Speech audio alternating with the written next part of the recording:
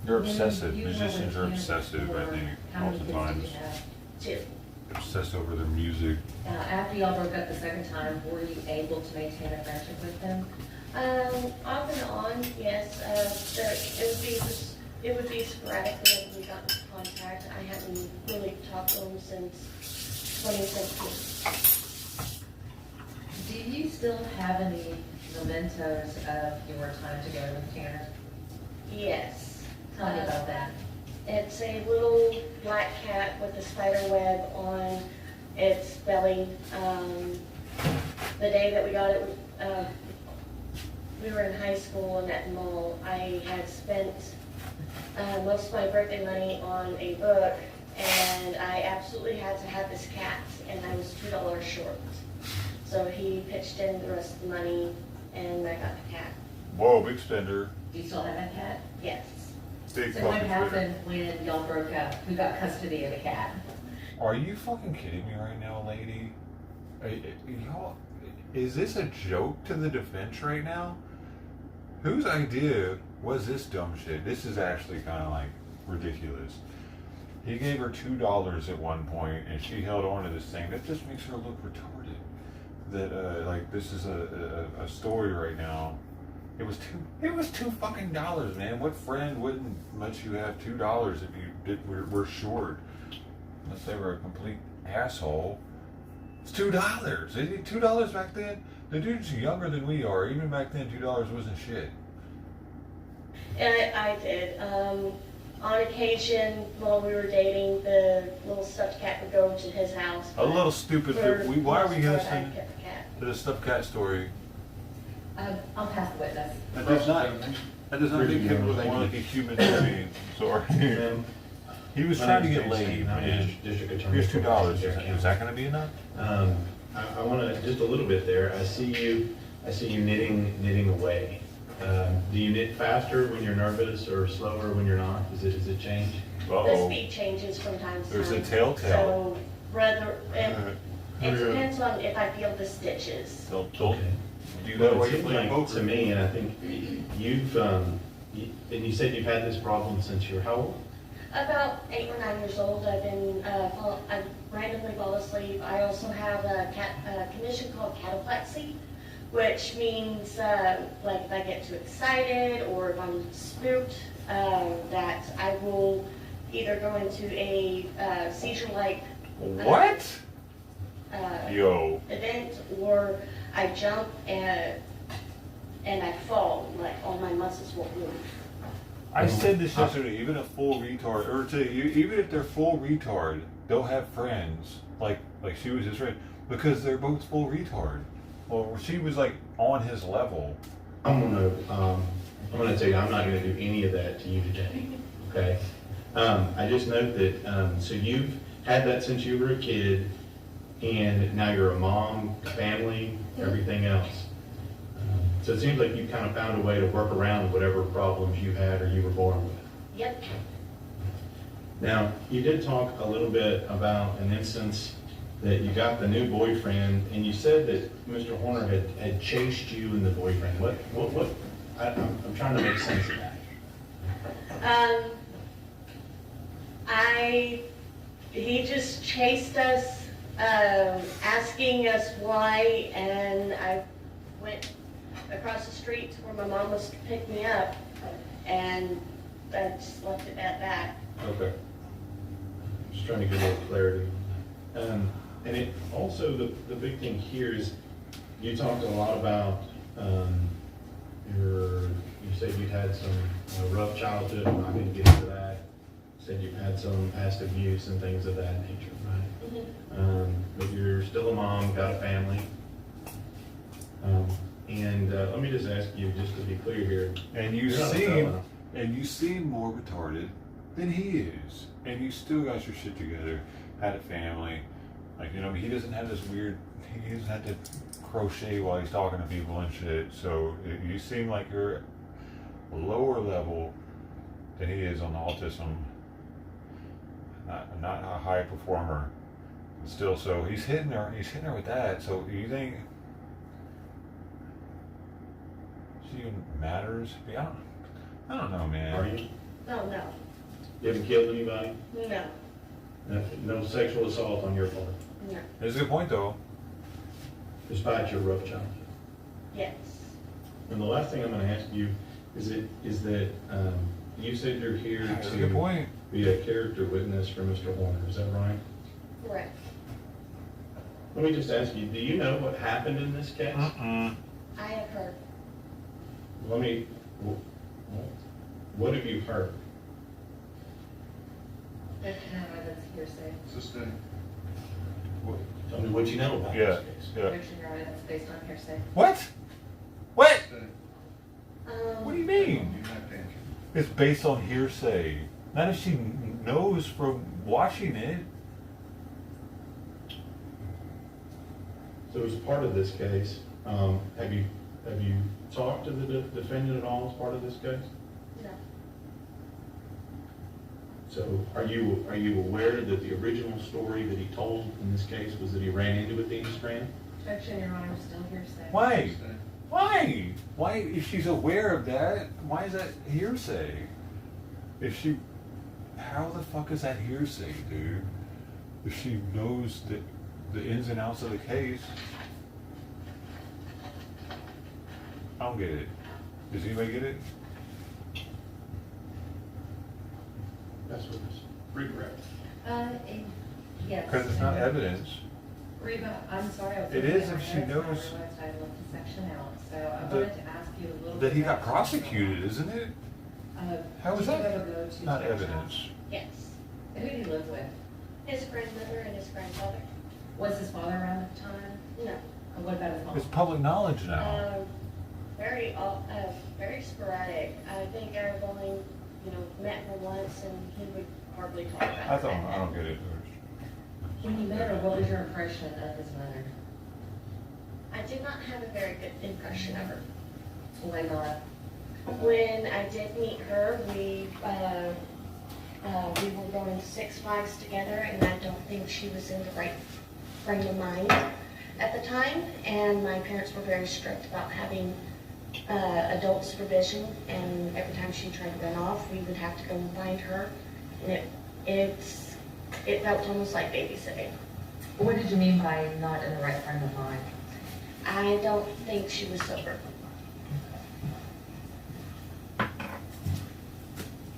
And did you ever meet Tanner's grandparents? Yes. And what was your impression of his grandmother, Jackie? Very loving.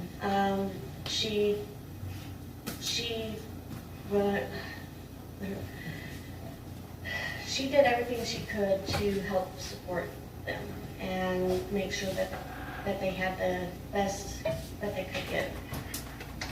And what about his grandfather, Bill? He reminded me of my dad. My dad's a veteran, and he was quiet and almost stoic at times. So I really didn't talk to him much. He just sat there and was really quiet. Were you around or let me back up, were you able to see any interactions between Bill and Tanner? Not really. I mean, there's like maybe one time that I remember when I went over to his house, and it was really early before church, and that morning Tanner was really abnormally quiet, and I could feel like his grandfather was a little upset or angry that morning. He didn't say anything. There wasn't any actual interaction while I was there, but you could just feel the emotions in the room. Were they good emotions? No, they didn't feel like they were pleasant emotions. Okay, I'll pass the witness. Mr. Staton, Don't further wrong. may this witness be finally excused? No objection. Any objection from the state? No. All right, thank you, ma'am. Yes, come here, Fred. Yeah, I was gonna say.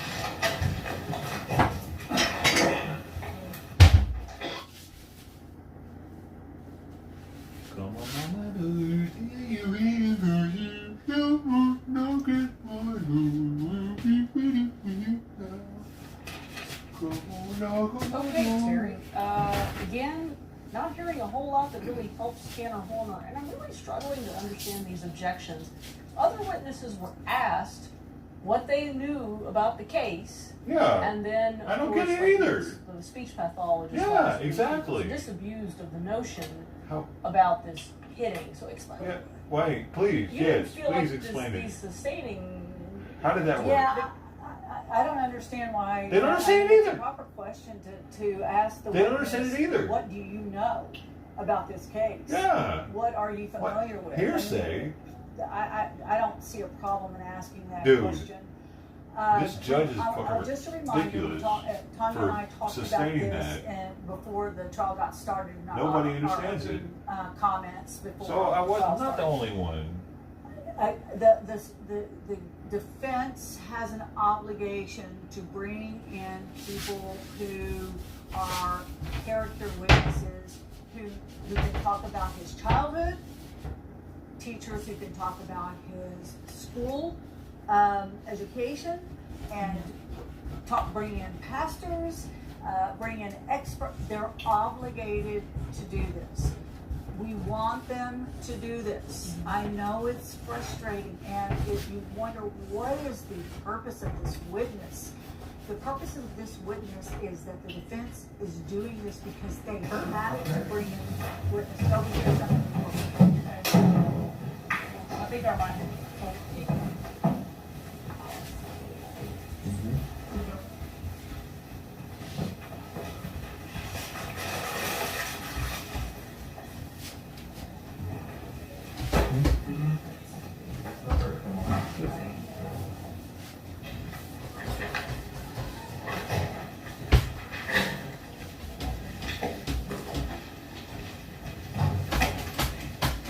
Let me know when lunch is. Okay. Who is it? Okay. Okay. Yeah. Huh? Okay. You get some time off? Slacker.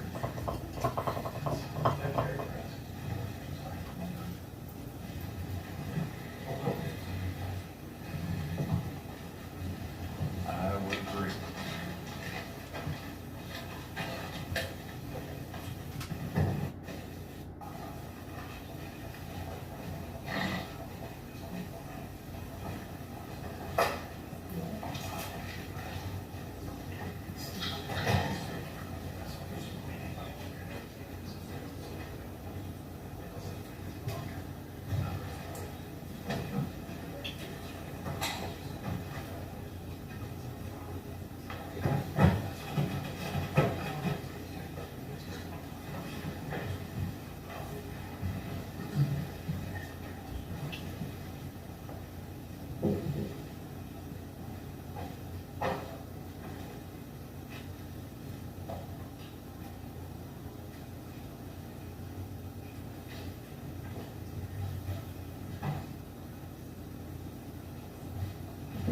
No. What's happening? Osby, the truth, all truth, and nothing but the truth. That was another So, one. the last name for the court reporter.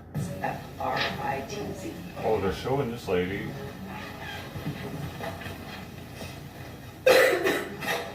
You must work for the government. They only show the people that work for the government during this trial Jury, Ms. Anderson, you may proceed. because they have no Yes, Your Honor. expectation of Dr. privacy, Fritz, hold on one moment. right? Or maybe they have to agree to it if they're not a government employee. May I approach, Your Honor? Yes, ma'am.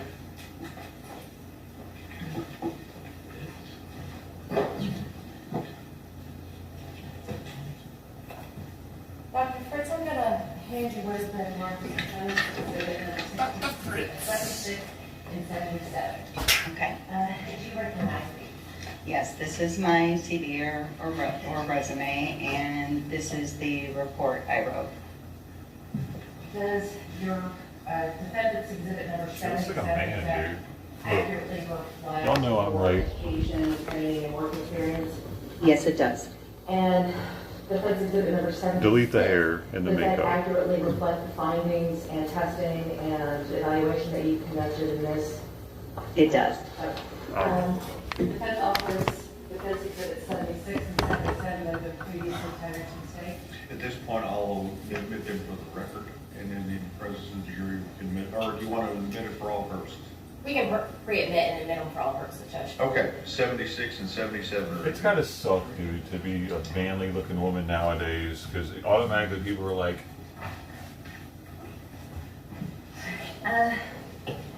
Dr. Fritz, your CV has been I didn't used to think offered that when I was a evidence, kid. so I'm That not going was- to ask you about your credentials. When I was a kid, the prevalence of trannies in Memphis, Tennessee was so fucking low that I never, ever would I look at a woman and think, is that a fucking man? Never. Not one fucking time throughout my entire childhood did I think another woman was actually a man.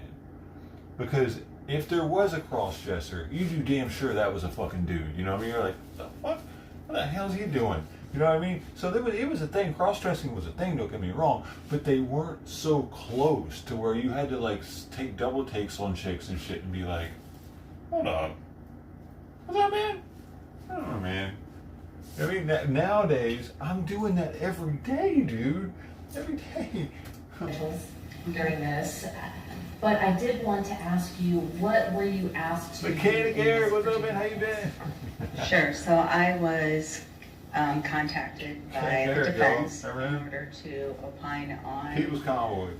whether Mr. Horner In the has app. autism and the social communication traits that are specifically associated with neurodivergence.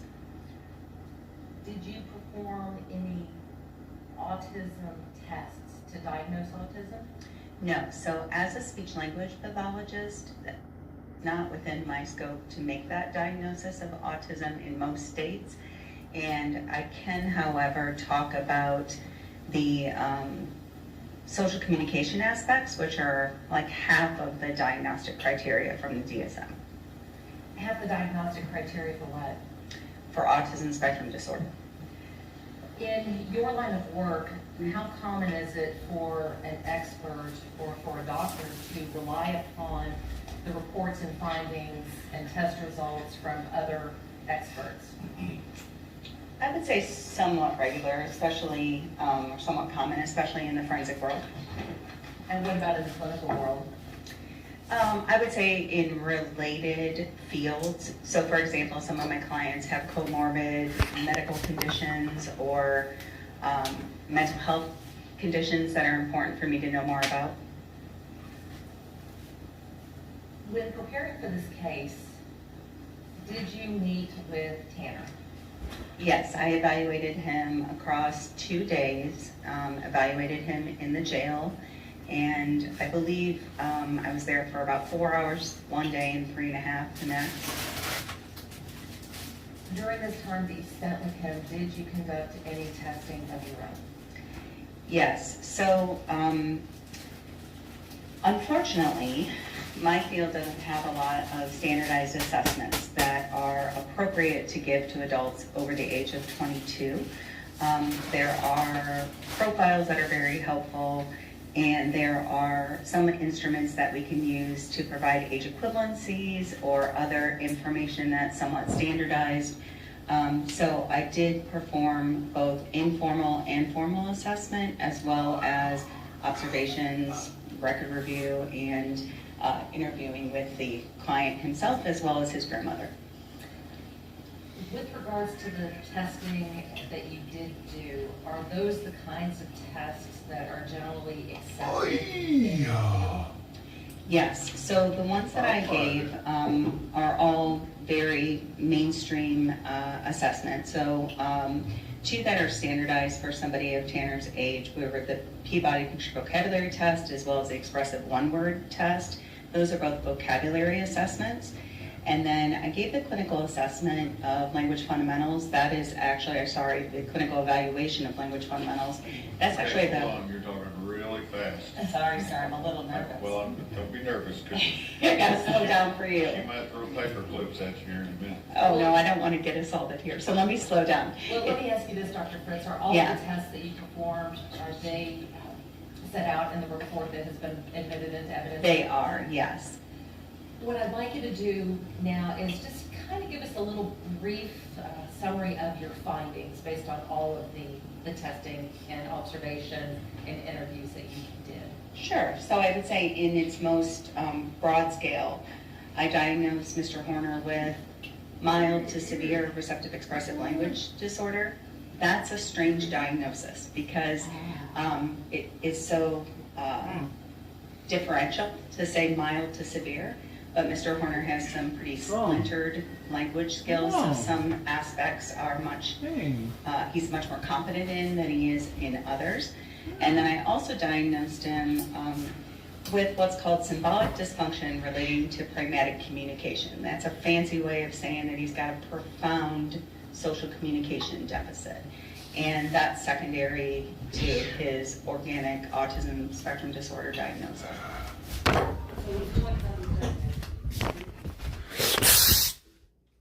Why? Why are y'all fucking killing each other in here?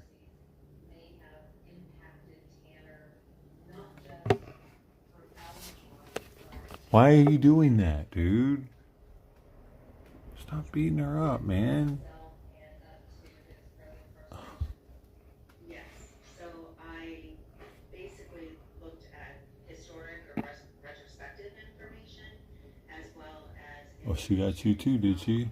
that happened post-crime and Hey, reviewed you records, guys stop beating her up, Sawyer. jail calls, letters he wrote to kind of evaluate the Sweepy. use of Sweepy. language constructs after the crime itself. Oh, you heard her too. You guys. Come here, baby. Because of the fact that he has profound social communication I'm deficits, sorry. we see evidence of that in his interrogations, in his interactions with loved ones, through the jail calls. That would be certainly indicative of somebody who is struggling with social norms and, certainly could be deemed as highly inappropriate. And understanding a little bit more about the nature of his social communication deficits, I think, is really the goal. I mean, that's not gonna make him do what he did. though, Without your explanation Social. of what you see in the interrogation videos, He and seemed to talk to the jail calls that you reviewed, and some of the other evidence that you customers, reviewed, and his Is it interview were just possible fine when he got his for job. those He worked for interactions Amazon to be too. Don't they misconstrued? test people for Absolutely. psychological So issues? if you look at the words he said, his demeanor, so how he says things in the interrogation, and certainly following in his letters and in his calls, he would seem completely heartless and very inappropriate at times. And being able to look at it through the lens of somebody who's on the autism spectrum and recognizing breakdowns or differences in social communication is something that I was specifically looking for. Do you think that testimony would assist the jury in deciding the ultimate issues in this case? I think it could. I'll pass the witness, Your Honor. Cross-examination. Thank you, Judge. On your specific conclusions, are you just going to be talking about those two diagnoses that are in your report? I'm not sure. Do you mean what will I be asked during direct or? What are you going to testify specifically about to your report? So the way that his social communication deficits, along with related, because I am an autism disorder specialist and expert, his related difficulties can be evidenced throughout the crime and his behavior afterwards. And do you have specific examples of that? Yes. And what are those? So I'm going to look at, or would like to talk about issues relating to theory of mind deficits, central coherence challenges, profound social communication challenges, which goes hand in hand with nonverbal communication, or the use of conversational rules and routines, and also understanding of social norms, executive functioning challenges. All of those are a part of what we see in autism, and what I specifically was looking at with Mr. Corner. Did you find specific examples of that? Yes, ma'am. And what are those? So, I guess I'm not sure how in-depth I'm supposed to go, but I can give you, so I guess I wonder how, just go ahead and talk? Okay, so, some specifics then would be the fact that, his pragmatics that's social communication, highly impaired. And he has what we call basic functional communication and an understanding of social norms in terms of scripted or typical, manners-based speech. So during the assessment, someone sneezed outside of the room and he's yelled out, "Bless you," because he knew that was an appropriate response. His difficulties come into play more with more nuanced or subtle aspects of communication. Things like narrative discourse, very difficult for him to tell a story in a linear fashion. He also has significant difficulty being able to express any sort of emotion. I believe that Mr. Horner has a condition known as alexithymia. It's a secondary. Spell that for the court. Sure, it's ALEX. And give me a second so I make sure I do that correctly.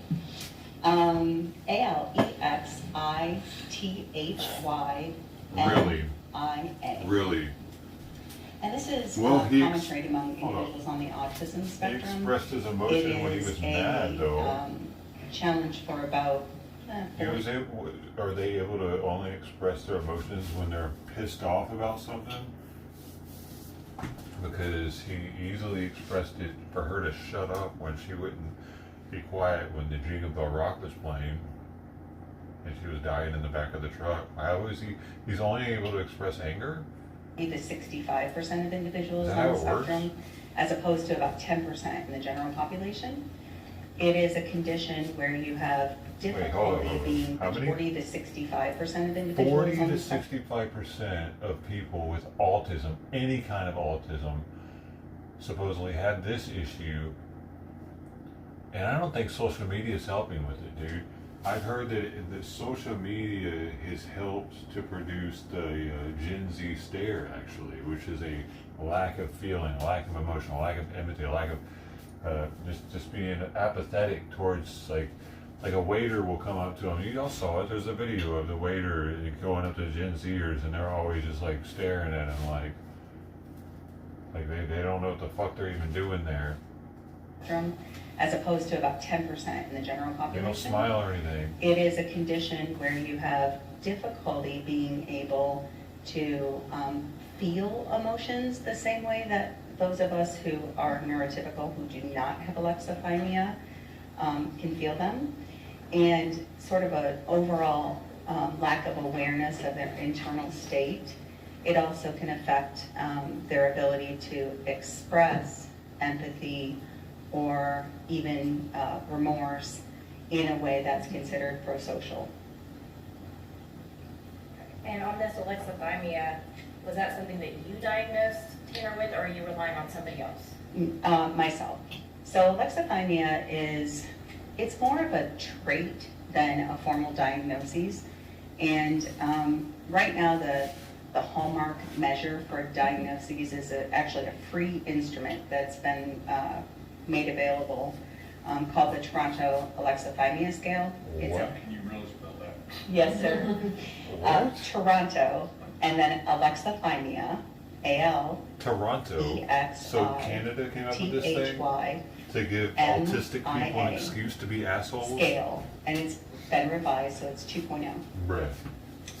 And it basically allows us to determine whether someone is able to describe their feelings, whether their thinking is externalized or internalized, whether they have difficulty identifying their own feelings, and whether they have difficulty, and I'm not sure if I said this one already, but describing their feelings.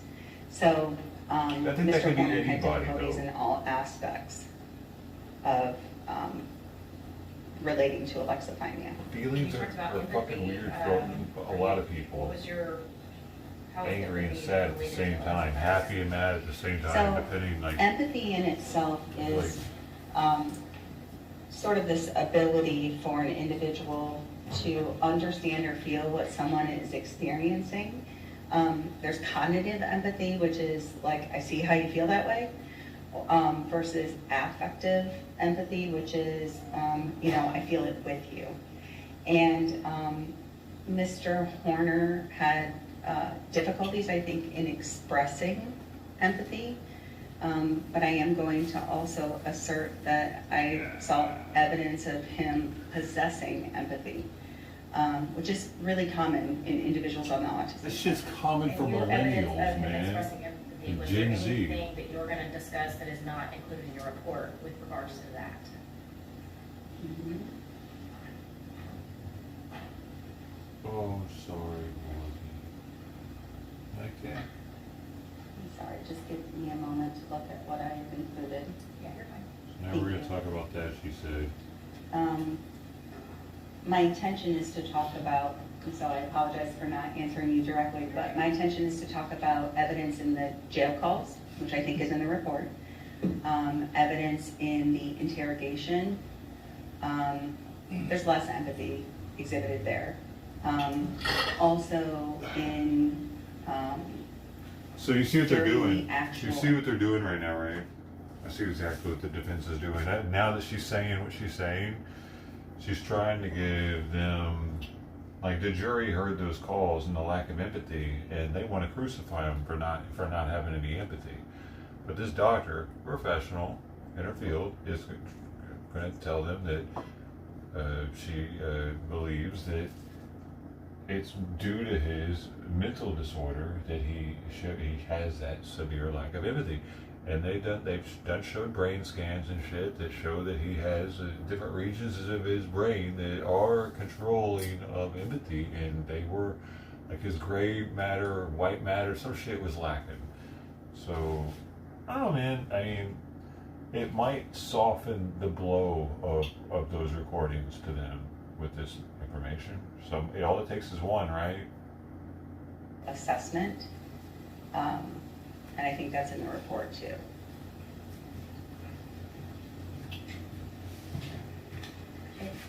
And what part in the assessment was empathy? So, one thing that Mr. Horner would do is if he would see somebody being mistreated, for example, in a video scenario, he would express feelings of, saying that that person was being rude, or feeling sorry for a character in a video. Certainly demonstrated empathy for animals. So if he saw an animal that looked sad So or he did was show in a empathy. cage, he would express that both with his words and with his nonverbal language. What happened?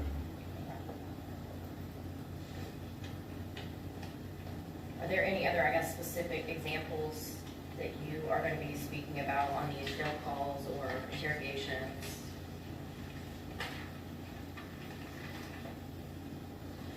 I guess In regards to your conclusions, right? Yes, That's of your course. basis. Yeah, one aspect that I think is important, or as an important example, is when Mr. Horner's mother called him, and he called his mother, couldn't understand why his fellow inmates were looking at him like a monster. And his No mother, shit. Weird. knowing That is his weird. difficulties in this area, had to directly put it in terms he could understand. That actually is fucking weird, And dude. so therefore gave him that perspective Mm. taking, that goes to theory of mind as well, of, what if this happened to your child? How would you then feel? And so with that additional prompt, then he could explain and Wow. understand how he, to some degree, made Athena. That's interesting, actually, dude. He was that fucking retarded in there that he didn't understand that they wanted to all strangle him? And why? All the items that you have reviewed, correct?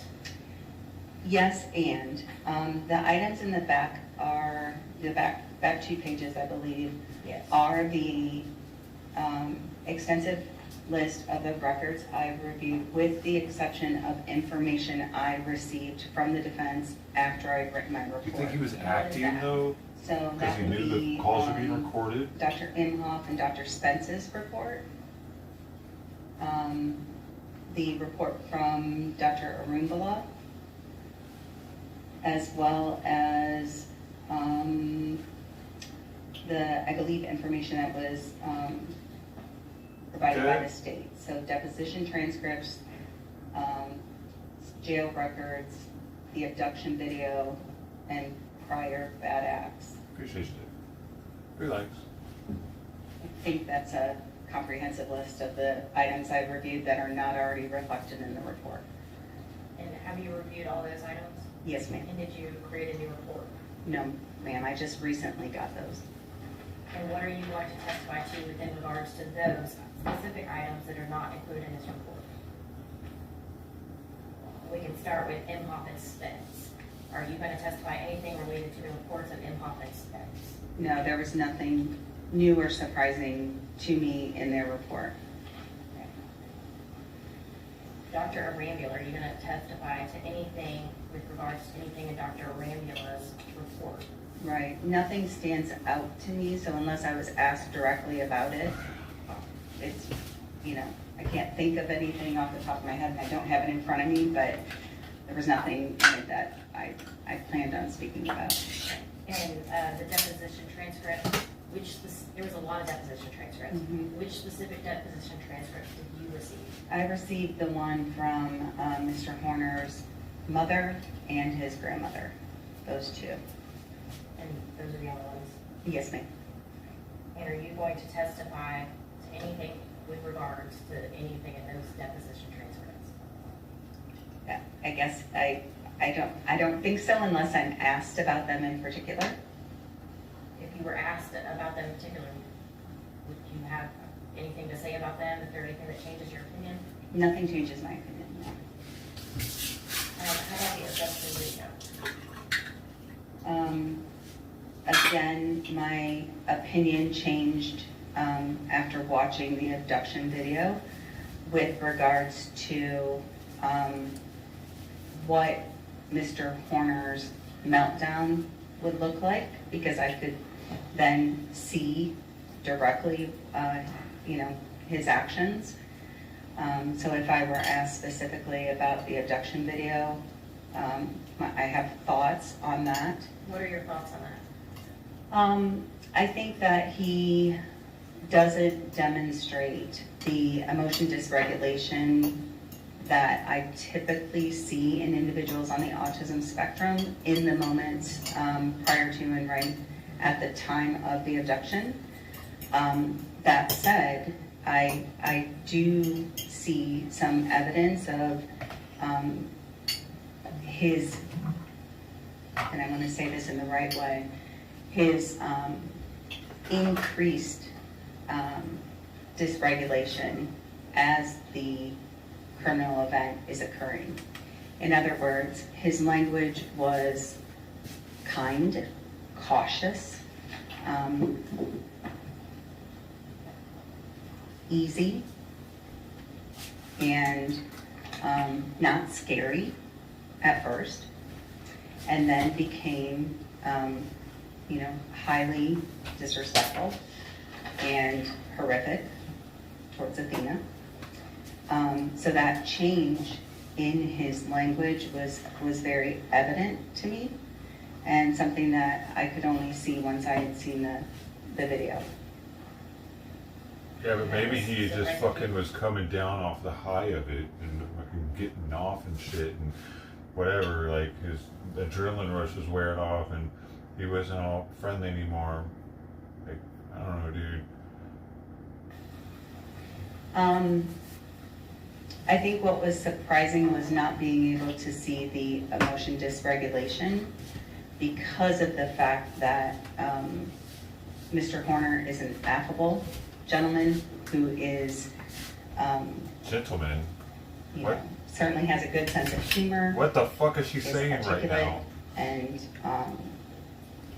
I expected to see more of the headbanging or of a very red face. Some of the things that I see with, you know, somebody who is autistic, who is having a meltdown. That said, Mr. Horner in the interrogation describes a period of disassociation without using that word, kind of losing time or, you know, feeling like he wasn't in control of his actions. That I can also see. And to be honest with you, you know, you've heard the adage that when you've seen one person with autism, you've seen one person with autism. It can look very different. So his emotion dysregulation, taking a quieter lens is not, it was surprising to me, yes, but it's not without precedent.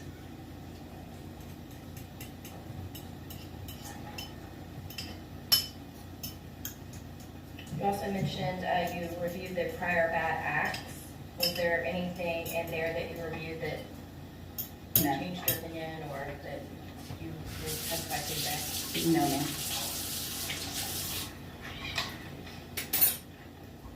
What did Tanner Horner tell you about what he did?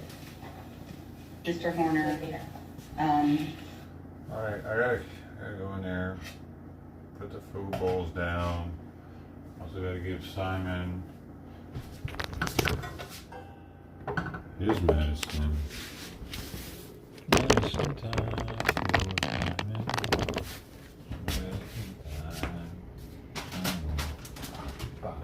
Medicine time for Simon. Where you going? Medicine time for Simon. Oh, he's 10.1 pounds. He wanted to show me how much he weighs right now. 10.1.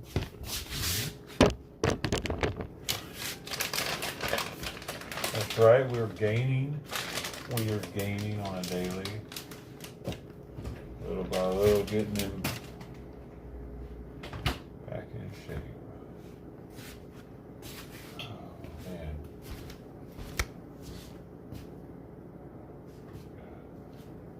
Methimazole. It's a 2.5 and a 1.25 and a 5 milligram Burroughs. Yeah, baby.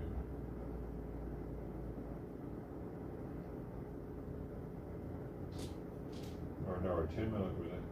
Am I doing 10 now? No, we're doing 10 milligrams first. Am I? Half a pill, baby.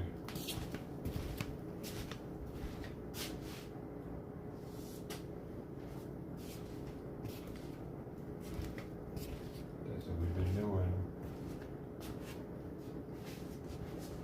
With lots of water, huh, buddies? Because we should get lots of water. Come here, you know it. You know it.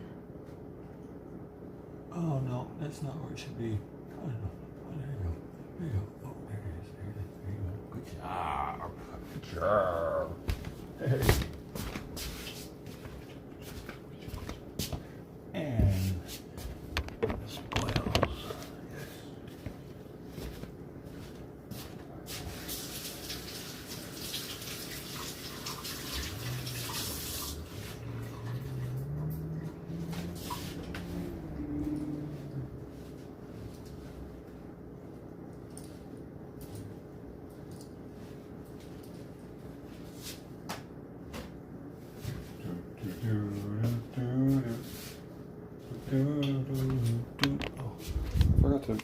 I forgot to divvy out. I got to divvy out. The cat's distracted me with the fighting. told me that he backed into her because the backup camera was not working. He also told me that he strangled her. I would say that the story that he gave me at the time of the evaluation was very similar to what he told the investigators in the interrogation. So he lied to you? Yes, ma'am.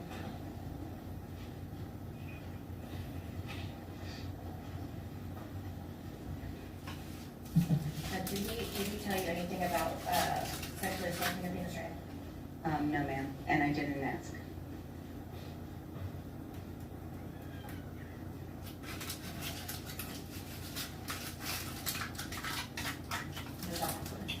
Redirect. Just briefly, Dr. Fritz, will you be able to testify to any of the comorbidities or co-occurring diagnoses that Tanner possesses?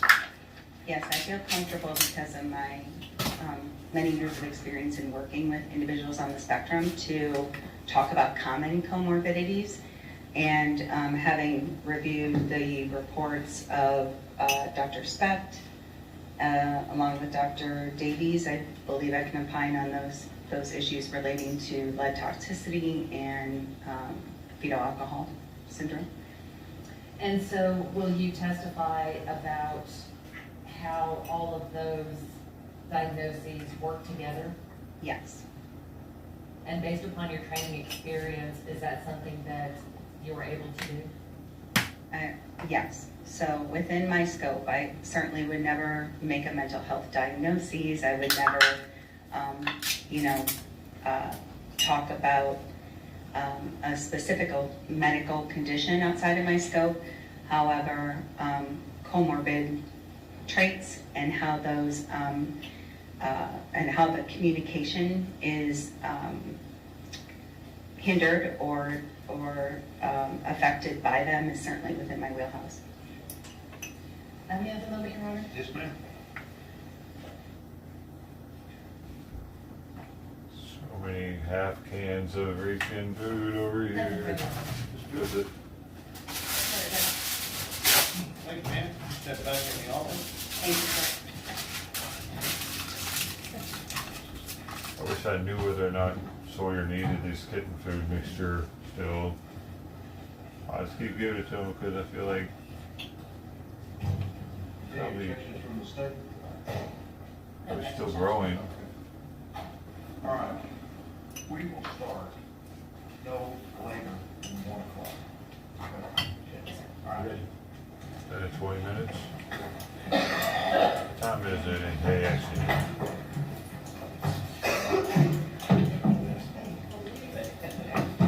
Give me a time, baby. Give me a place. And I can give you a time.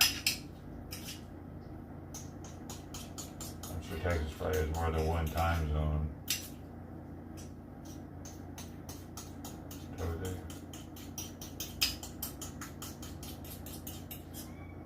Are they central and mountain?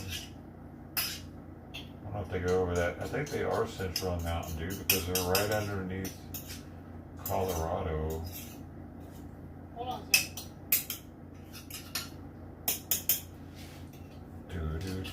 Sorry guys, we had to turn our mics on. I turned them off while we were chit-chatting. Because you don't want to ever run the risk that you're saying something you don't really want live streamed. I have never said anything more brilliant in my entire life either. But they're close, aren't they? Alright, so folks, I don't know, man. to start over, our mics are now on. But this was outside the presence of the jury, and Oh, I this see. was, I just think you're listening to this going, I just struggle to how does this help Tanner Warner? Well, Yeah, they are central what I think and is mountain. interesting is that she's going to testify. She's called a. Also, they're not going to be back for an hour and autism 17 minutes.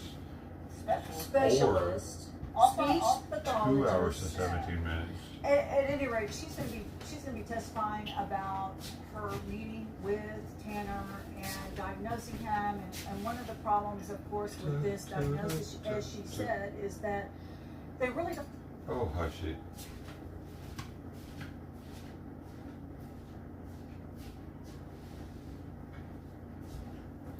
We got kitties to feed, kitties to feed. Gotta feed my kitties.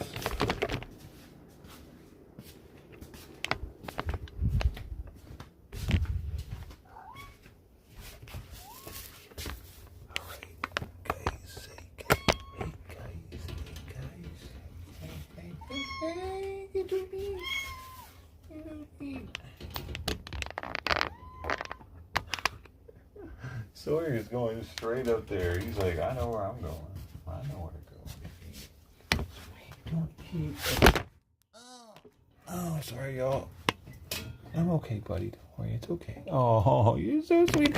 No, sweet. No, get back. Come on, bro. You're tripping up right now. Come on. Sawyer, no. You know where to go. Don't I thought you knew. Sweetie, no. You go that way, Sawyer. Sawyer, y'all, you're giving me way too hard of a time right now. Come on. Simon's gonna eat your food in a second. Simon's up there sniffing it. Okay.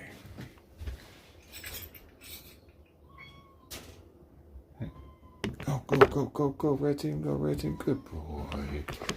Good boy, Sawyer.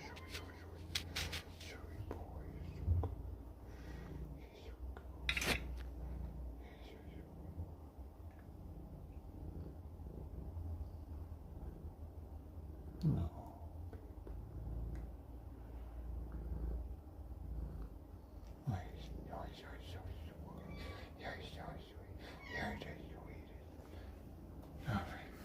Let's get that food. Before Sweet Pea has a fit. What have y'all done in here, man? Y'all broken.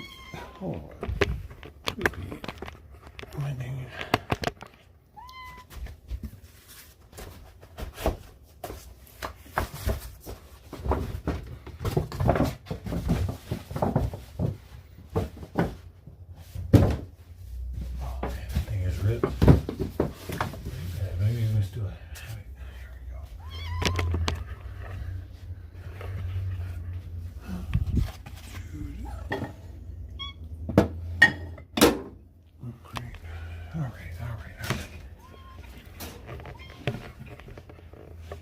Dude, Sweet Pea, you're crazy, okay? See how she does me? Sweet Pea, no. No. No,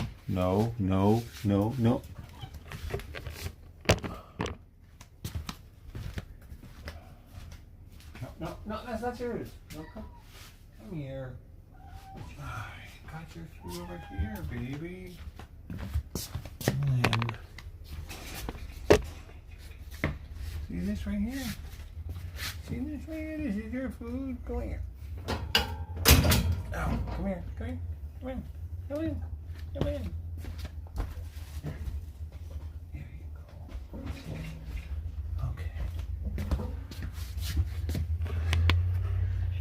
what's up, Simon?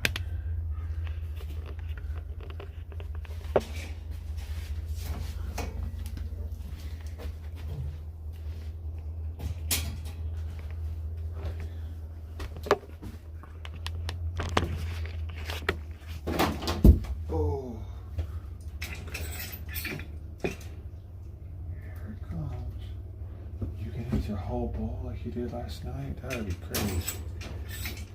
I gave him a chicken mixture today. I was giving him turkey, and I don't know. I think he got tired of the turkey. He gets tired of his food.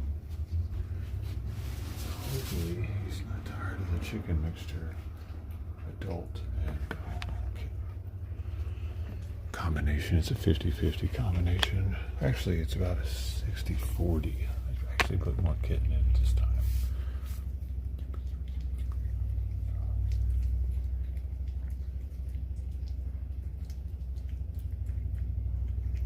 Hey, sweet gosh.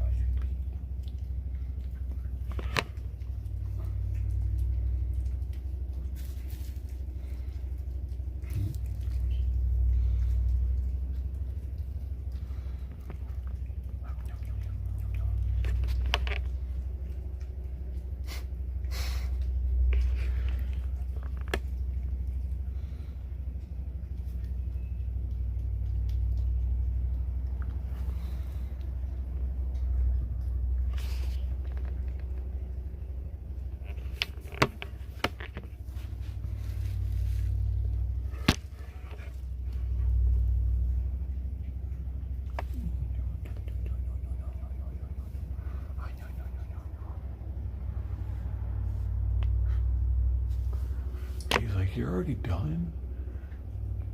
He's probably got a whole plate left.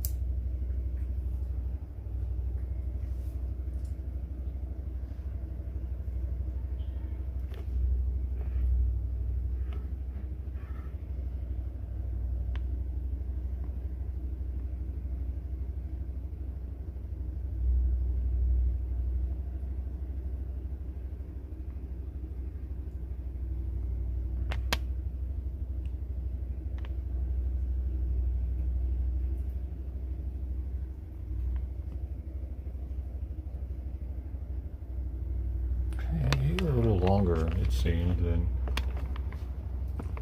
that. Oh, he looked like he was going to eat a little more. Yeah, he was, but he changed his mind, maybe because I said something. And he still needs to eat more, unfortunately. Oh, which means he's going to have to stay in there a little longer. Possibly till, because I think he needs to eat more than sweet pea. And right now, he's eating less than sweet pea. This is probably 30 grams right here. And that means he's eating 10 grams less than sweet pea.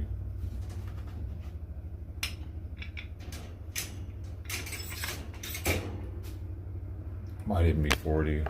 It's 30 to 40 probably. But that's as a male that's less than a year old, yeah, he needs to eat that. Hey, I'm sorry to keep him in there like that. I really don't like having to do it, but you see how sweet pea is. Hey. Like the main reason why she wants to run out is so she can get to that.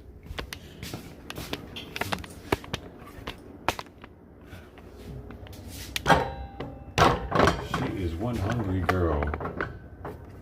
I appreciate her for it because it makes it less stressful getting food into her.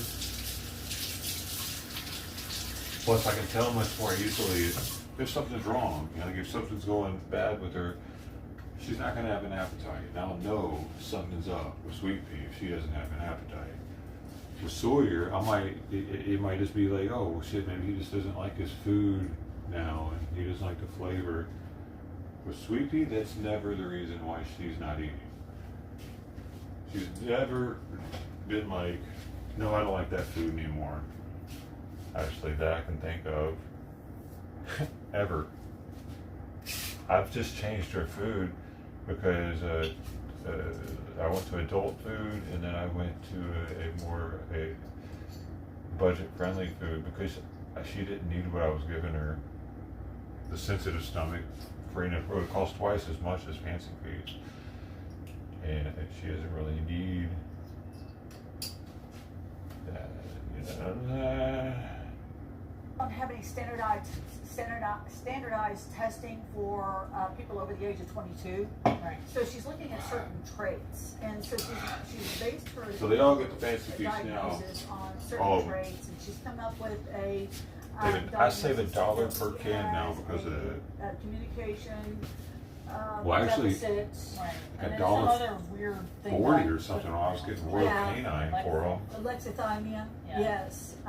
Dude, I was spending so much money on cats back then.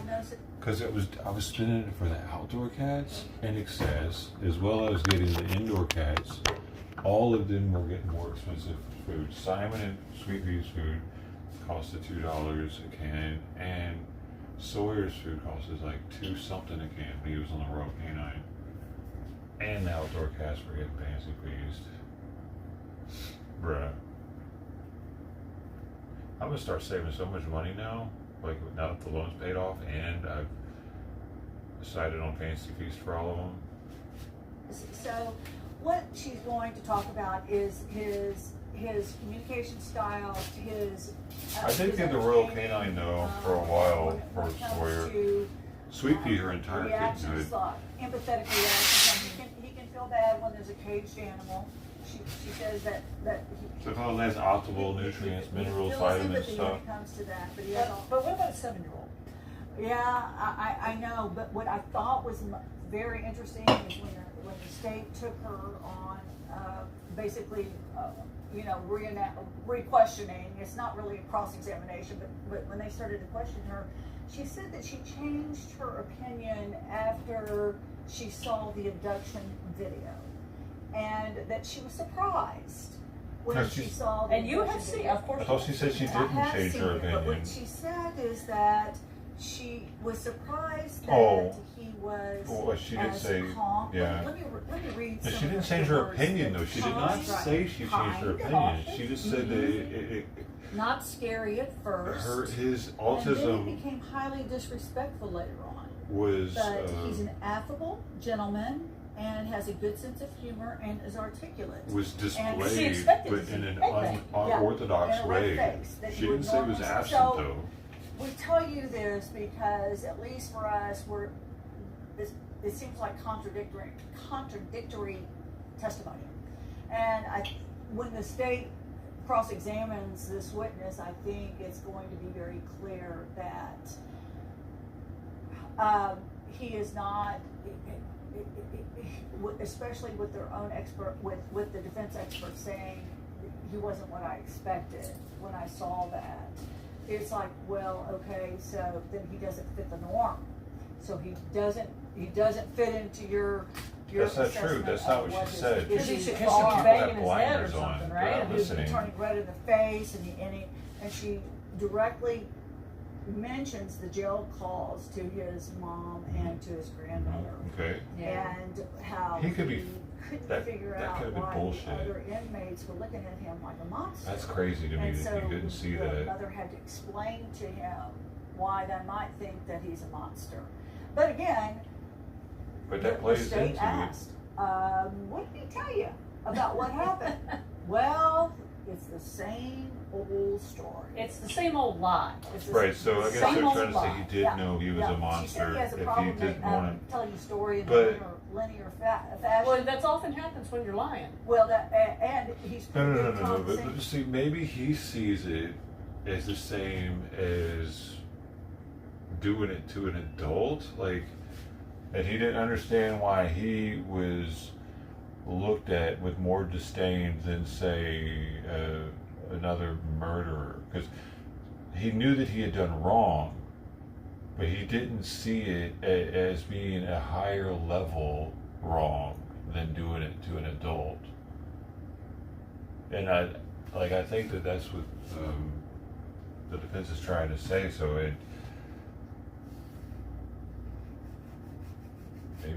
maybe because it is fucking weird that he was like he didn't understand that.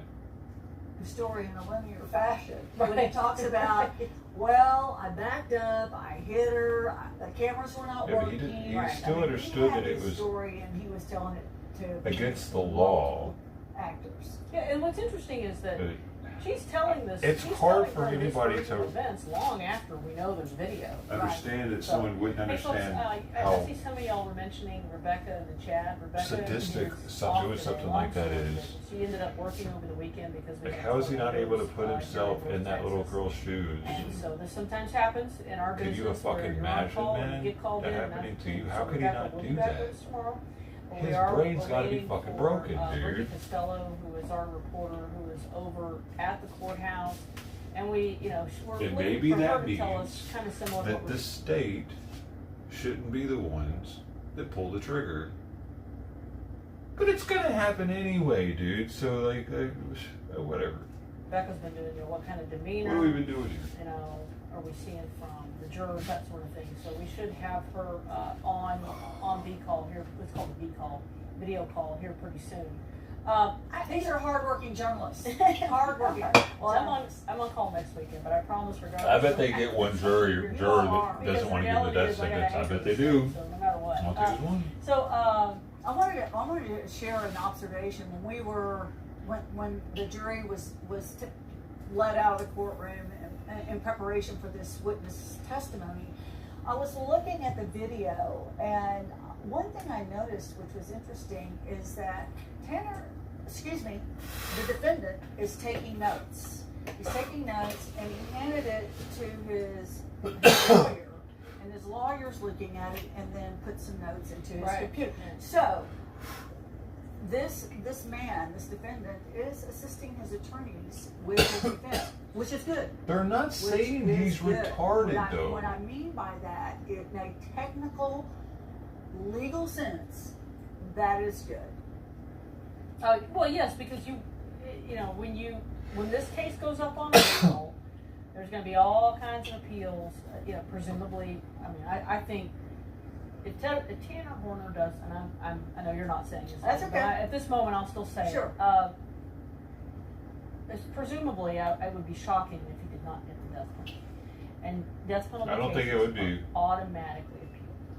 And so there. I don't think it is shocking if he doesn't get it when and if that because of occurs, his history. Everything will be thrown up against the wall. Most Yes, people don't everything have you can this imagine. So his ability to history, dude. help his defense attorneys, and also while all this testimony. If he was black, he again, definitely while wouldn't get the death I read penalty. your If he was comments, black, I see there's your no comments, chance he'd get the death it's penalty on this one, infuriating. I'm right? infuriated by a lot Because of he'd be it, like, because and he's black, Your Honor. He had to deal with that his whole life. And then to hear this stuff. But I do want to go back to something. Ah, we can't get it in reparations. Because, you know, they came back to court. It's our fault he's like There are this. people that were asked what they thought happened, and then they regurgitated Tanner's original story, and then they were disabused of that notion. This was last week.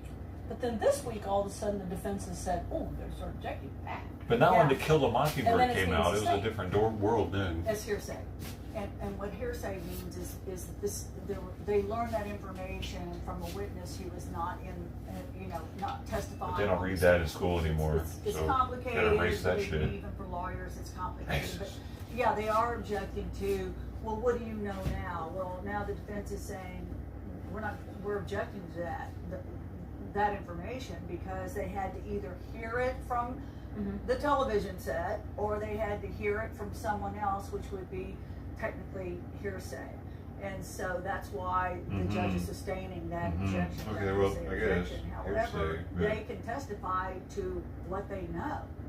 And they don't necessarily have to say how I know that, but they can testify to what they know. Yeah, why didn't So, they let them? That's yeah, weird. it's interesting, but it's, the rule of evidence is you just don't know. Yeah. I mean, sometimes it comes in. It was just like when they were showing the video of the. And Terry, I do want to keep going back. I want to go back Yeah. to this point. We've Yes. got Brittany on the line. Oh, good. Hi, Brittany Costello. Brittany Costello is our reporter who's up at the courthouse, and so we're curious. We've been listening to this testimony this morning, and of course with this expert that was up on the stand outside the presence of the jury. But during the time that the jury was in the room, any reactions? I mean, just talk to me about what's going on inside the courtroom, because those are the things we can't see. Yeah, and as you guys already mentioned, I'm filling in for Rebecca Lopez. So I haven't been here, so I actually had to run into the overflow room. That's kind of where we're at right now. So I've been in here kind of learning the system, learning the record decks. I don't have that information for you right now. I'm not sure how the jury has reacted this far. What do you think so far about what you heard? Coming in as somebody who hasn't been as This knee lady deep in doesn't know shit. Right, obviously I know the big things that we have on our coverage. So but pretty much you yeah, know what coming we in know. Today, Gotcha. it's been interesting because it's been very uneventful in my opinion. We've heard obviously from several people now, a special education teacher, a friend, a pastor, and all of them talk about Tanner. Oh, we lost her. Oh, yeah. Okay, we're gonna be back in a minute. Okay, so I think we lost. Yeah, she's a rookie. What the fuck she's doing out there? Comes back, we want to talk to Brittany. So keep going with your answer. Yeah. When she comes back, I'll let you know. Well, I'm going to shift a little bit here. Let's go back to how she describes the defendant when he the expert. Yeah, the expert. When the defendant puts Athena in the van at first, and the expert describes him as kind, cautious, easy, not scary at first. He was asking her questions. Where do you go to school? Don't lose that thought. Okay. All right, we have Brittany back. Okay. Hi, Brittany. Now you finish your thought. Hi. And then we'll go back to Terry's thought. Yeah, I guess, just coming in blind essentially from all of the hours and hours of testimony that you guys have heard. I came in today and it really, the witness again made Hannah Horner seem like an average Joe. I mean, they say that he had a little bit of a learning disability, but he was fine, essentially interacting with peers. He had essentially a fight occur, but nothing that would make you think, okay, these are severe Make you think. problems. At least in my opinion, Speaking thinking I- back to our high days, Thank you you. know, you knew people who got into fights all the time. So I think it's been very uneventful, just in my opinion. I've learned anything that Thank made you. me say, Your opinion, lady. oh, it just seems like a person who had a little bit of, struggles, especially in education, He but was able to he was in go to retard church, classes, was able to have dude. friends, carry on relationships. Are you fucking That's kidding kind me of right where I'm now? at. Just it seems very basic. Such a uneventful. small percentage of Well, what you're saying students is are you in didn't those hear anything retard mitigating. classes, man. And mitigating Actually. basically is, So- when the jury He wasn't gets like the other two fucking questions kids. they're going to And be then, asked. The let me first tell you one this. is, Then he had to get reintegrated back into regular school, and guess what? All the other kids know exactly where the fuck he just came from. Do you think they're just like, hey, welcome, retard? How do you think that went over? So he did not have a normal childhood that was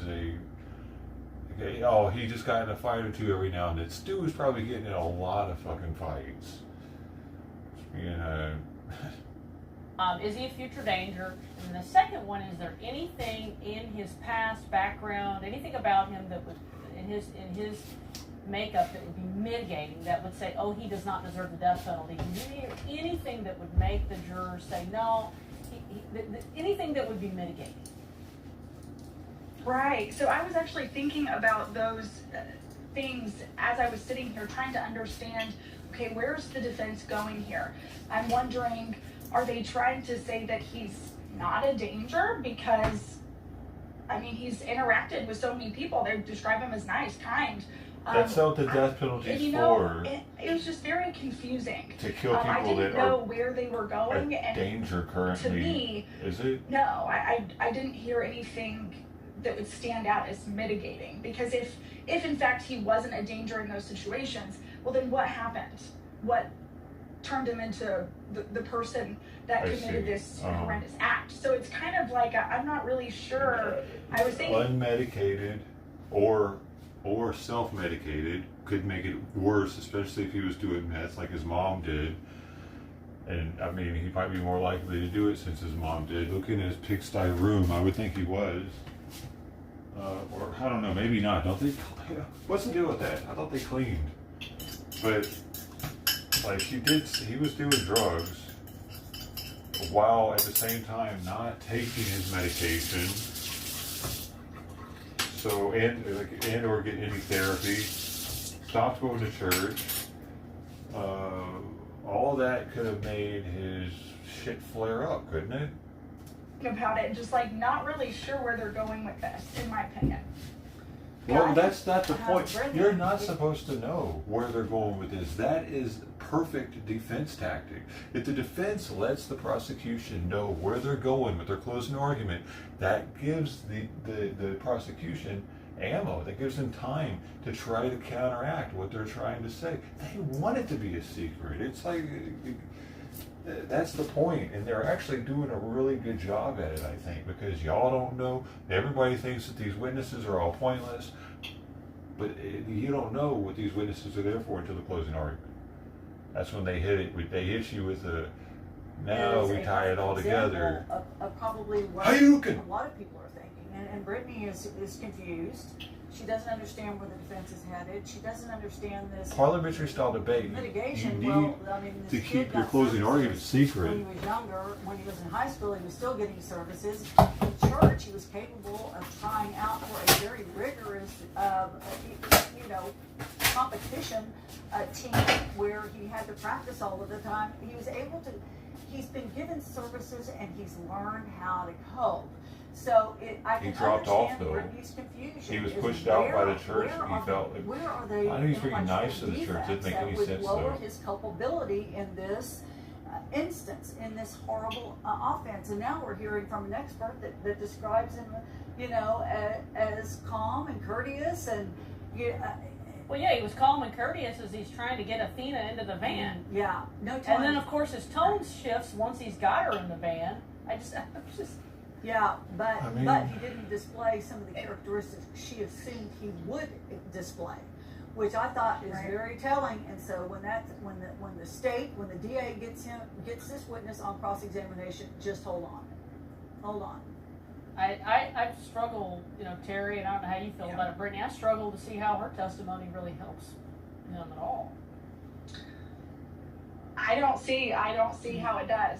Hearing what we just heard, obviously beyond the scope of the jury, she's essentially an autism expert, and she's going to be saying that in the moments of the abduction, she didn't see what she thought she would see. And I think she did those say are he the didn't moments, seem autistic obviously, that the jury cares about. still. She said that it was So, an yeah. unorthodox view of autism because of how he went from calm in a situation where he shouldn't have been calm into like raging out. And she said that in itself was a sign of autism, though. But at the same time, like, the inmates are going to be looking at that as he was just calm because he had just like done his deed and he was gotten off and was high off the occasion or some shit and like feeling good, having a cigarette and everything. I think listening to Jingle Bell Rock or some shit. Dude, there's no way this guy lives more than 5 years in prison, maybe not even a year. I don't see, when she disclosed that, I was thinking the same thing. How on earth? Because they still give a does shit that about your help? autism. Yeah, is there any other stressful situation more stressful Hell no. than that? And he didn't react the way she thought he would. So, I mean, they gotta bring it, guys. They gotta bring it. They gotta bring their experts. They have to do it. They have to do it, and the defense is doing what they're supposed to do. They're doing their job. They have to bring whatever they can bring, and this is what's next. Right. And Brittany, I listened to 3 days of the defense's case last week, and pretty much this is kind of par for the course. The only change I have seen, there's two things I've seen that are different today. One, we have an expert that actually talked to him. Our prior experts had not had any communication or anything with him. And then the other thing was that the defense is now objecting whenever the witnesses are asked, what did Tanner, we saw that with the friend. And the pastor. And the pastor, that they're now objecting when they're asked, what do you think you know about this case, right? And they're now objecting to hearsay, and the judges sustained that last week. I see why the defense is objecting to it, though. Actually, why they don't want the witnesses to look like they were duped, they were lied to, and shit. because it looks really fucking bad with the last witness that admitted, who was that? His a speech pathologist, I think, was giving her reasoning that he shouldn't have been in the truck alone, and like he didn't understand what he was doing so much, and they were like, do you understand, like, do you know what he did? And they're like, he backed into some girl and then he killed her because he was scared that he was going to get caught. It's like, okay, no, that's the original story he gave, but you don't know what he actually did. And she was like, no. And that really made her testimony like, whoa, like, lady. Because you could tell that she had this biased view, and she was defending his what actions she thought he did. And if she knew what he actually did, she probably wouldn't have like the testimony would have been the same. So yeah, I don't know. That's why I think they're trying to keep that from happening again. Those questions, they were not objecting, and so people were telling us, oh well, we think he hit Athena and then panicked and took her, and then the prosecution would say, no, that's not what happened. And then you would get the reactions, and it was really effective. So it's obviously the defense over the weekend has thought about this and said, oh, we better start objecting to hearsay. Yeah. You know, Words. and I don't believe you all could hear this. I think this was outside the live streaming when we were listening to the audio and the video. One of the videos that they were still showing the video of him driving around, and it was after the murder of Athena. And the defendant was driving around trying to deliver his packages the next day. Oh no, we saw that. But were you watching when they were going to admit the conversation he had with the dispatcher? I can't remember. Yeah. So they were going to bring the dispatcher he was talking to when he was driving around said, "Hey, did you hear there was an Amber Alert?" Oh, objection. We did hear that. Did you? you? We did hear Objection. And so Rebecca and I had this long talk about that, and I'm not exactly sure what they were objecting to. So we don't know. We're not there. We're not exactly sure what's going on. Exactly. You're not really sure what's going on, lady. Thank you. I don't know, because I thought that was interesting that they played other conversations that the defendant had with the dispatcher after the murder, and with other people when the woman came up and said, "Yeah, we're looking for But that for whatever reason they objected to the testimony from the dispatcher talking about an Amber Alert. Don't ask it. Right. Brittany, do we have any sense of how many? Obviously, this woman will be coming on. This expert will take the stand this afternoon. Do we have any sense of how many more witnesses we'll see today, or how late we're expected to go today? I don't have a sense of that right now. I was told the judge typically comes in and kind of gives a rundown of the day. He did not do that today. So at this moment, all we know is who's up next, and that's going to be that expert witness after lunch. They're not letting us know. Okay, so I got a question from Jason Strahan for you. Give us these bologna sandwiches, bro. Protesters outside I think they the feed the courthouse? prisoners Apparently these there were things. some last week that were, basically out there with signs saying "Execute Tanner Warner." Did you see anything like that today? Sure did. Tell us about that. Oh yeah. I would say maybe 6 or so, just kind of surrounding the courthouse here, maybe on every corner. Really? Yeah, just hanging out. Yeah, holding signs. Yo, I figured it out. Athena's Army, different things. This woman but yeah, is they're hot, just- except for they're her hair. peaceful, just hanging out. They got Except the for sign her just hair. so I knew people it was passing by can something. see. Her eyebrows are a little fake Yeah, I looking. know there's been some concern about that because they're bringing the jury in like from oily off-site, or something. and then they are taking them. There's an underground way to get in, and there's some concern that they would wet. see those protesters. I get why people, believe me, I Is get that why the new people look? are outraged and why some people would be out there wanting to protest, but there has been some concern about that. Yeah, I wonder. Again, they seemed peaceful just looking at them. I can see where you're coming from, but I would also then wonder, the jury would have to know that some people would want the possible punishment here. So I just wonder, like, wouldn't they already know that this is a possibility of that happening? I don't know. I wouldn't say it's an overwhelming number of people out there, not enough to like draw attention, in my Right. opinion. It was like too staggered. So I don't know. I don't know. I don't know how to take that. I don't know that it would have that Sorry big of about an that. impact in the way that I see it, but perhaps The it kombucha, could. dude, it gives me Okay, is there indigestion. anything that I haven't asked you that I should ask you? What is the, Brittany, what is the demeanor of the defendant during all of this testimony? Is he staring at the witness? Is he looking down at his notepad and writing? What is he doing? Yeah, so like I said, we've been in this overflow room, so I haven't had a chance to look. I will make sure and do that with the next expert witness. But from the moments that we get to see where the camera's on him, you guys kind of see what I see. He's just staring, no emotion. I don't know if that continues on during the witness testimony or what that looks like, but I will definitely bring that to you guys later. We appreciate it, and we also know when Too you're much when you're makeup, jumping in though, like I this think. and you're pinch hitting and trying to learn the Much system. makeup, that's all. It's always can be a bit discombobulating. So Yeah. we appreciate you joining us, and Yeah, thank you you did for a jumping great in. job. We appreciate it. Thank you, Brittany. We'll see you a little bit later this afternoon. Thanks. Bye. Yeah, this character, he tried to maintain this lie as long as he possibly could.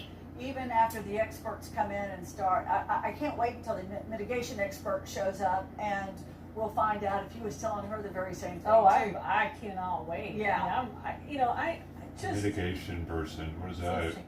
we What is a mitigation now person? day 4 of the defense side. I have yet to hear one witness from the defense where I go, What? okay. And the experts have agreed. Yeah. Every lawyer I've had on here, of course, Cody Skipper on Friday was really eloquent about it. Yes, I he mean, was. he was very eloquent. And folks, if you didn't hear me before, we'll have Terry and we'll have a double header. Terry and Cody It Skipper. says a mitigation specialist is a criminal defense team member who investigates a defendant's life history, trauma, and mental health to present a human picture to courts, aiming to reduce sentences or avoid the death penalty. They gather records, interview witnesses, and create reports for attorneys. Wow, just the whole thing. They can go in on all of it. Well, synonyms or related roles: sentencing advocate, capital case investigator, defense social worker, mitigation investigator, forensic social worker, often overlaps. They typically hold backgrounds in social work, psychology, or criminal justice. They focus on the who behind the what of a crime. Or on next Tuesday when they do closing arguments. So both of them have agreed to come back and be here. But are they that always day. for the defense? I felt like they were the perfect guests for this because of course Terry was here on the opening statements, and of course saw and heard that horrific video, and then Cody is just He's Cody. he's very Cody, and He's red hot Cody. Yes, I mean he was something on Friday because what I liked about it was Always he's calling part it of the what it was. defense Yeah, team. right. He wasn't beating around the bush, and people were really responding. I didn't know all that. the lawyers. I'm have retarded. responded. Absolutely. But it's been fabulous, and so we've enjoyed having everybody here. Okay, so Terry, before we take a lunch break, Yes. is there anything I know that's just burning you want to say right now? Yeah. I think that the state of Texas, the district attorney's office has told you, without a doubt, told you what they think about the defendant. Because he described him like Satan. He said he is like Satan. In fact, the exact quote is, "For Satan himself masquerades as an angel of light." That Oh, I is what remember the that. state Wow. of Texas thinks about this defendant. You get ready when they have the rebuttal and they do closing argument. You're going to hear But that kind of dialogue, No, that kind here, of rhetoric. no, That's what hold they on. think. They think to have that type of rhetoric, though, I think he would need to have multiple instances of this, or like at least the thought that maybe he has done other shit. I don't know what all the previous testimony looked like in the court case, the original court case, when he got found guilty. But like, if he was killing little animals and shit when he was younger, and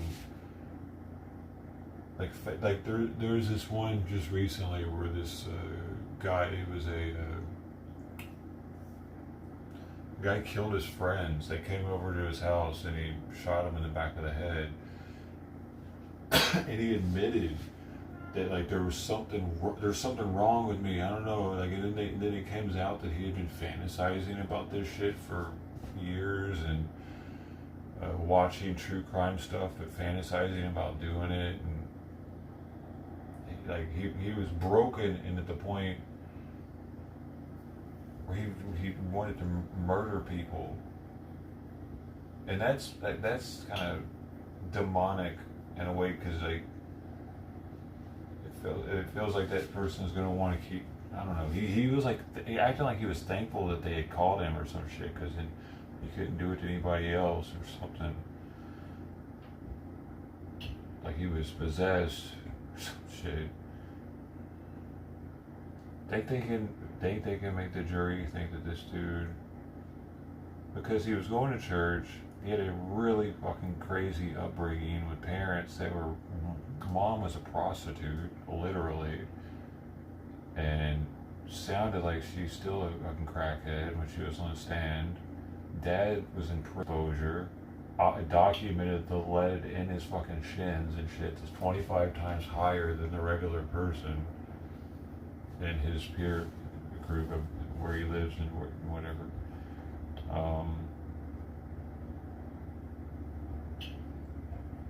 The brain scan showing that he's got abnormalities.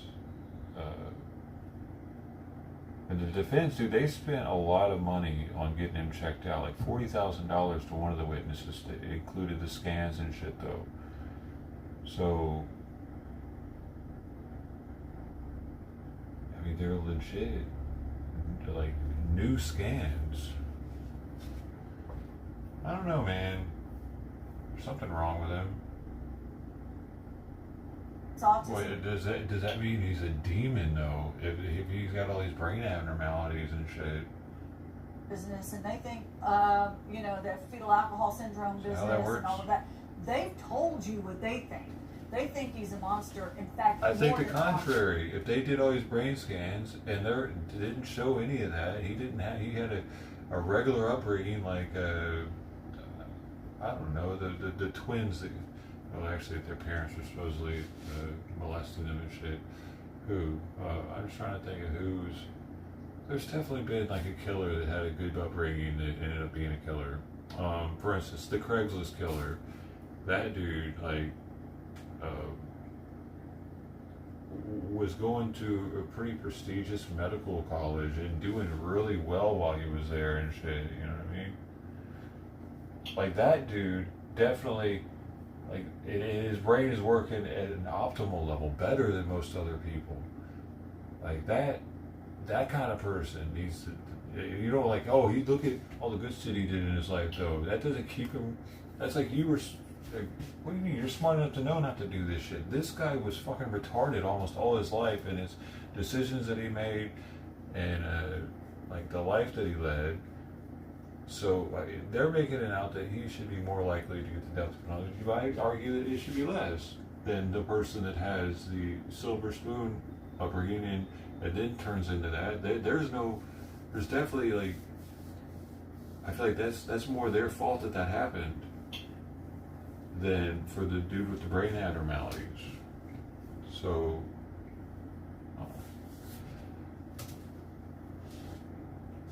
people are out of their minds. They think he's Satan-like, is what they have described him as.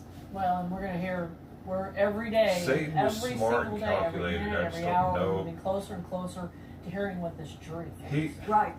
He So did. Terry and I, we're going to take a break. He did black his We're going to take a camera out, though. break until about 12:45. I think a couple days before this happened, which is fucking weird. And then we will see where it goes. We'll start I don't know again. what he was doing with all that. Unless he was doing drugs in the truck or some shit. And he didn't want the truck seeing him do drugs, maybe, while he was driving around. Okay, so they came back at... No, they're supposed to be back in 15 minutes.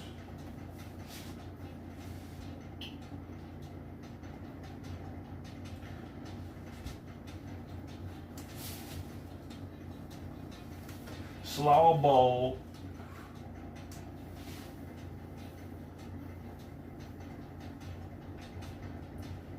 What's a slaw bowl?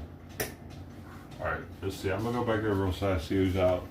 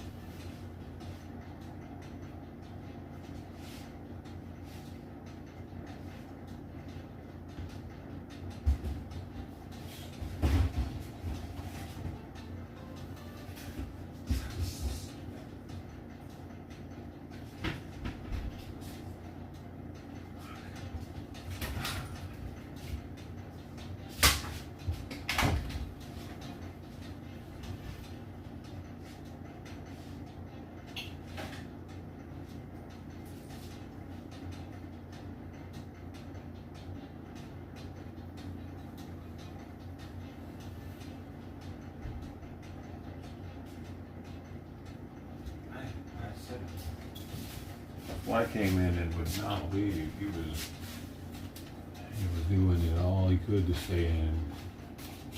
He was getting down low, getting down corners. I had to make decisions.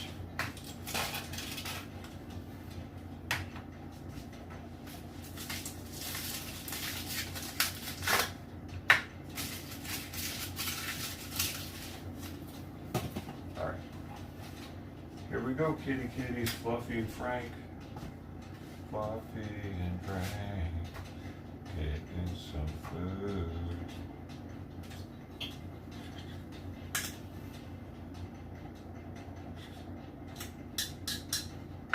Dude, Fluffy's been out there for hours.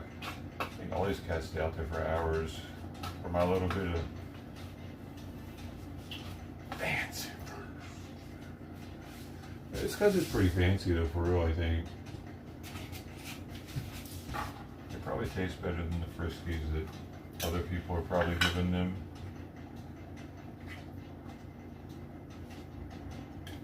That's the go-to for most feeders that feed the strays. I think it's Friskies.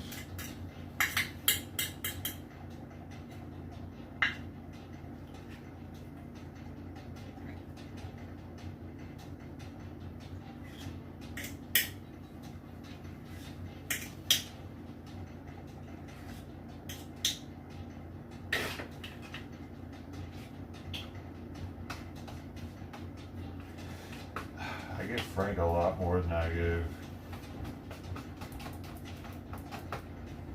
Fluffy. I always feel kind of bad about it, and I give Fluffy just a little bit more. Okay. But I'm gonna have to start cutting them back, dude. That 50-something grand is not be enough for Frank for the day. He's pretty skinny though. Alright, let me see who's out front real fast.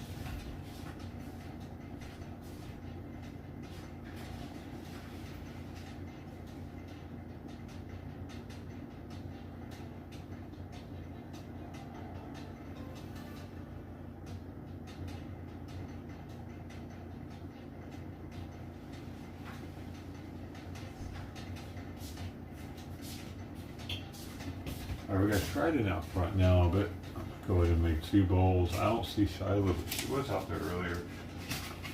I feel like Shiloh goes somewhere to eat.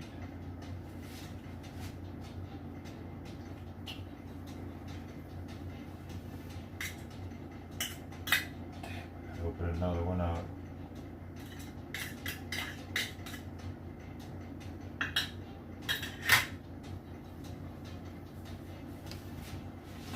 I mean, I could just give Shiloh kitten formula, probably.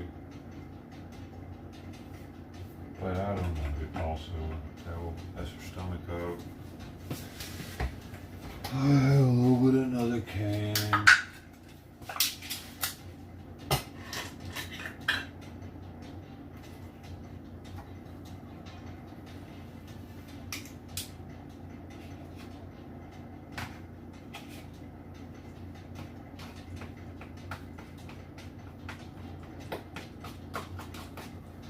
Eventually, I'm going to have to start reducing these feedings once I know what's going on, to reduce the amount I'm giving them.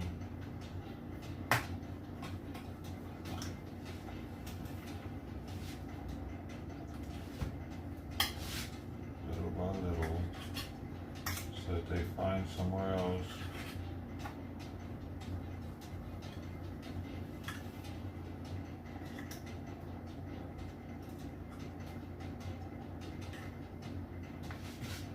Poke, poke, poke, poke.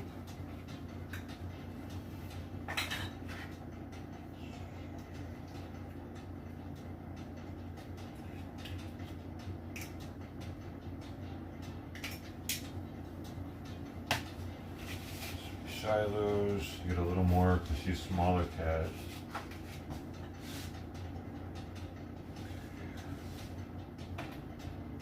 That'll get rid of some of the kitten food.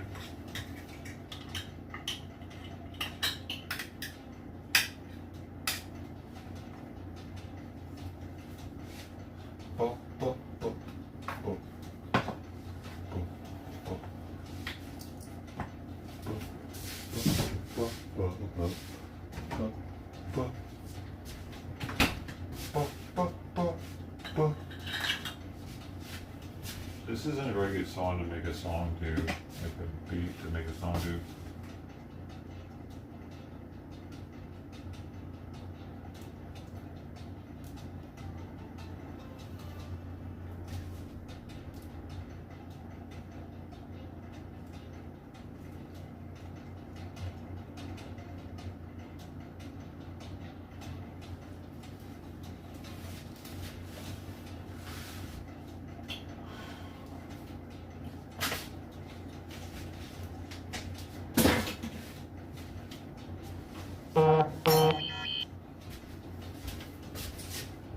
Let's go, leave me alone. Dad. Costco is like nothing. Costco is like nothing. Who is who over here? 37.9. 54. Ooh-wee. Look how much Frank gets. Frank got the 3.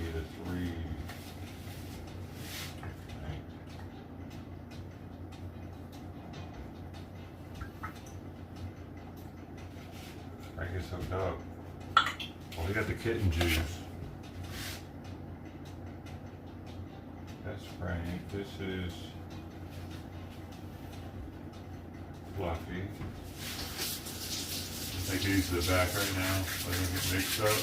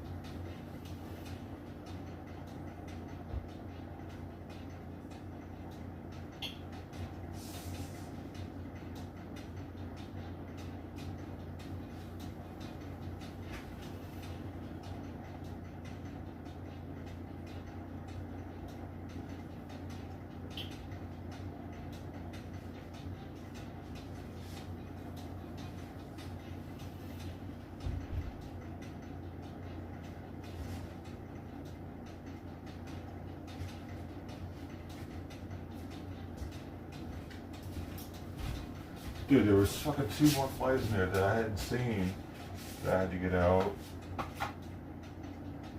6. Shit. There's which, oh, this is gonna be the kittens. Cause it's, so yeah, kittens. This is Tridents. Not really a kitten, but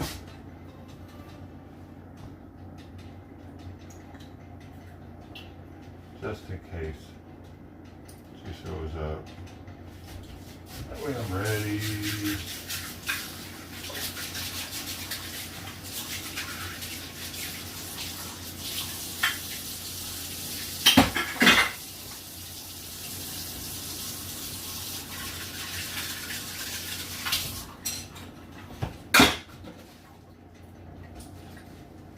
I'm washing my trash over here. Oh man, I gotta do a litter box real fast. Bum, bum, bum, bum. Sleepy.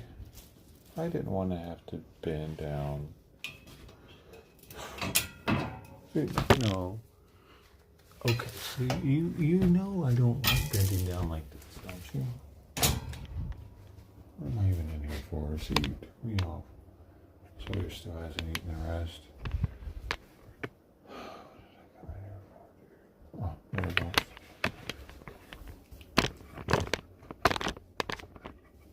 I really need to do his too.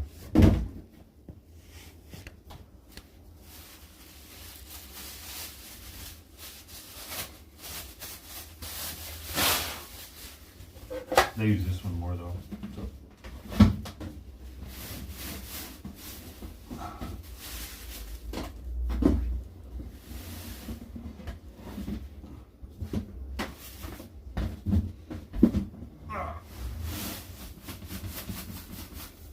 Oh, I knew you stuck one on the bottom. I knew it.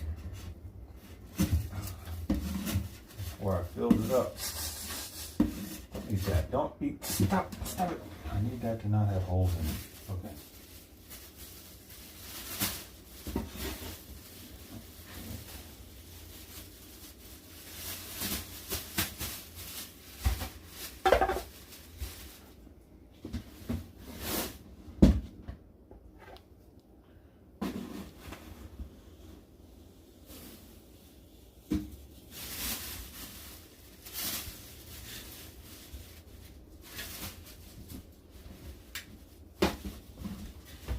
You really made me go all up in here, don't you?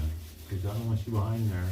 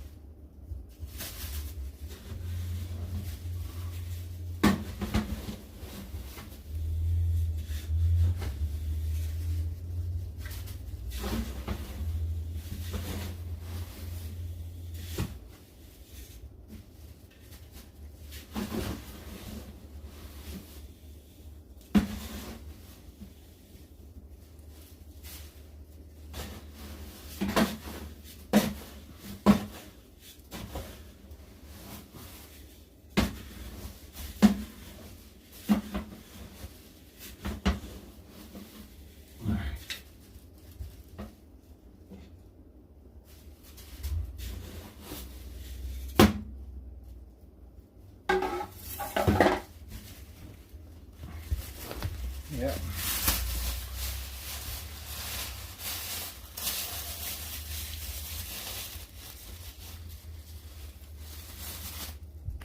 You're just living the good life, aren't you?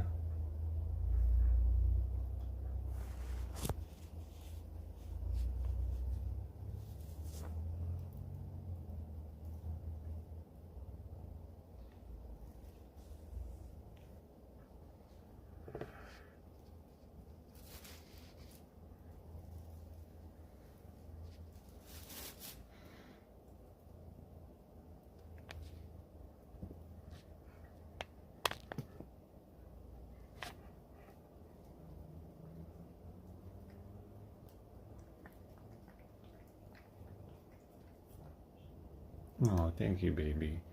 You're cleaning my hand for me. She probably smells the litter box. Thank you, baby. You're so sweet. You're so sweet. You're so sweet. That was really sweet. You know, and because she probably does that for herself. I definitely don't have any food. Oh, flavor on my hand. Come on, baby. No, you can't go. No, you can't go. No, you can't. Okay, baby, when you're okay. Hey.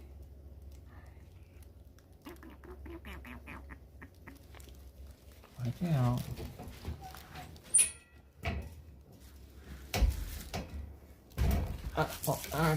Why is there a toy right there? I swear you do that on purpose to put more obstacles. Making it like there's a added distraction there. Alright, now I can do what I was gonna do. We got, what time we got? Really come back? Trying to say shit.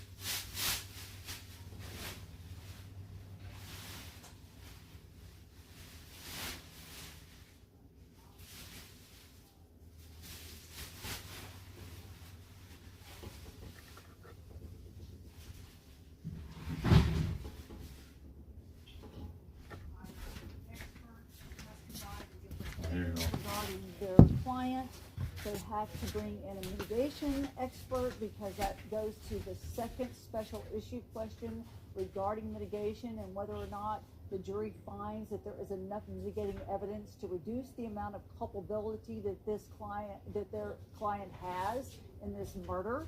And so they have to bring all of that in because if they don't, this case can be reversed for ineffective assistance of counsel. They have to do these things. They have been told they have to by the courts.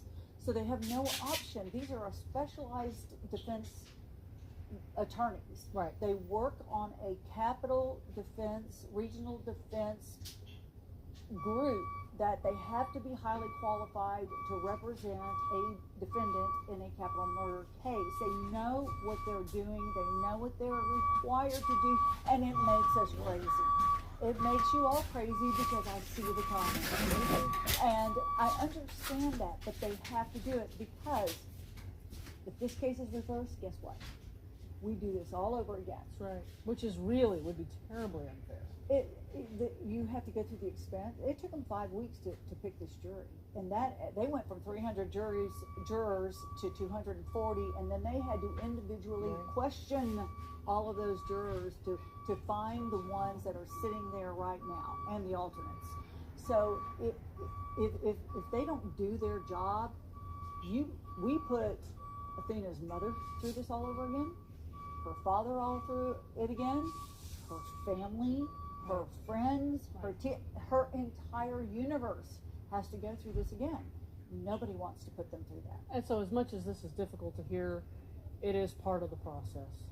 100%. And this is the way we want it. Even though this seems so clear cut, well, he pleaded guilty to it. This seems so clear cut. It's because death is different. It's because it is totally different, and there have been cases where it has been very questionable whether or not the person should have been found guilty and given a death penalty. Of course, this is not one of those cases. No, I mean that's why it's driving me crazy. Is because to so many people, to everyone really for the most part, okay, he's pleaded to this, he admitted it, so what are we wasting our time for? Well, it's because right now the jury is hearing evidence to decide whether or not he's going to die by lethal injection in the state of Texas, or he's going to live for the rest of his life in prison and never get out. Now, they're both terrible, but of course, death is different, and it's reserved for the worst of the worst. And I'm sure there are a lot of people who feel like they are looking at the worst of the worst. Certainly ranks up right up there for me. There is I don't know that I can think of. I've covered a lot of bad cases, but this ranks right up there. Hey folks, if you guys have questions for Terry, put them in the chat. I'm trying to keep an eye on it, and we'll do our best to answer them until court gets started up. Was there anything, Terry, that you heard this morning that you would find mitigating at all? No. I've heard that this guy's gotten services all through elementary school and high school. And they're all coming in the courtroom right now, that he had it together enough to try out for a competition group in his church that went to a national competition where 12 or 13,000 teams were competing. I mean, the guy can operate a FedEx delivery truck. He can talk to his dispatcher. He can follow GPS directions. I have not heard anything that mitigates his culpability in this case. Okay, so a few questions. Folks are asking, what is the brother in prison for? He's in prison for burglary of a building.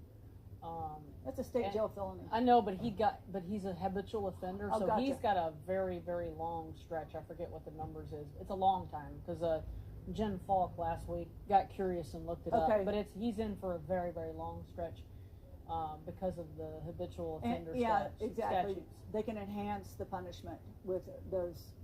And of course, somebody's asking, do you think this was his first? We've talked about that before. We have talked about that. I think that it's not his first abduction and murder. I'm not so sure it's his first as far as very, very illegal and inappropriate behavior. I do think, I'm only basing this on my opinion, that the behavior would only worsen as time goes by. And this doesn't feel like a one and done kind of thing. It doesn't, because we know that he was scoping out other children in the area. So he purposely was looking to do this. So no, I don't think it was his last time. Okay, we've got sound. We're ready to proceed, ladies and gentlemen. This witness has been previously sworn to testify truthfully. Ms. Anderson? Yes, Your Honor. Good afternoon, Dr. Fritz. How are you doing? I'm all right, thank you. Dr. Fritz, would you please introduce yourself to the jury? Yes, of course. So my name is Amy Fritz, and I'm a speech-language pathologist. What does a speech-language pathologist do? Sure. So speech-language pathologist is a professional that works with individuals on different areas of communication. We work on receptive and expressive communication, which is someone's ability to understand what we're saying to them as well as express themselves verbally. We work on social communication, which is the way that we use language between people. We work on cognition. So if you know anyone who's had a stroke, they've probably been evaluated by an SLP. Some SLPs work on swallowing disorders, but I don't. We also have SLPs that work on voice disorders. So if you know somebody that has a different sounding voice, they might work with a speech pathologist. Fluency disorders, which you think of as stuttering. So it's a wide variety of issues that we address, and we also work with people across the lifespan. So I have colleagues that work in neonatal units, and I have colleagues that are working with people at end of life. And Dr. Fritz, do you have any area of specialty? Sure. So I've been a speech pathologist since 1999, and I have specialized most of that time in autism spectrum disorder. That has been especially the case for the last 11 years or so, but I have been working with individuals on the spectrum since the very beginning of my career. In fact, I was placed in the first classroom in the state of Ohio that was full of all children with autism, because at the time that the prevalence, so that's the number of people in the population that had autism, was so low that there wasn't a big need for those kinds of classrooms until that time. I was a workie coming out of grad school, so they put me in the classroom, and I ended up falling in love with the population. And Dr. Fritz, tell the jury a little bit about your educational background. Sure. So my undergrad is in English and reading education. I went to a small school in Ohio, and I always consider myself an educator first. My master's degree then is in speech pathology, and I went to the Ohio State University for that. Don't hold it against me if you're not a Buckeye fan. And then my doctorate degree is from Ball State University, and that's in special education with a cognate area focus in speech pathology. Now, you said that your practice focuses on individuals with autism. Mm-hmm. And you said that you fell in love with the population. What was it about the population that made you fall in love with them? I think I have a penchant for the neurodiverse because individuals on the spectrum are, it's kind of like what you see is what you get. None of the, to be fair, I work almost exclusively with individuals who have level 1 autism. So there are 3 levels. And level 1 is the highest functioning level. So I work with individuals who have very sort of nuanced or subtle difficulties with, say, their social communication. But with my clients, I can directly explain social rules to them, and I don't offend them. They just haven't learned them before. So to me, it's a really refreshing population to work with. And Dr. Fritz, you had mentioned that you are currently a speech-language pathologist. Where are you working? So I work for myself. I'm self-employed. My practice is called Cedar Tree Communication Therapy, and I'm based out of Florida. And I started my practice 1 week before the world shut down. And I had an office I was paying rent on for 18 months and pivoted to telehealth like the rest of the world, and it ended up being wonderful for me and for my clients because they're very comfortable joining me via computer, and we're making really good progress. So I can see clients remotely, and that's about 60% of the work I do.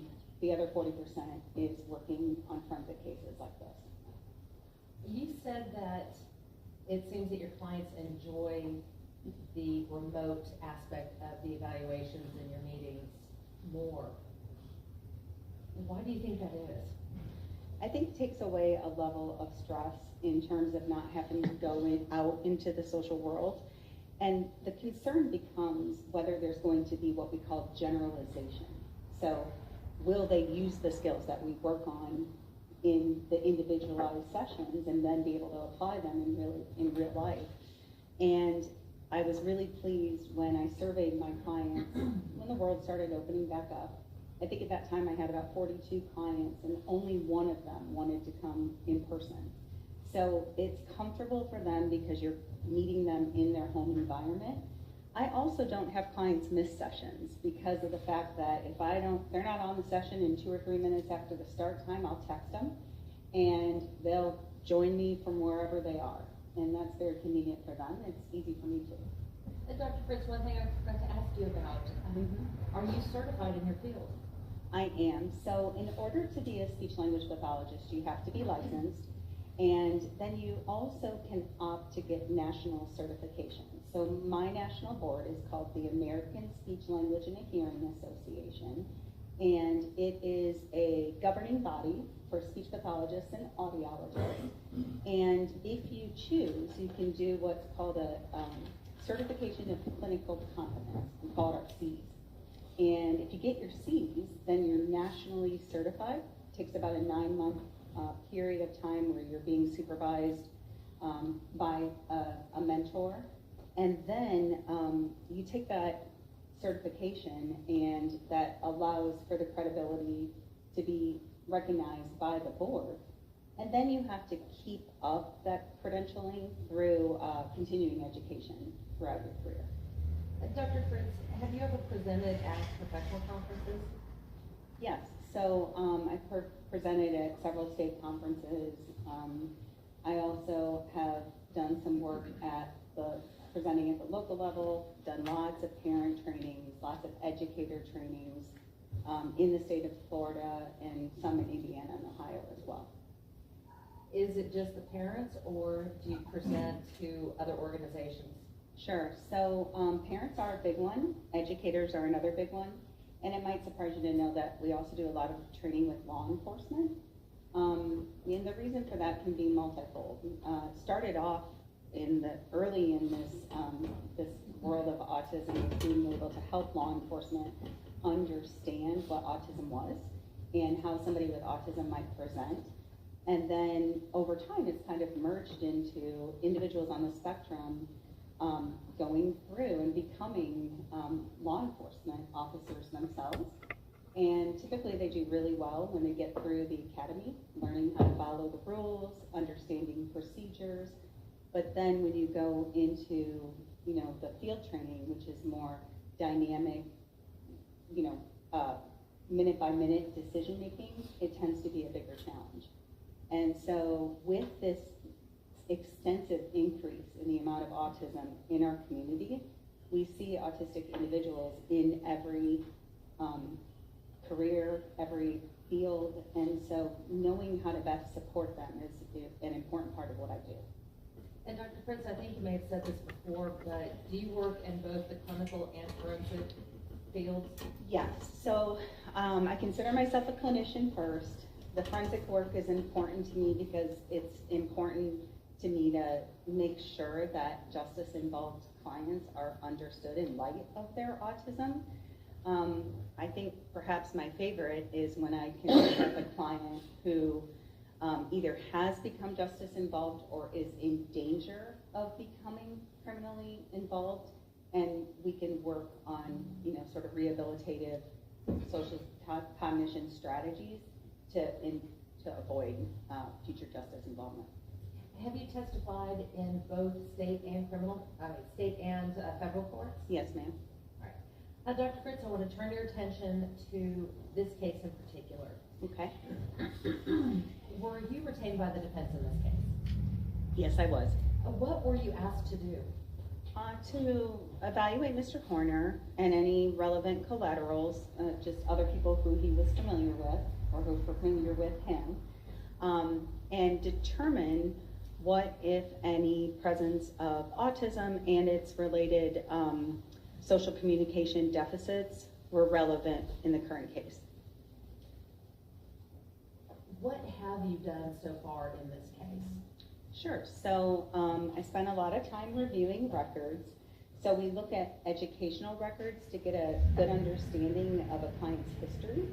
I also looked at social history as much as it was available, so that's information about Mr. Horner's family life and how that might be relevant.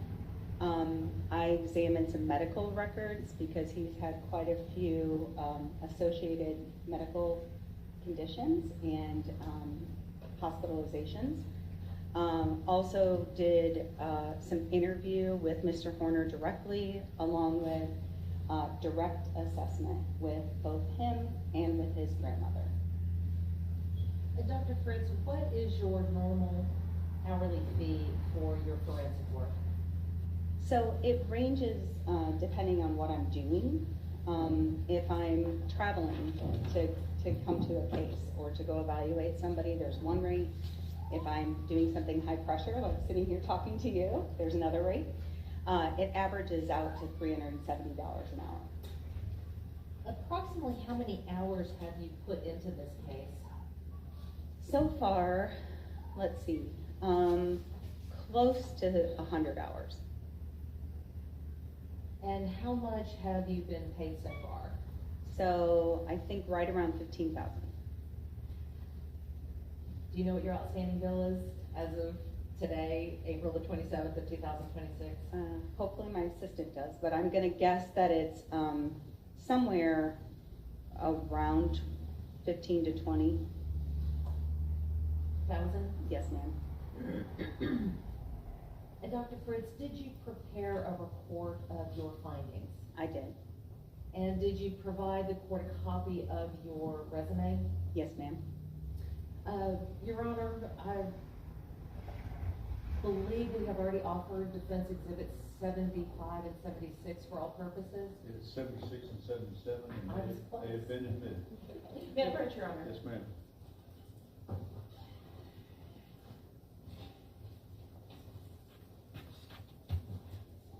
Dr. Fritz, I'm going to hand you what has been offered and admitted into evidence as exhibits number 76 and 77. If you'll just take a look at those, please.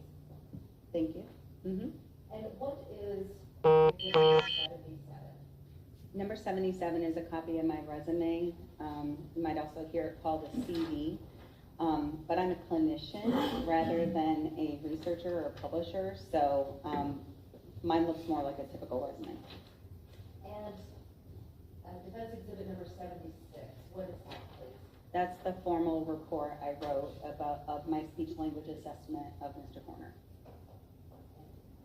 You can hold on first. Okay. You just have to give them to the board. Okay, you know what? I'm gonna give them to you. I'm gonna give them to her now because otherwise, yeah, I don't want to walk off with them. Thank you.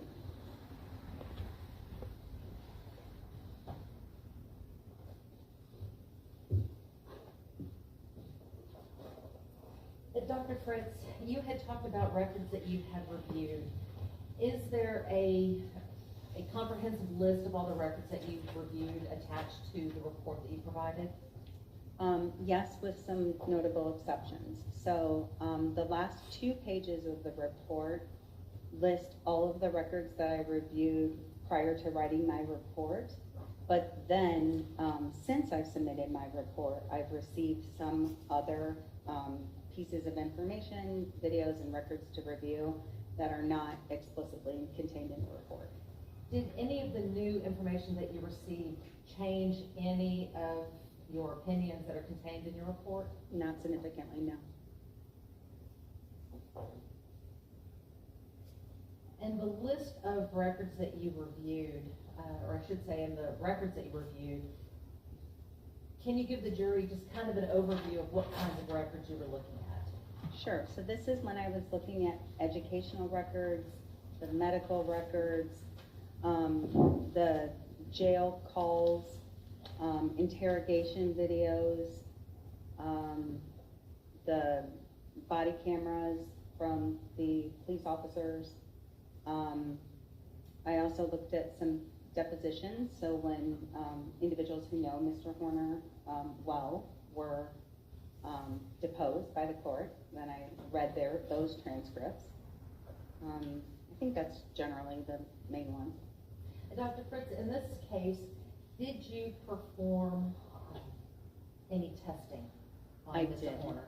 And you know, I want to go back, Ms. Anderson, for just a moment, because I was remiss in not mentioning the fact that I also reviewed some other experts' reports. So, I'm sorry, can you repeat your question? Yes, well, I'll just build on that. You said that you had reviewed the reports of other experts. The reports that you reviewed from the other experts, did those experts do any testing? Yes. Did their reports contain results of the testing? Yes. Did you use the results of their testing in formulating your opinions today? No, not directly. The only exception to that would be reports relating to diagnoses of fetal alcohol syndrome and lead-based toxicity. And really the only influence that has is to mention that several of the deficits that I noted in Mr. Horner's social communication can be caused by those conditions as well as by autism. Did you rely solely on the records to form your opinion? Solely on the records, the interview, my clinical observations, and the direct assessment. So let's talk about your clinical observations and direct assessment. Were you able to meet with Tanner? Yes, ma'am. How many times did you meet with him? I met with him across 2 consecutive days while he was in the jail. About how long were your meetings with Tanner? I think we were 3 hours one day and 4 hours the next, or vice versa. During your meetings with Tanner, did you do any testing? I did. And can you give the jury just kind of a brief overview of the type of testing that you were giving? Sure. So I was looking at communication in particular. So I looked at assessments that are designed to determine his level of expressive and receptive language. Remember, I told you expressive is like how well you get a message across, and receptive is how well you understand. I looked at social communication, that functional language use. I also looked at vocabulary, both receptive, so how much he's understanding, and how much he's producing, which is expressive vocabulary. Did you interview anyone else as part of your evaluation? Yes, ma'am. I interviewed Mr. Horner's grandmother. Is she what we might call a collateral witness? Yes, ma'am. How important is it when making these assessments that the evaluator reach out to collateral witnesses? I think it's critical, and this isn't an offense to Mr. Horner, it tends to be true of the population, that a lot of individuals on the spectrum are not great self-reporters. Sometimes that's just because we don't know what we don't know. And so level of self-awareness can affect accuracy in reporting, and so it's really helpful if you can have the opportunity to talk to collateral witnesses. What can the collateral witnesses provide to you that you can't get from reading a deposition or reading a medical record or education record? Yeah. So, the records give us the black and white. And a collateral witness can give you a little bit more of the gray areas. You can talk about how you really saw deficits affect the person day to day. And so I think that was the main purpose that I got out of it. Also just to verify that this has been a lifelong condition. Because one thing that, if you don't know already, you'll learn about autism is it's a diagnosis that is present from the time of birth and is present throughout life. So there's no cure for autism. Most of us in the field say that we're not looking for a cure for autism because it's a difference.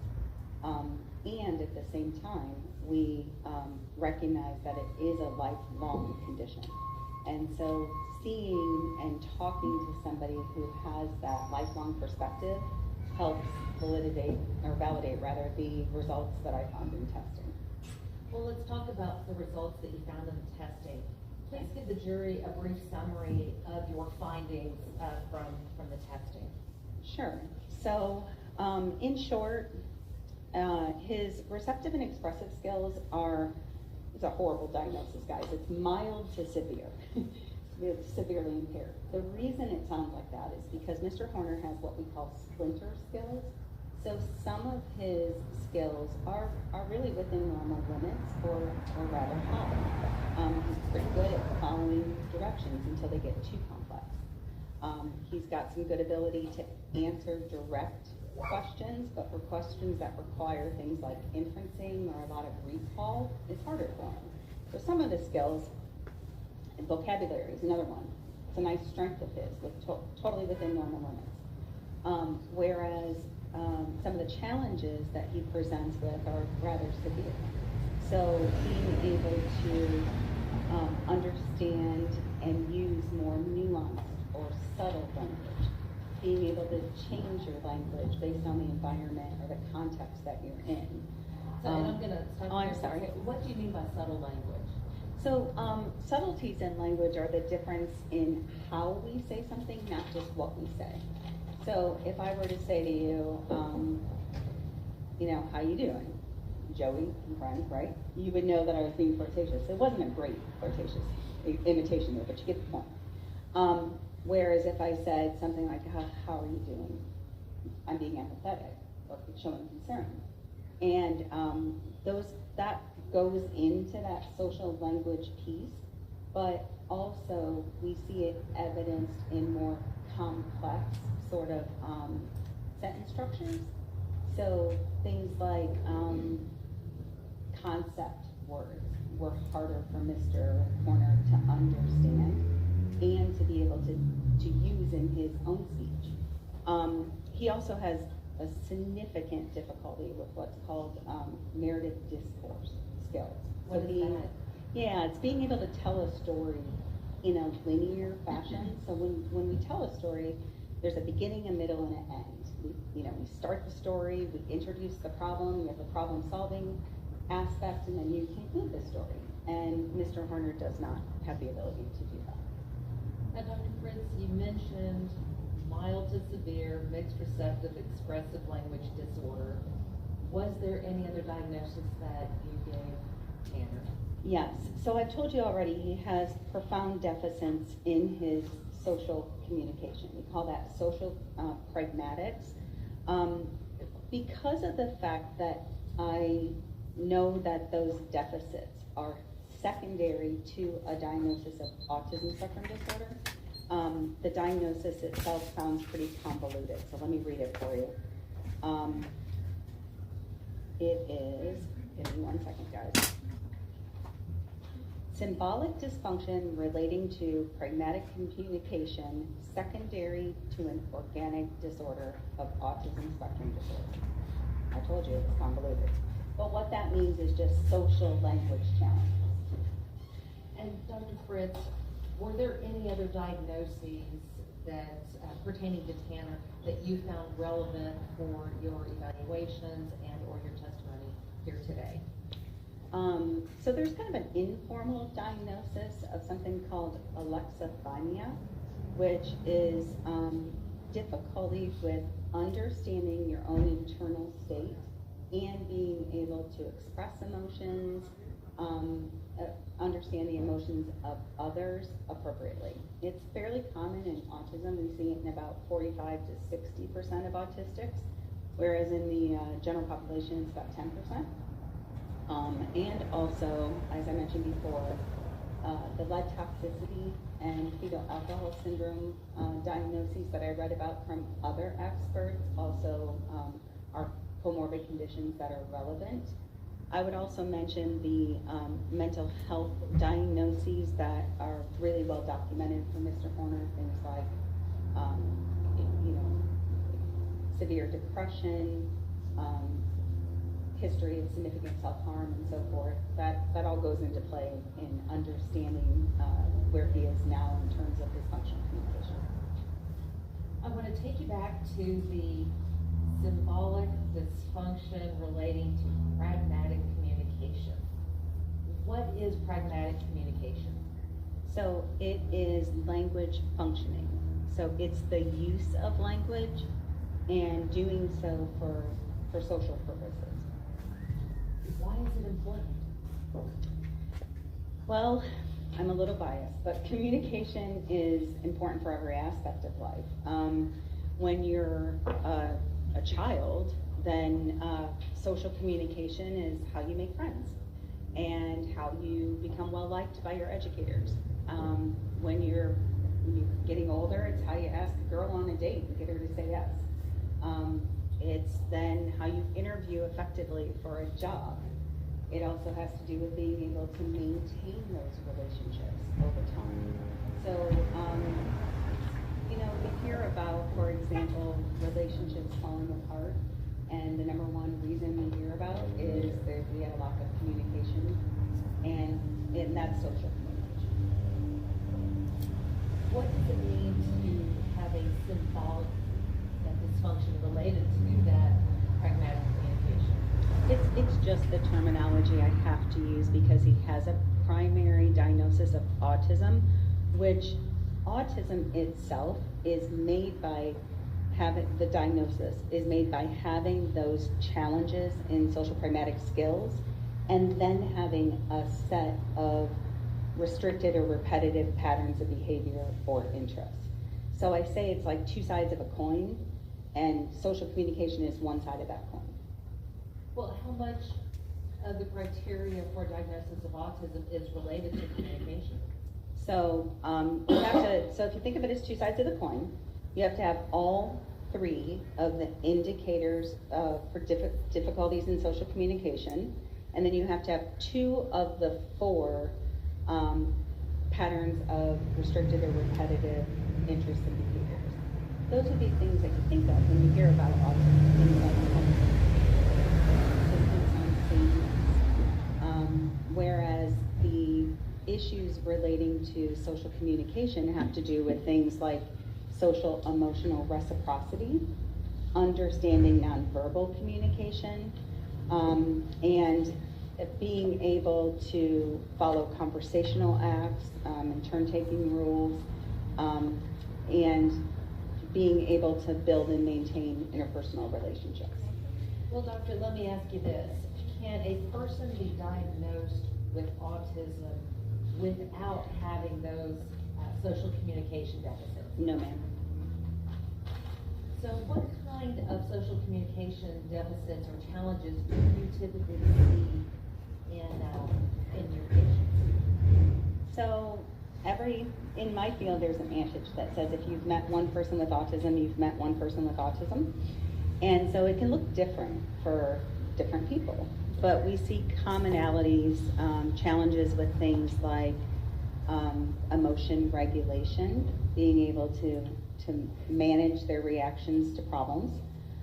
We see difficulties with conversational skills and routines, maybe interrupting a lot, or not knowing when it's their turn to participate, or difficulty sliding into a group conversation.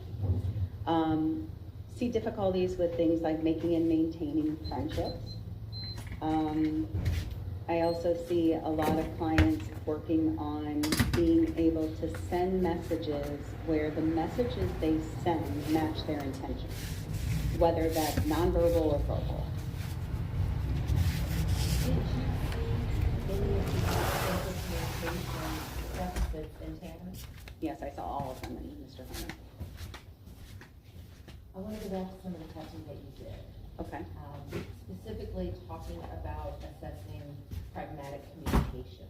Is there a particular test or set of tests that you give related to assessing the pragmatic communication? Sure.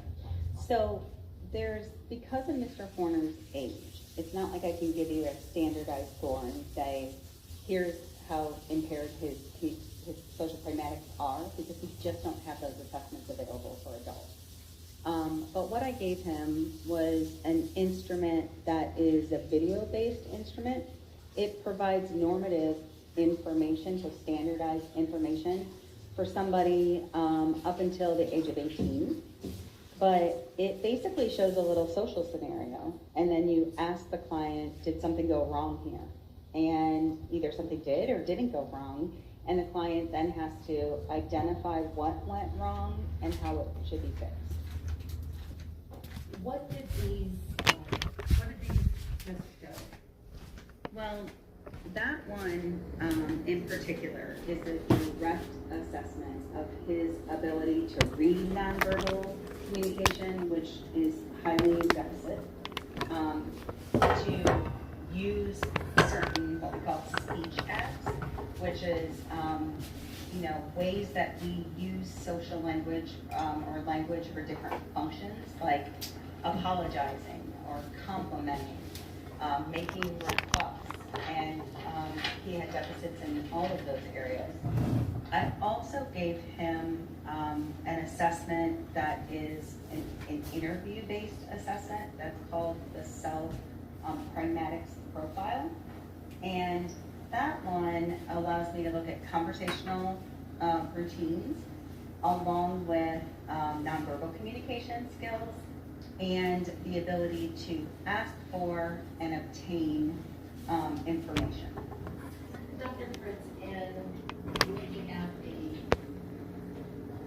sum total of all of the testing that you gave Mr. Horner related to pragmatic communication, how well did he perform?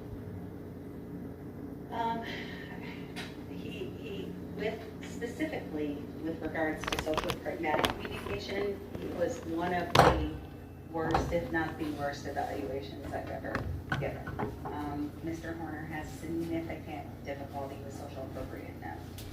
So, I need to know something, because inappropriate use of humor. I haven't been listening to this study, but is she going off of, is she going off of information before or after the incident? Is this going off of his childhood information or going off of something that he could have been trying to mold and orchestrate after the fact so that he has some sort of defense against the death penalty? Very lax in his understanding and use of those speech acts. So, the inability to form an appropriate way of asking for something, let's say, or requesting clarification, or offering an apology. So across the board, it's an area that definitely was a problem for him growing up, and it continues to be in deficit. And Dr. Fritz, you're talking about deficits. Did you also notice any strengths in his testing? Yeah, so Mr. Horner has some nice strengths in, you could think of it kind of as functional basic communication. So things like, during the evaluation, someone sneezed in another room and he yelled out, "Bless you," which appropriateness, we typically don't say bless you to somebody in a different room. And at the same time, he understands that that's a typical response when someone sneezes. So responding to greetings, for example, is easier for him than being the one to initiate them.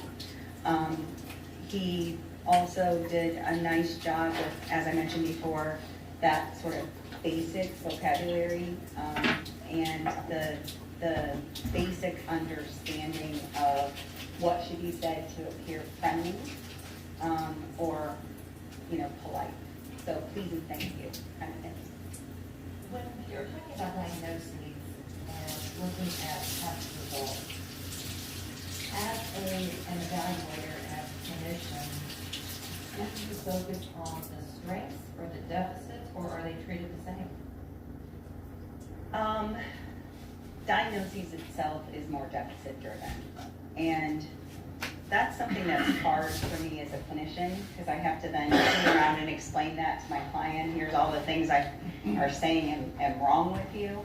But we always try to start with building on their strengths when we're working with someone therapeutically then. And Dr. Fritz, did you give a test related to paralinguistic signals? Yes, so that's a part of the CAP, and the CAPS assessment has a subtest that looks at tone of voice and facial expressions and other what we call extra linguistic cues like phrasing. And he did not correctly interpret any of those sort of hidden emotions in others, nor was he able to demonstrate when I would say to him something like, "How would you say this?" His ability to match intention with his message is really poor. Why is that important? It's important because it causes breakdowns in how you're perceived by others. So is it possible to say one thing, but you really need another, and somebody interprets it a third way? Sure. How common is that with people on the spectrum? It's a very common challenge that I work with clients on. You mentioned CAPS. What does that stand for? The clinical, I want to make sure I get it right. Hold on, sorry.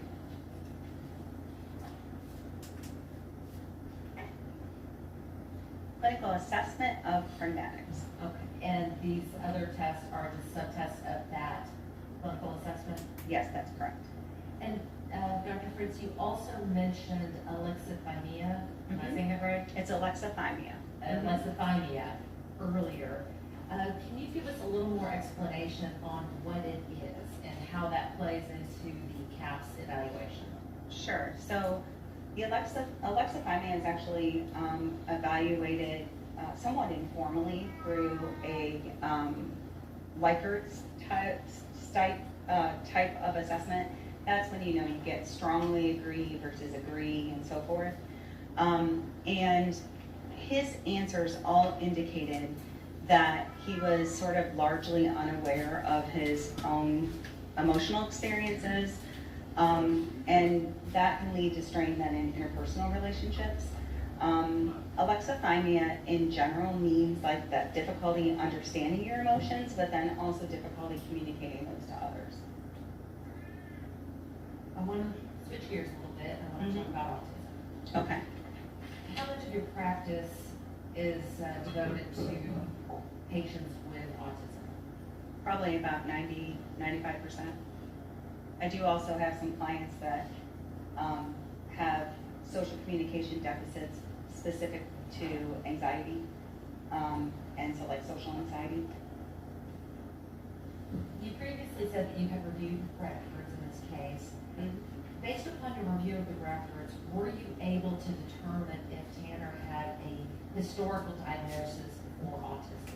Yes, it was diagnosed when he was young, and there were multiple indications of that diagnosis being confirmed throughout, which is really not even necessary. Once you're autistic, you're autistic.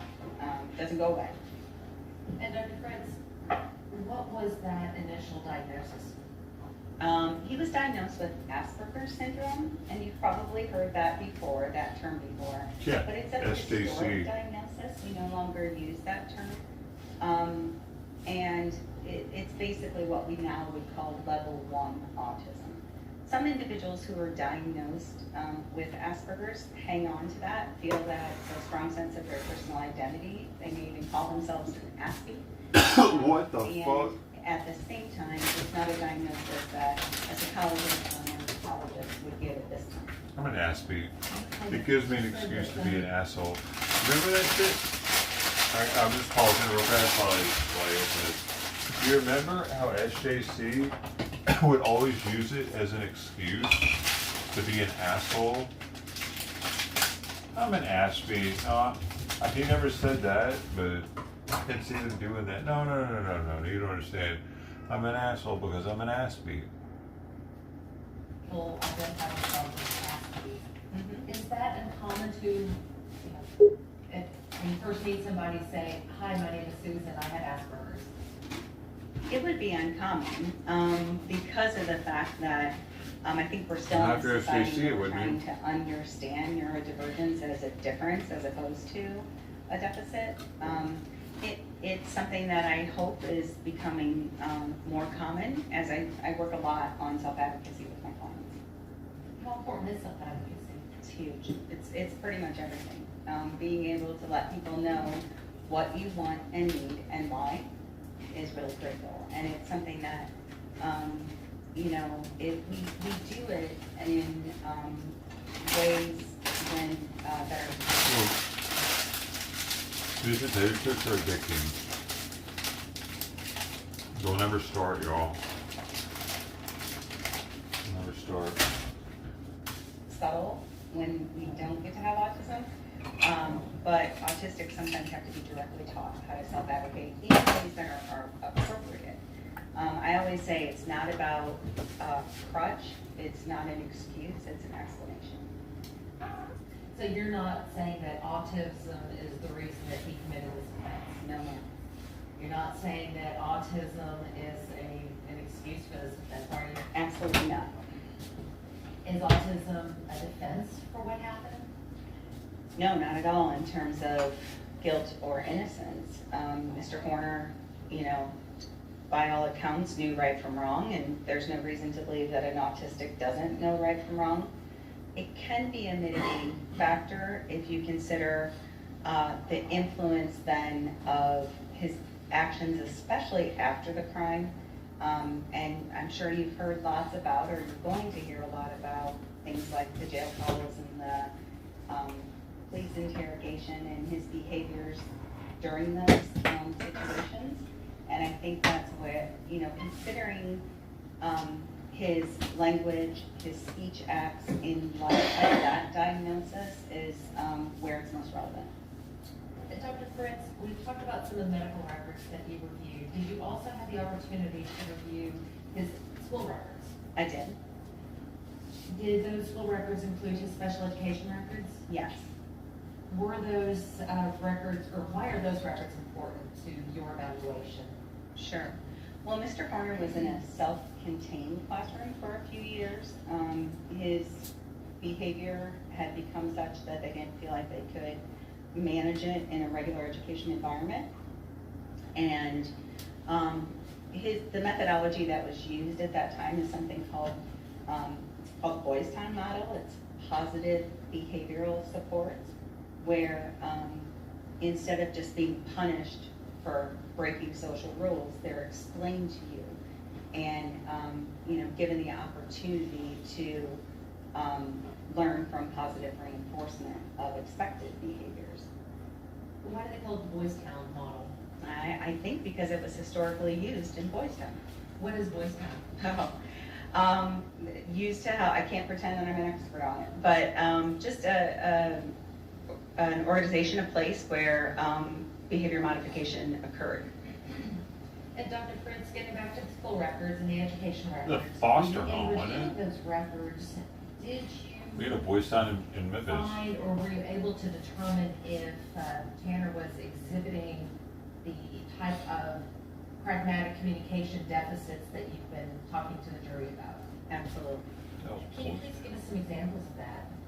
Sure. So I think I mentioned that he could, when we were doing the video-based assessment, he could say if someone was being like friendly or if they were being. It was an orphanage, yeah. He could problem solve what they should be doing, but he had almost no ability to recognize breakdowns in what they were saying, and certainly no ability to recognize how they were saying it or the nonverbal communication that they were using.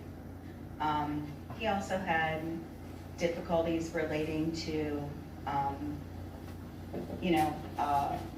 interpersonal reactions or interactions. At one point, he told me that watching a clip of a young man kind of stumbling when he was approached by an attractive girl was very uncomfortable for him because he could almost see himself in that particular actor's behavior, but he didn't know how to fix it.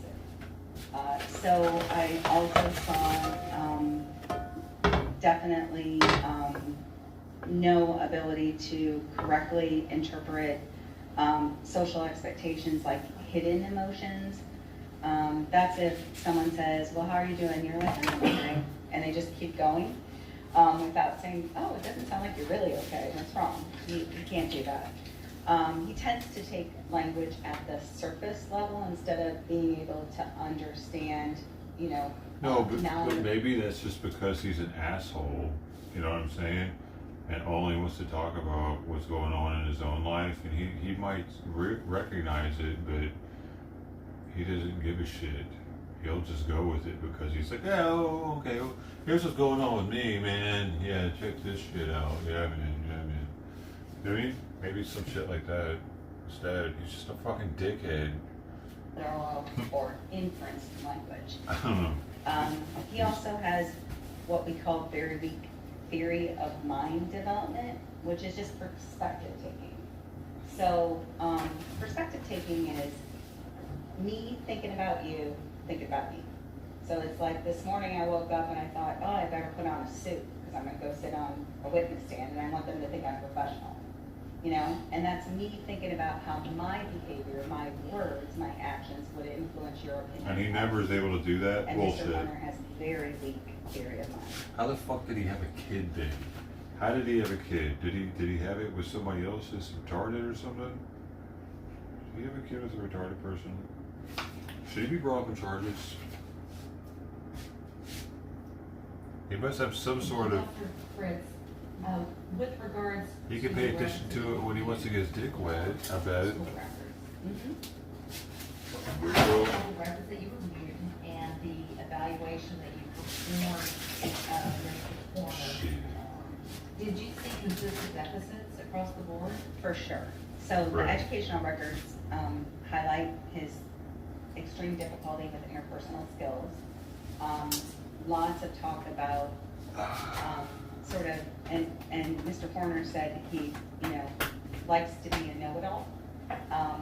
That can be common in level 1 autism, inserting himself into conversations that he was not a part of, not being able to make or maintain friends during his youth. I'm starting to think I got this shit, man. Deal with a lot of sometimes, and that was certainly there in early in his formative years. Dude, I'm pretty sure I got level 1 autism now after all this shit. Guys, should I get tested? Should I have them hook my brain up to something? To the electrode? Should I let them zap me? Alright, we gotta do this. These are for my drinking and help with the heart, apparently, the blueberries. These are packed Product. of America, boy. Right here, USA. USA blueberries, organic. USA, USA. USA, USA.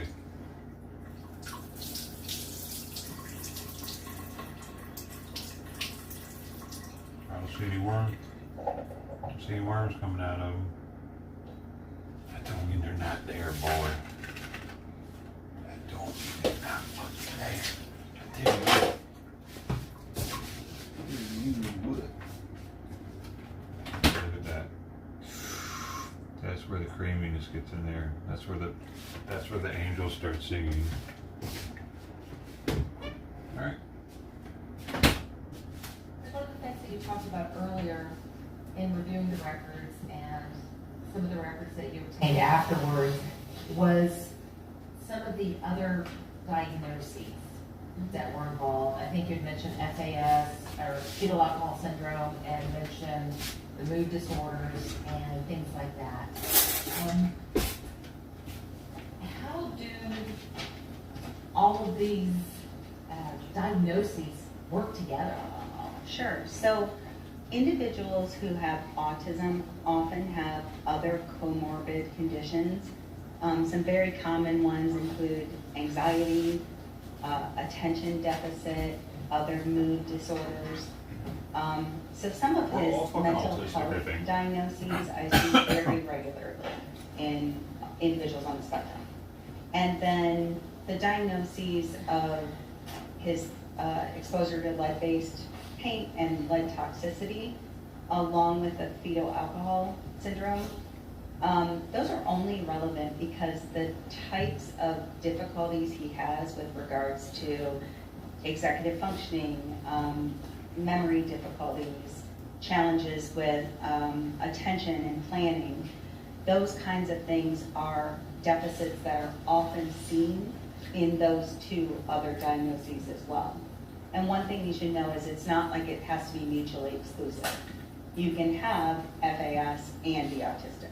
You can have Down syndrome and be autistic. So it doesn't have to be one or the other. And where does intellectual disability fit in with all of that? Everybody can be autistic. So some individuals on the spectrum have cognitive impairment.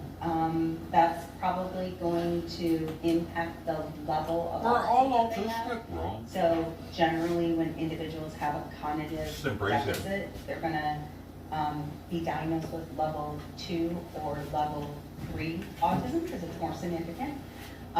Mr. Horner's cognitive abilities are within normal limits. Dr. Fritz, I want to switch gears again. I want to talk to you about some of the problems that autistic people can face. And I believe that we had talked about reactions and matching reactions to the size of a problem. Why is it important to be able to match your reaction to the size of a problem? Well, the biggest reason that I see most regularly is it affects other people's opinions of you. So when you have great big reactions to what other people might consider a small problem, people don't want to be around you much anymore. I give my clients sort of definitions for small versus medium versus large problems. So small problems are ones that just affect you. You got a hangnail, or you can't find the shirt you wanted to wear. You didn't get to go first in line. Medium. What do you mean, dude? That's a problem for everybody. We fucking screaming. Especially if I'm outside and there's somebody next to me, I'm gonna be like, fuck! Fuck it! Size problems Depends on how bad it affect a hurts. small group of people, and that the uncomfortable feelings that come with it should last a little bit longer than a small problem. So that might be something like getting into an argument with your family members, or you screwing up a game and costing, getting the last out and costing your team the game, right? It's going to affect a small group of people.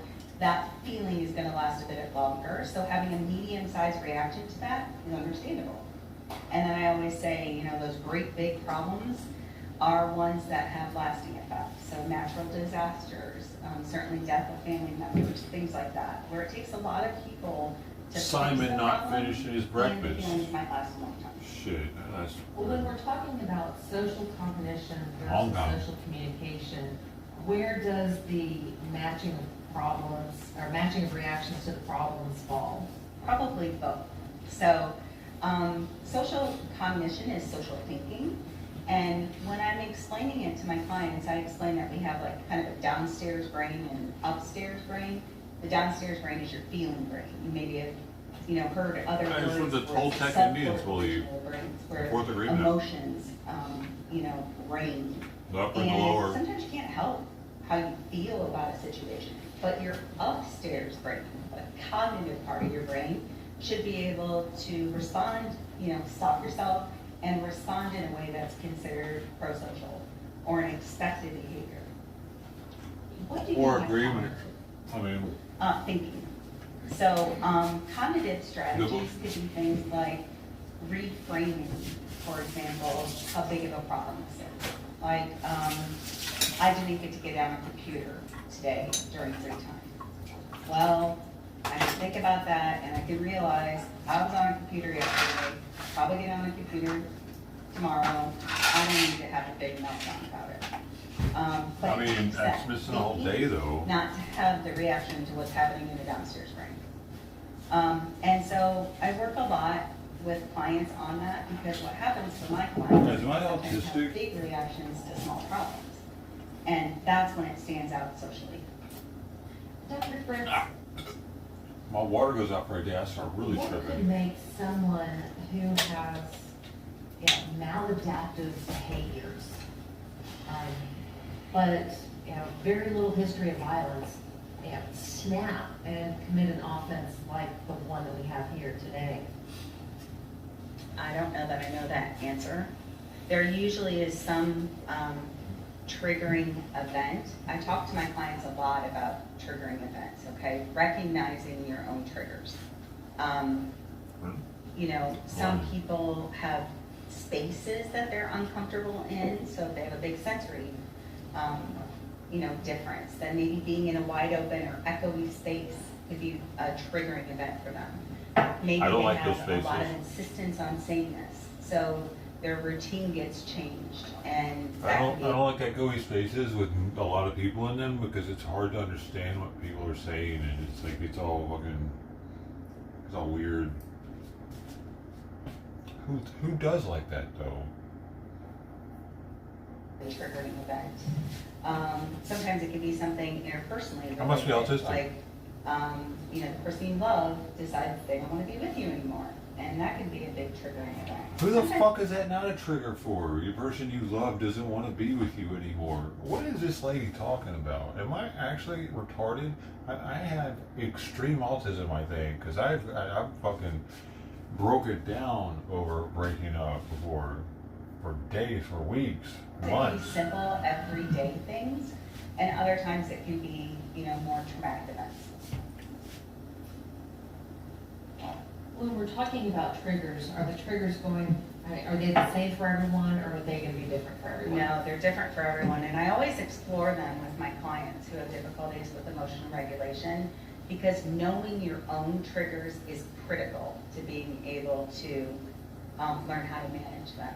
Some triggers you can avoid. That's why I stopped For getting example, I have a client relationships. that Stop that one. hates roller coasters, and it really bothered her But that's that right. she didn't want to go on the roller coasters with her classmates. We live in Orlando, and there's a lot of roller coasters there. But you can avoid roller coasters for the rest of your life. It's not a big issue, right? If your triggering event is something like going to the doctor, and you need to go to be able to get your physical, get a vaccine and so forth, you gotta figure out some coping strategies to deal with that trigger. But what if you don't understand your triggers? What if you don't know what triggers you? Then you tend to have big reactions to small problems. Oh, he would know his triggers. Didn't he go through the training? We talked a little bit about social cognition, and you did speak a little about the theory of mind. I want to talk, now we're going to move into how theory of mind may have impacted Tanner's reactions related to this incident. I want to kind of give you a hypothetical, okay? Okay. Let's say that you have someone who is on the spectrum and has been previously diagnosed with autism, and there have been a number of personal stressors and triggers going on in that person's life. That there have been, let's say in my hypothetical, let's say that they've had group changes for their delivery job. There have been financial stressors at home. There have been familial stressors at home, okay? All of these leading up to a day where a child may see that person doing a hit of cocaine, okay? Thinking about all of that, how does, well, let me back up, let me finish my hypothetical. And then That the bill is person good enough. assumes that this child saw them doing cocaine. He then abducts her and murders her, okay? Looking at all of that, It's the same though, is how it? would theory of mind factor into that scenario and those decisions made by that delivery? She didn't see him do anything. He did something to her. Well, I would say theory of mind is about understanding somebody else's perception of you.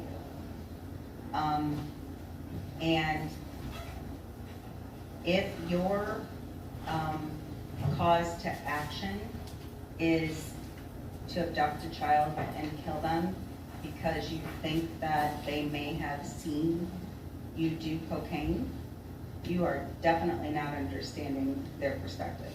First of all, a young child may not have any idea what cocaine is. This or isn't what it looks like happens to use though, it, dude. Or Who that it's gives a sexual. shit? I'm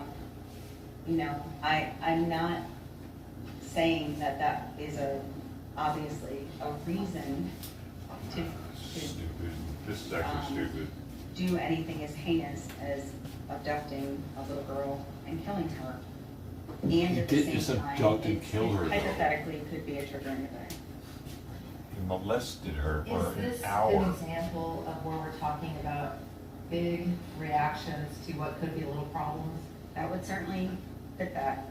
When someone has a big reaction to a little problem, how does that deal, what effect does that have on that small problem? Does it keep it a small problem?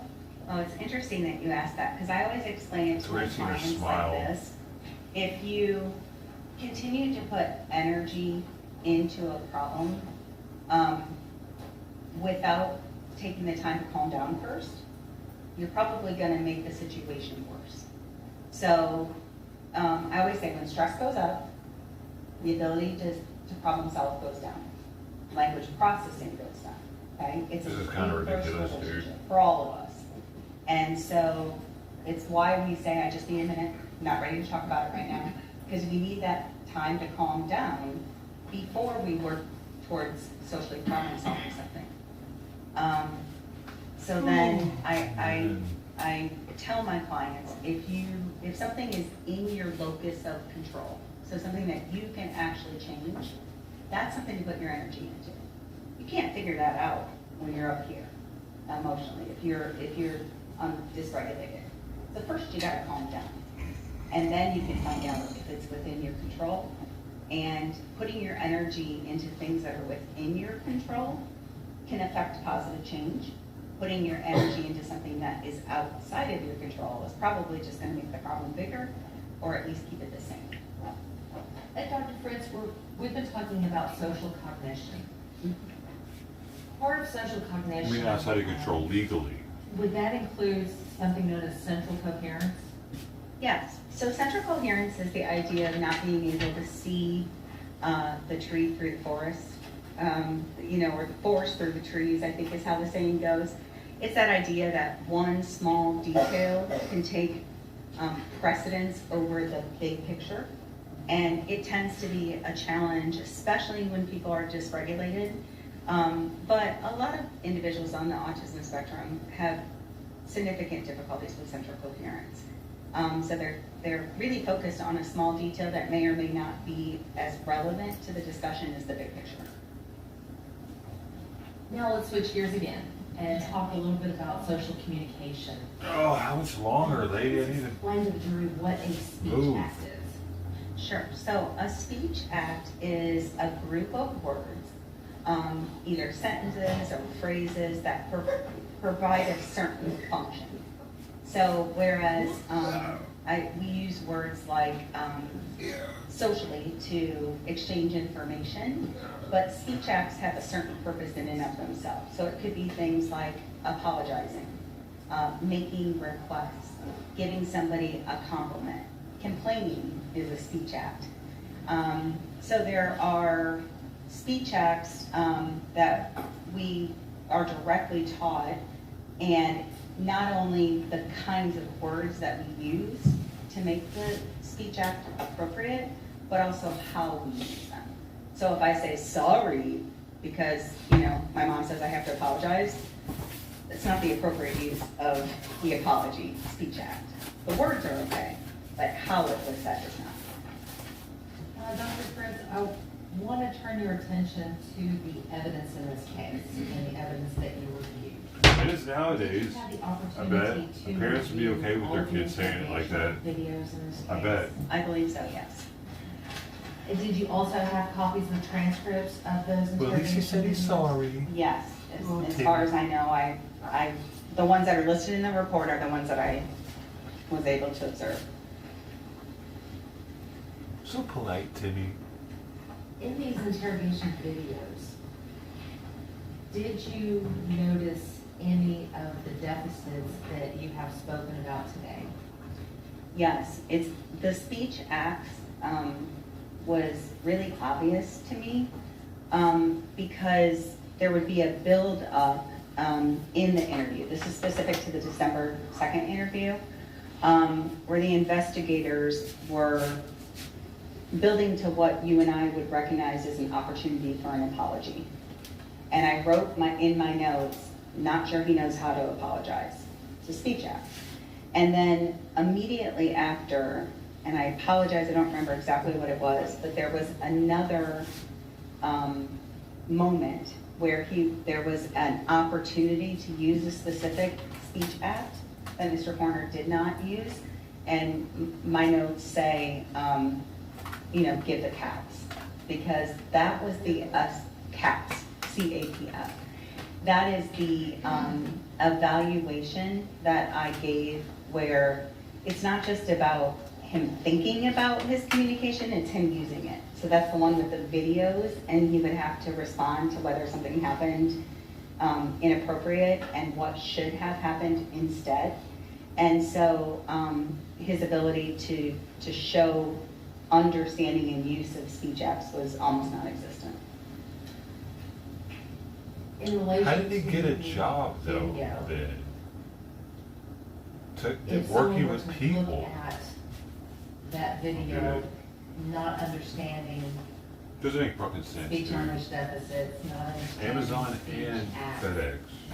is it possible for that to be misinterpreted? For what to be misinterpreted? The fact that he didn't apologize or didn't understand. Well, I think what would happen most often for Mr. Horner is he would just say, they're being mean, or she's being nice, or why are they treating her like that? Like, he could understand and pick up the big kind of tone of the situation, and he might say something about how it would solve the problem. But he never knew or expressed the words that could be used to solve the problem, or how to use them. And in not expressing those words, could that be misinterpreted? Absolutely, because when we don't use expected social behaviors, that tends to be when someone tells you you need to start using an expected social behavior. So those of us who are neurotypical pick up on all sorts of social communication expectations incidentally. So no one said to you directly, I mean, maybe they did when you were really little, but no one says, you know, if someone says goodbye to you, you should say goodbye to them. But you do that. You follow that expected social rule. No, the thing is, our day and age is deleting that. People don't use the phone as much. They don't say bye at them in a conversation. They texting, like it pretty much never fucking ends. You text somebody, you get it back like 2 hours later. They'll text you back. It's never like, okay, then I'm done talking to you. The text messaging, really, the kid, like people today, we're getting away from that, from doing that, from like the Gen Z stare thing I was just talking about yesterday.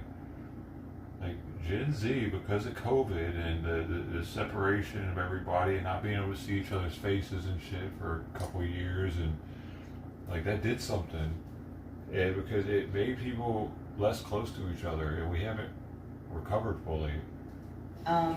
Individuals on the spectrum absolutely have the ability to use, most of them, if they don't have significant cognitive involvement, to use appropriate social communication. They just haven't been taught the social rules yet. So that's why I think of autism as being, you know, in some ways a very cool strength for a lot of my clients, because they have these abilities to understand patterns, sequences. I was telling Mr. Horner the reason why he is so musical is most likely due to the fact that he's autistic, because the part of your brain that is important for things like math and music is has a lot more neurons dedicated to it in the autistic brain.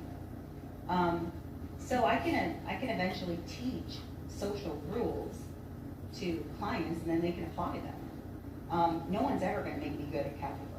You know, I don't have those neurons in that part of the brain. And Dr. Fritz, you had talked about that other people might use or note expected social rules and might have to tell somebody about the expected social rules. Do you have an example of that in the evidence that you reviewed? Oh, there's a lot of examples in, you know, the educational IEP goals that he has relating to appropriateness of social rules. You know, a lot of his goals that he had that throughout. I gotta let's go get Sawyer real fast. I feel bad. Sawyer's in the cage, guys. I gotta let Sawyer. I'm sorry to interrupt her, but I got overwhelmed with emotion. Did he finish? Oh, he didn't finish his.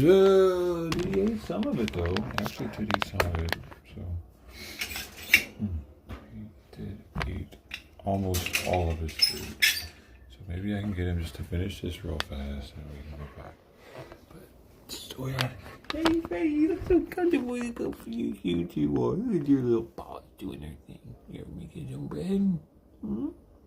Your own bed, baby.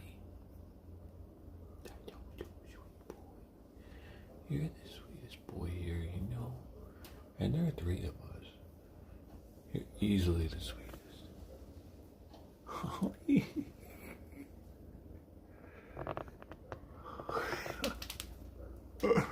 Oh, you tempted me now. No, get out of here, Sweet Pea. She was over here eating his food. Bro. No. Come here. Come on. Come on. Come on out. Come on out, buddy. Sweet Pea, go away. She ate just a little bit. Did you like it? Hope you liked it. Hope you liked it. Come here, sir. Come here. Come here. Come here. No. No, sweetie. No. Come here. Let's just finish it up. Hey, come here. Hey, hey. Look. Hey. Where you going? Look.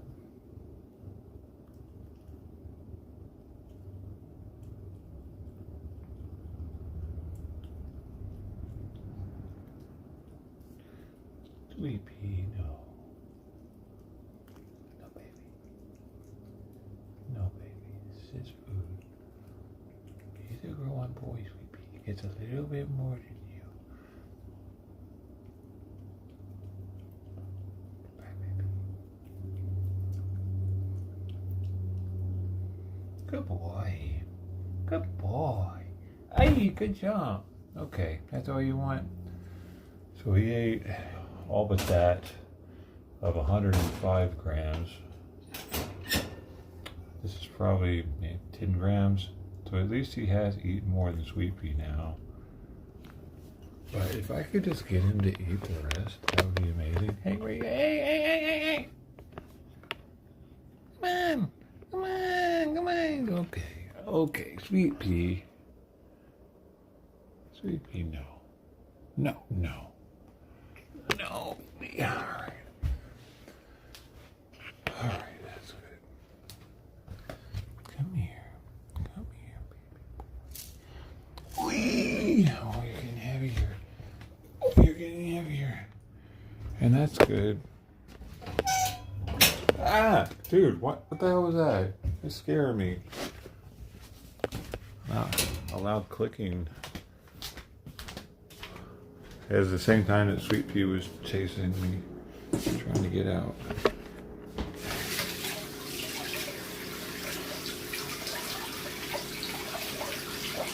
Is that a man?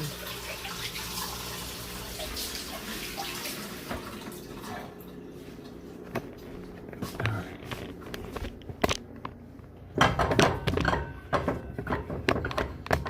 So that story is free. I might just... His formative years That's just related me. to that. Did you Even though have he a looks chance to view a phone call very between comfortable in there. Sharon and Sarah? I did. I was able to listen to several jail calls and certainly heard a few between he and his mom. Were there any of those calls that reminded you or brought to your attention about her teaching him expected social rules? Yes, there is a time where Mr. Horner says he doesn't understand why the other inmates are looking at him as though he's a monster. And his mom says, think about it. What if someone did this to your child? And only then was he able to kind of put himself in That's fucking crazy to me, dude. Stran's Right there. shoes and understand the impact. That's the craziest So part that was of an it. example of his mom knowing what he needed to be able to empathize with their family. Dude, I empathize so much that I empathize with Simon. And I'll put like human traits on him and think about something that he's going through that I went through when I was a kid. And I'm like, that's kind of like what Simon is going through right now. Man, I should have more compassion, more empathy towards it, whatever situation it was. I can't remember now. I can't put my finger on it. But, like, I'm always putting myself in other people's shoes, man.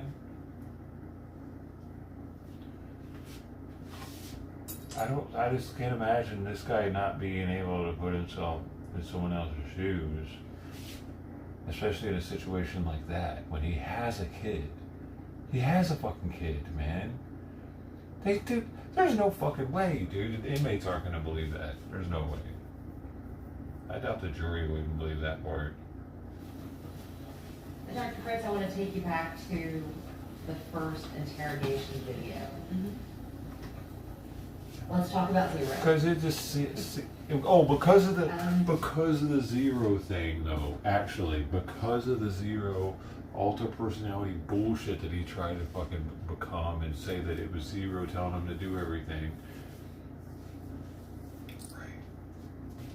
Do you have any reason to believe that Tanner has multiple personality disorder?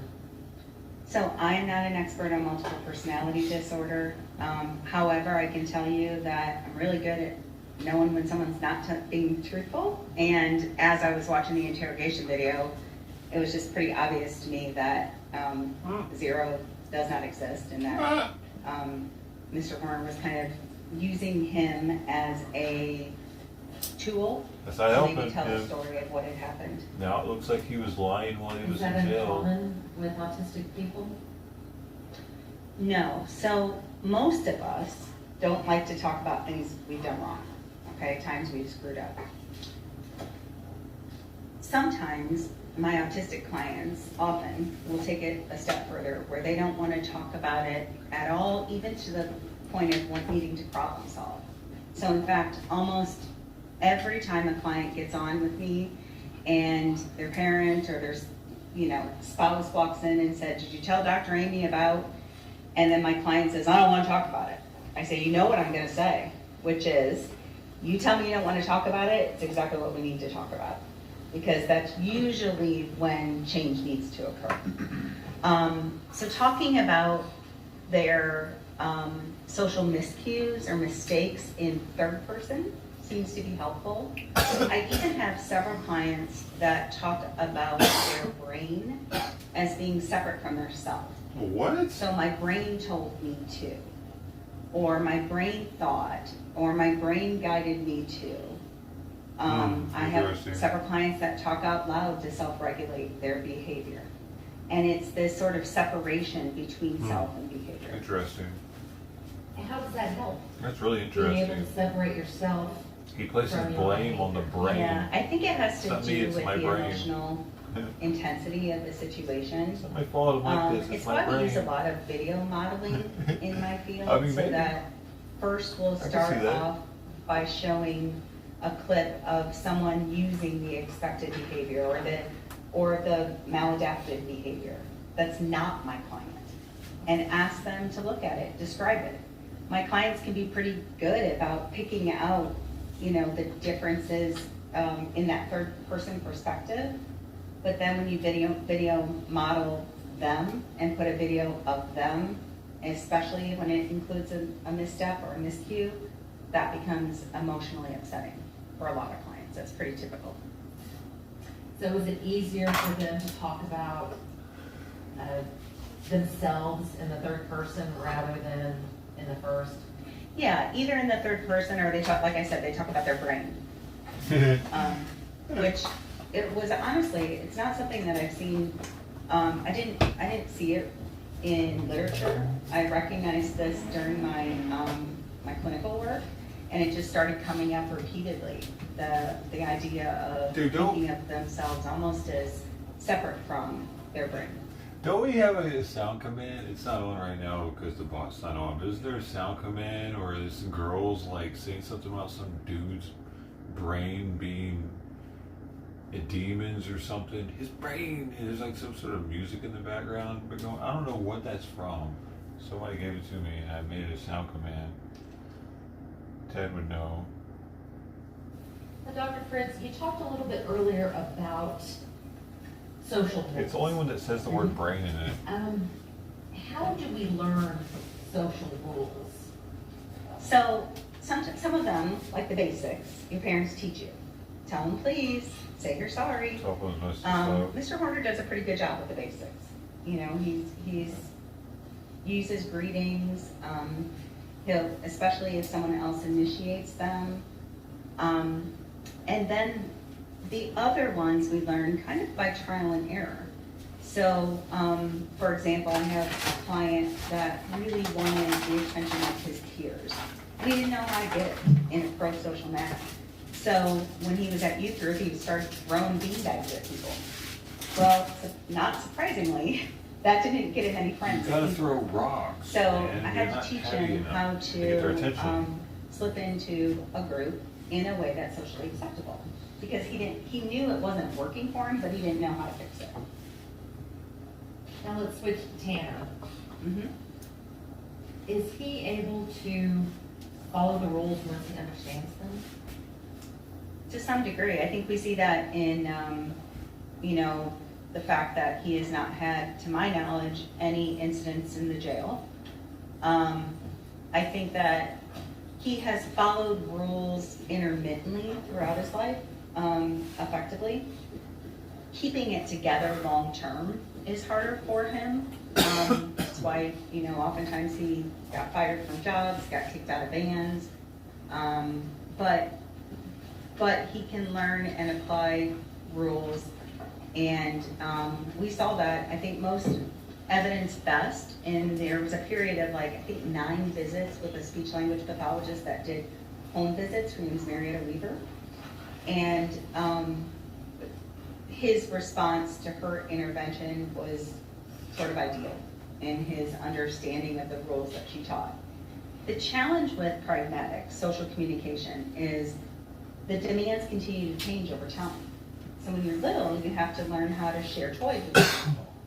When you're older, you gotta learn how to ask somebody on a date or how to get a job. And then you have to learn how to, you know, deal with a coworker who's a pain in the butt. So everything continues to evolve and change over time. So do the social rules that go with it. And Dr. Fritz, you have worked in the forensic field. Mm-hmm. So,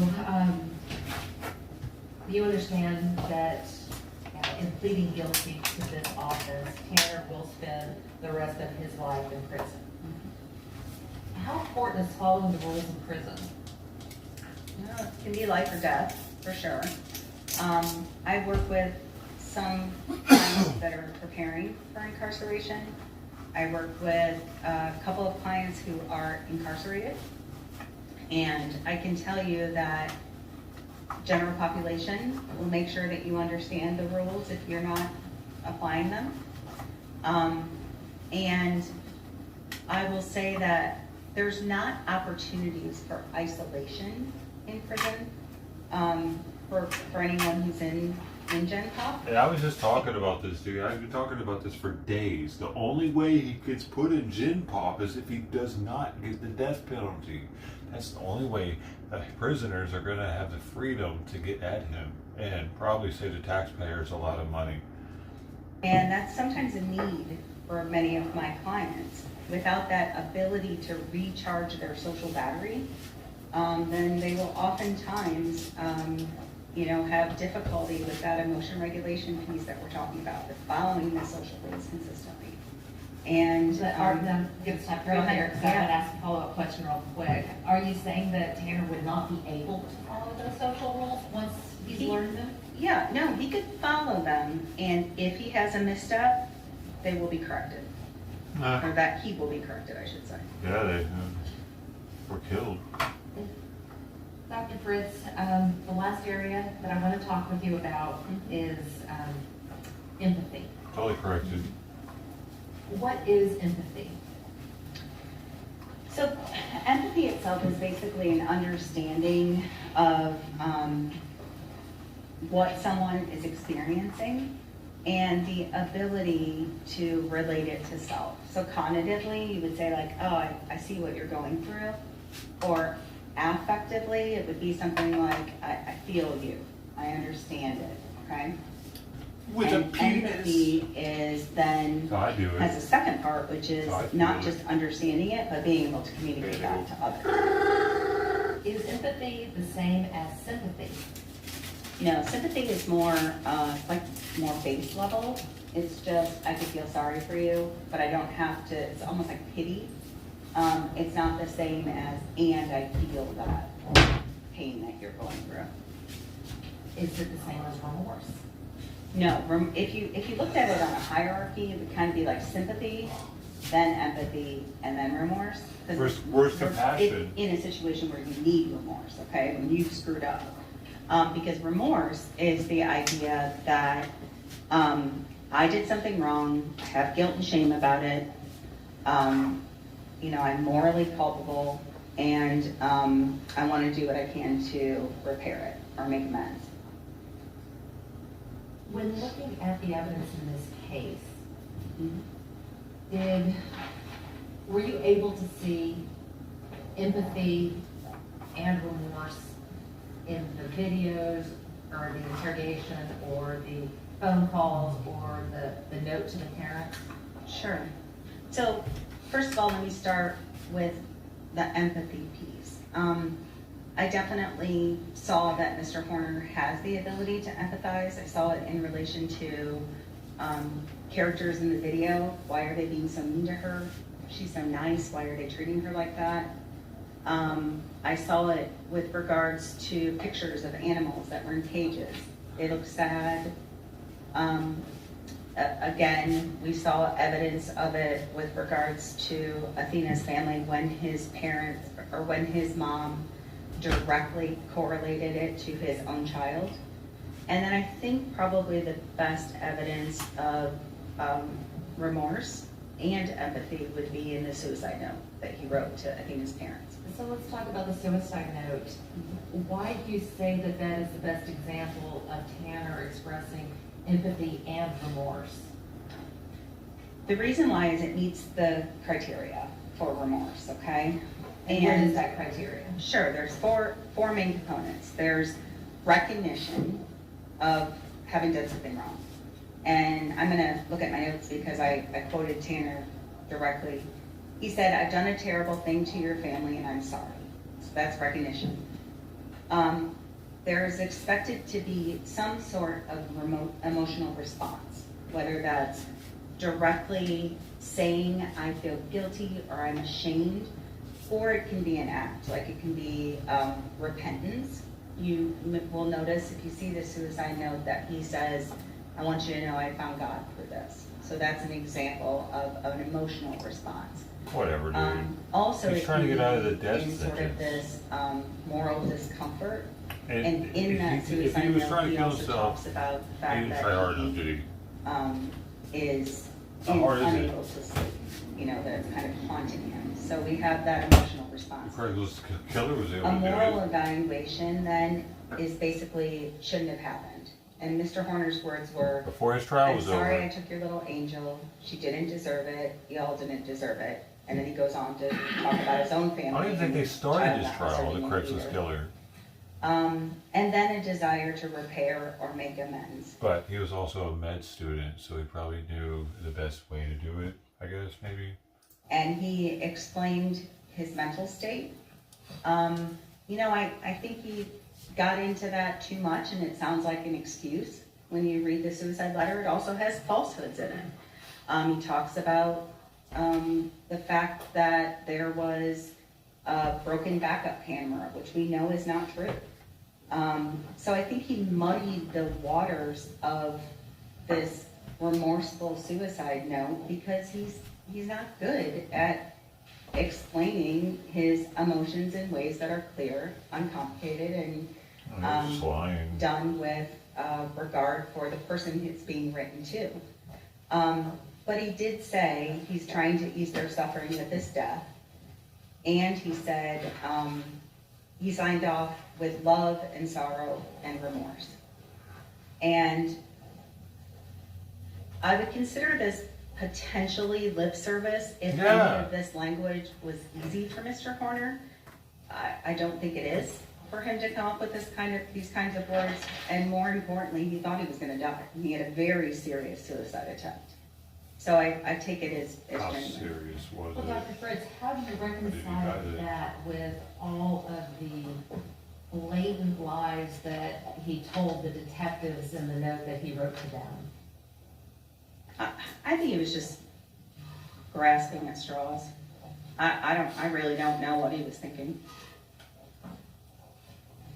But in the suicide note, based upon the criteria that you had spoken about regarding remorse, did his note meet all of those criteria?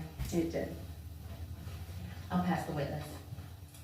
Let's take a break, and we'll come back in at 2:30, okay? See you then. Wait, they haven't came back yet. Damn it.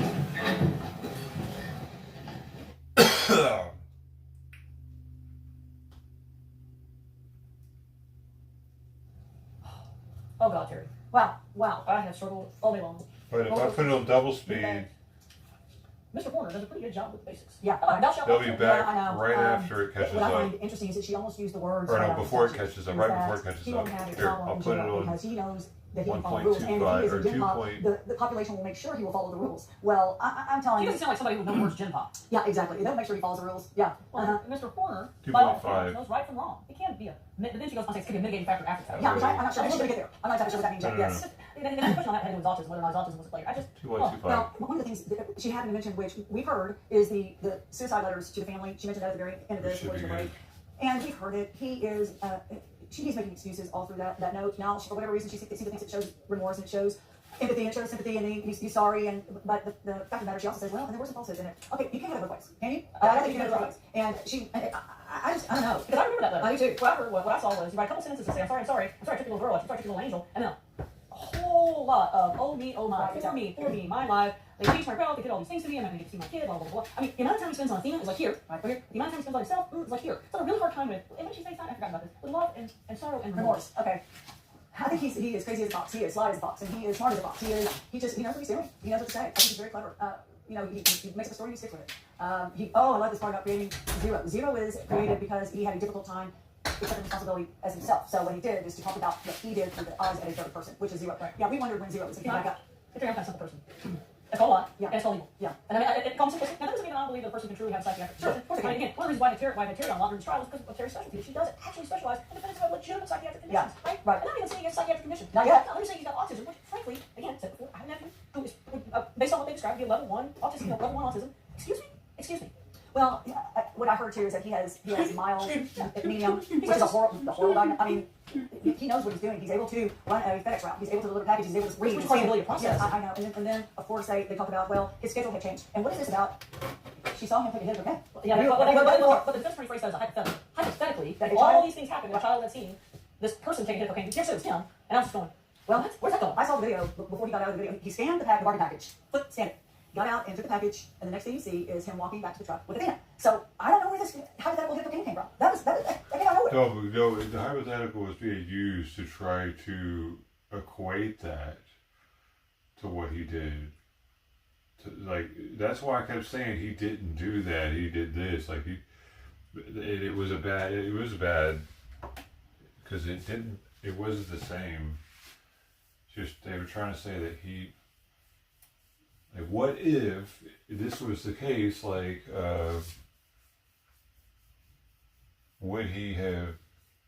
have been a normal thing for an autistic person to freak out or whatever and abduct the person? But he did something way worse, so it didn't matter. That was weird. Well, I know. Yeah, that was kind of like, that was like a left field, and I don't know where that was headed, and what was the hypothetical. And I don't either. I didn't get that one. I did want to answer, so folks said, I think Terry and I told what we kind of said what we said about that testimony, and we'll obviously continue to see the doctor on the stand. Right. Get back to 2:30. So, I want to take some time to answer some questions from folks, because I think ultimately, I think this is part of what we do. So, somebody asked, have you ever defended someone like this before? I have defended a very, very serious capital murder case, but not like this. Okay. Not like this. No. That's something with psychiatric condition. Yes. That's special. Not like this. So yes. Same offense, but not. Yeah. What capital murder is under Texas statutes is murder plus something else. So in this instance, it's murder and kinetic. Aggravated kinetic. They didn't allege the sexual assault. Yeah. Exactly, because the medical examiner said there was no visual trauma to hurt genital areas, hurt anus, etc. So that it would have been difficult to prove that, even though there is no, but there is no right. Exactly. So that's what it is. It's murder with something else. So effective assault. Yeah. This is a question I'm going to ask you. You saw that audio, you heard that audio, you saw that video before. That is very nice, and I really appreciate that. It is extremely difficult. I'll give you a personal note here. That we heard the audio on Thursday, saw the video on a Thursday. Well, that weekend, I'm out of my front yard and I hear children in my neighborhood playing. And one of those children screamed, as kids will often do, and the hair on the back of my neck stood straight up. My heart started to race. I had an absolute visceral reaction to that was related to the audio that I heard. I want you to know that I have been smart enough throughout my life and my career to have professionals that I work with, that I have counselors, that I have therapists. I process it with peers. I texted Rebecca. I didn't do it on a Sunday because I didn't want to read it on Sunday, but I texted Rebecca because we had sat there together that Monday morning. I said, Rebecca, I just had this experience, and she, responded back, yeah, I know, I totally get it. I was walking the other day, and there were these 3 little boys riding their bicycles on the street by themselves, and I'm looking around for, where's mom? Where's dad? I mean, these are little boys, and I'm like, where are your parents? Where do you live? And then they came right up to me and said, why don't you look at my Pokemon mom card? And I'm like, oh son, oh my gosh, you just walked up to a total stranger. I don't care about a look threatening. What do you mean, lady? Kids aren't allowed to wander around the neighborhood now. They have to have their parents next to them. Oh man. Because of this nut job, just tell your kids the kid screwed up, dude. I'm sorry, I'm not trying to victim blame, but why did she not scream when a fucking random delivery guy is putting her in the back of his truck, dude? That's what? Was she autistic or something? Like, why didn't she be like, Mom, help? Like, there was none of that, dude. That's a problem. The kids aren't being taught to freak out enough or something. When I was a kid, we were definitely taught to freak out, right? We didn't have cell phones and shit to call people. We had our screaming ass voices that we could call people. Help over here! There wasn't no 911 in your fucking pocket back then. You had to scream. What the fuck is wrong with kids nowadays? They're retarded. They're all autistic. That's what it is. You never know. You never know. And all the parents are fucking babying them and shit. No, go outside. It's dangerous out there. Fucking thing. Yeah, it is more dangerous out there. Just give your kid some pepper spray or something and tell them never to use it on anybody else unless he's starting to get abducted or something. You know what I mean? Something, shit. Next guy was threatening. So these kids are riding around. I'm thinking, oh my gosh, I will always think that. I will always wonder, where are the adults? Who is watching these children? And so yes, that will change. But I process it, and I think it's going to be very important for this jury once they're finally free of this case, and they can go home, they can talk to their family, they can talk. They need a licensed professional counselor to help them process this. I used to go on missions when I was a kid for hours.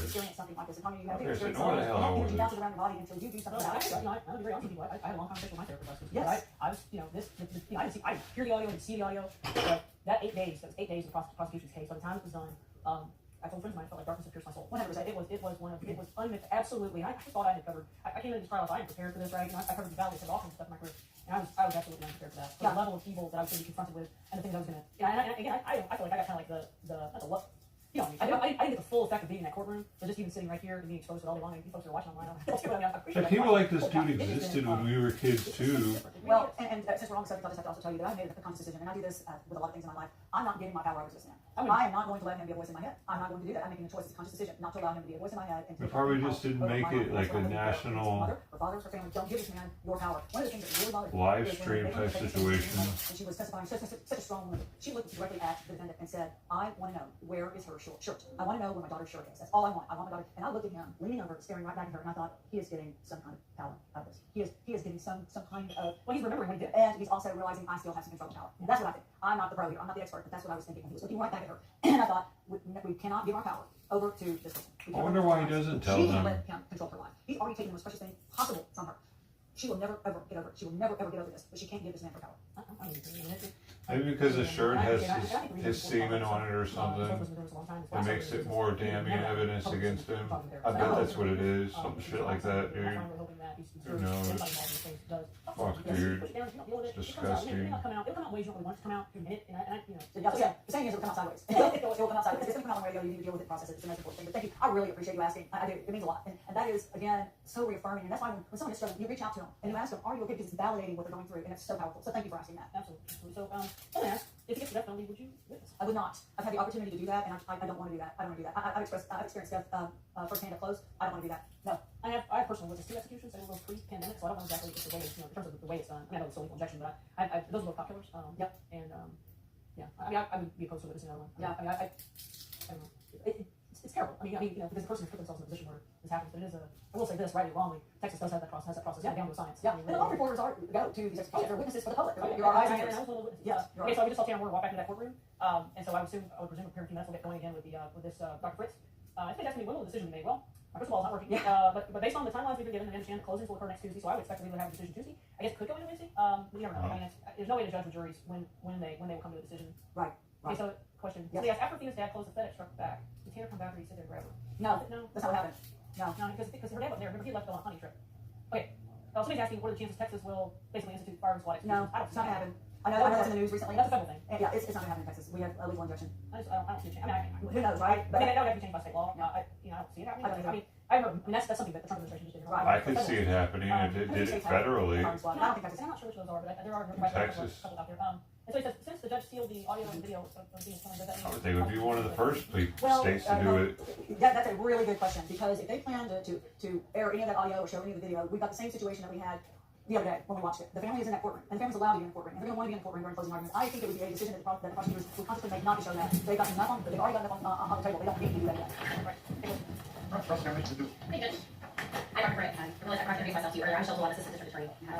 I believe earlier you talked a little bit about work practice and your clinical work.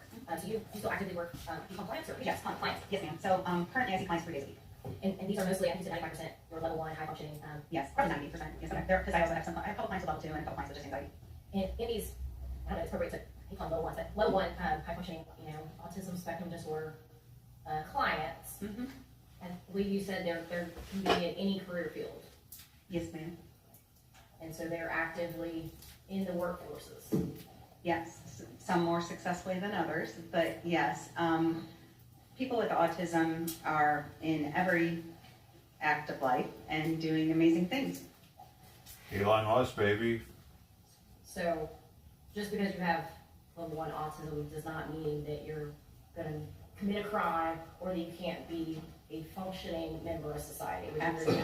You could be the richest man in the world. Kind of talking a little bit about this case. You first met the defendant, I believe, in January of 2026. Is that correct? That sounds correct. Mm-hmm. Okay.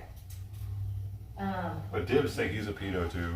That's a little bit more than 3 years, I believe, since this crime occurred November 30th of 2022. Is that right? Yes. Okay. And your opinions in this case, really, you looked at all the expert reports that you got from other doctors, and then it was all self-reported type things from the defendant to your corner.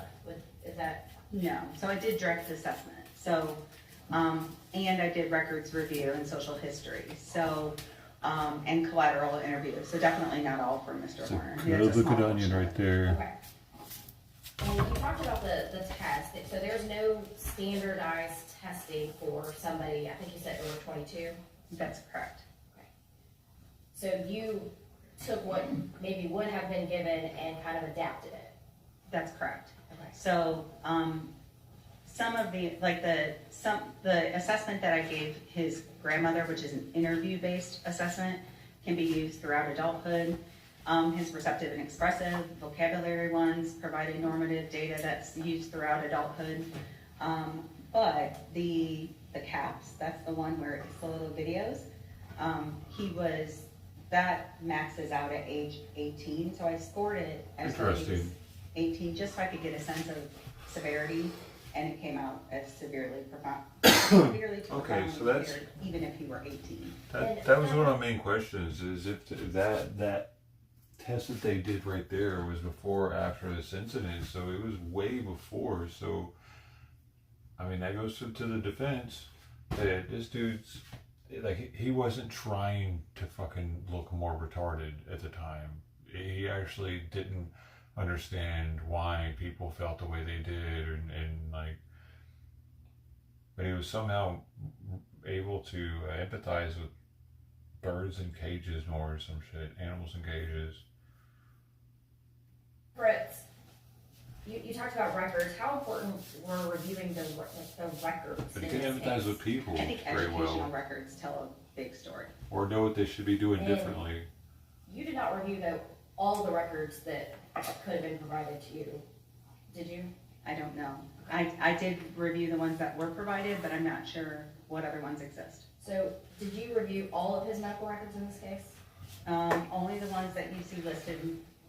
So you reviewed the specific reports from the defense experts in this case, correct? that was some of what I reviewed. And I also reviewed the, educational records, his medical records from, a couple different facilities. And you did not make any diagnoses though in this case? I mean- Other than what you talked about earlier, those two that you made? Correct. But you didn't make a diagnosis of autism spectrum disorder, correct? No, ma'am, I don't have the credentials to do that. And you didn't make a diagnosis of any type of neurodevelopmental disorder or alcohol exposed? No, ma'am. The branch of fetal alcohol syndrome that you were speaking of? Right. You didn't make that diagnosis? No, ma'am. In reviewing his records, did you review his social media records? No, I was gonna say no, but then I did see some thing that came from the state. I'm trying to think, I think it was the information that was provided to Dr. Rumbala. And there was some description of his presence on social media. And you didn't review the entire Facebook or Instagram records that there are, correct? I don't know what the whole record is. I saw some, but I didn't see it. Okay. And you spoke about reviewing the, I think you called it the abduction video. Mhm. That was obviously from the FedEx truck, correct? Mhm. How much of the FedEx truck videos did you review? Do you know how many hours that was? I saw, there was a PowerPoint that was sent to Dr. Rumbala that kind of had an integrated video clip with a little description. I reviewed that, and I reviewed the audio recording. Again, if I knew, it wasn't hours. So if I told you that there was 30 to 40 hours of FedEx Did not see that. camera video, you did not see all that? Wow. That's correct. Did you see any of the video that was prior to the abduction? I saw video of Mr. Horner that day doing other deliveries. That full 8 hours of his day? Yeah, so I saw like where the video would be stopped and it would say like, stop number 1, and then it would show a short snippet of him. Okay, so But- you did not watch the actual video? No, ma'am. Okay. And did you watch any of the FedEx video that showed what the defendant did after the crime? I saw body cam video and I saw interrogation, but in FedEx video, no. So if all of those recordings would have shown essentially the defendant interacting with different people, whether it be, people he's dropping off packages to, neighbors, people coming up to his window, just general conversations prior to the crime, would that have been helpful to you to see how his language skills were working? So I did see some of that. So in the clips that you mentioned, like there's a dog that's comes, and so he has to slam the door, and he has a short greeting or exchange with somebody. So and there's a few examples like that, just little short snippets of communication. I mean, But is there more? yeah, there's 40 hours. Yeah, of no. video. Yes, it would have been helpful to see more. Okay. Oh. And I guess, I know you've seen apparently some snippets, so I don't exactly know what you've seen, but. Objection, Your Honor, to the sidebar. Answer, question and answer. As for the FedEx videos after the crime, did you watch any of the videos from the days after November 30th of 2022? No, ma'am. FedEx videos? Yes, ma'am. No, ma'am. Okay. Do you think that would have been helpful in knowing how he was interacting the days after the crime? It might have. I can tell you that the video snippets that I saw during, the day of the crime, and also the interrogation videos of him after the crime, weren't surprising to me, because the language that he was using, say with other people on his route, was in keeping with what I expected to be his strengths.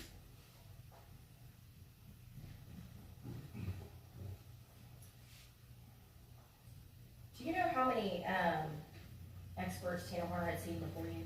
Objection, Your Honor, relevance. Overruled. No, I don't. And did you contact, in part of your review, any of the school providers that actually worked with Tanner Corner No, ma'am. when he was young? No, I did not. Do you believe that they would have given him some of these exams? Given him some of The tests that you have spoken about, you said that they are only good until they're 22 years old. Oh, Correct. yes, so that's interesting. When you look at his educational records, there's a lot of focus on behavior. Judge, objection, non-responsive. Sustain.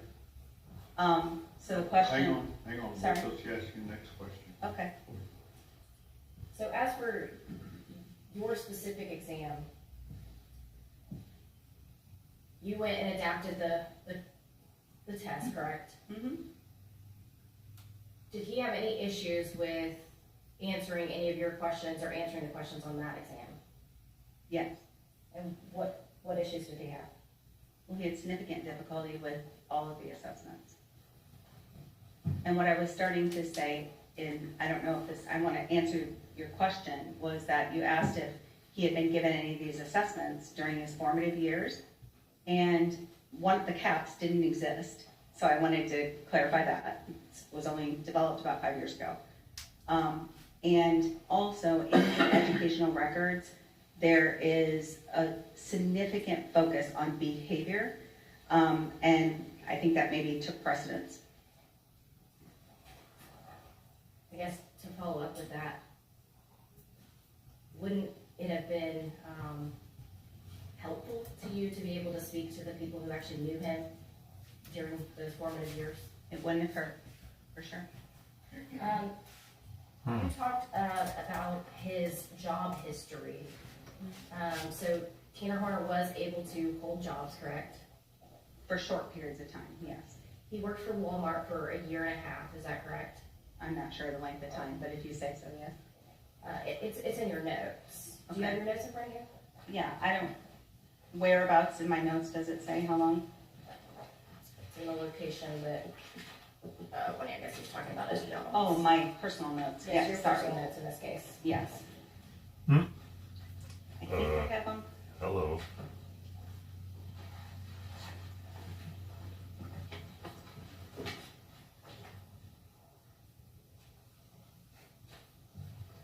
And I apologize that you have to try to read my writing. It's okay, and your notes aren't numbered, but, so and I can tell you they're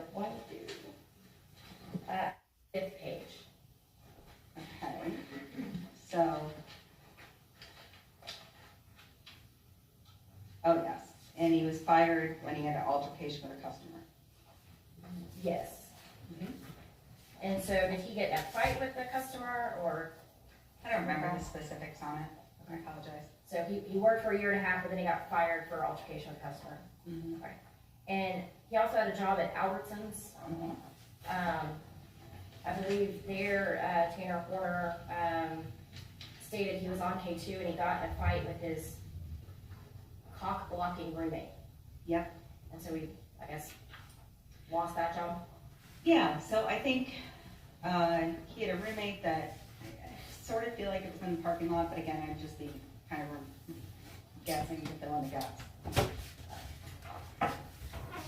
Would you agree? I mean, you have a variety of jobs listed, but his autism didn't mean that he couldn't hold a job. Would you agree with that? I believe autistic people can hold jobs. I think Mr. Horner has a really strong history of losing jobs because of his emotion dysregulation. And didn't he say that he quit nearly half of his jobs due to, quote, a lack of work ethic on his part? Yes, which can also go hand in hand with the diagnosis. Sometimes we see reduced motivation.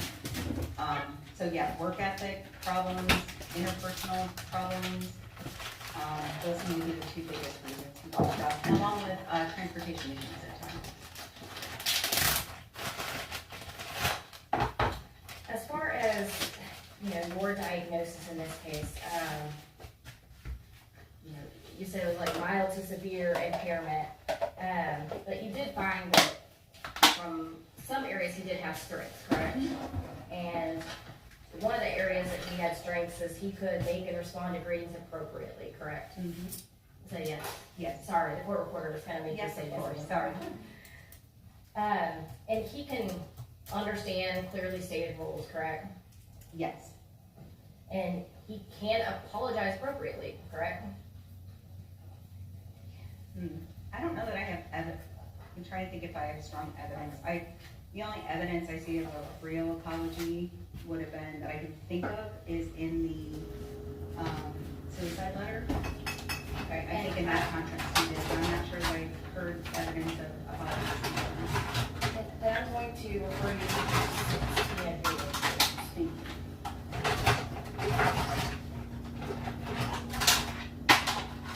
It's the third paragraph on that page. I don't know if it's in it, but specifically state that he revealed several social pragmatic strengths. He consistently makes responsive greetings and farewells. He shows a sense of humor. He apologizes appropriately. Offers help to others and understands posted and clearly stated rules. Yes, so this is a statement that is from the, make sure I don't see it.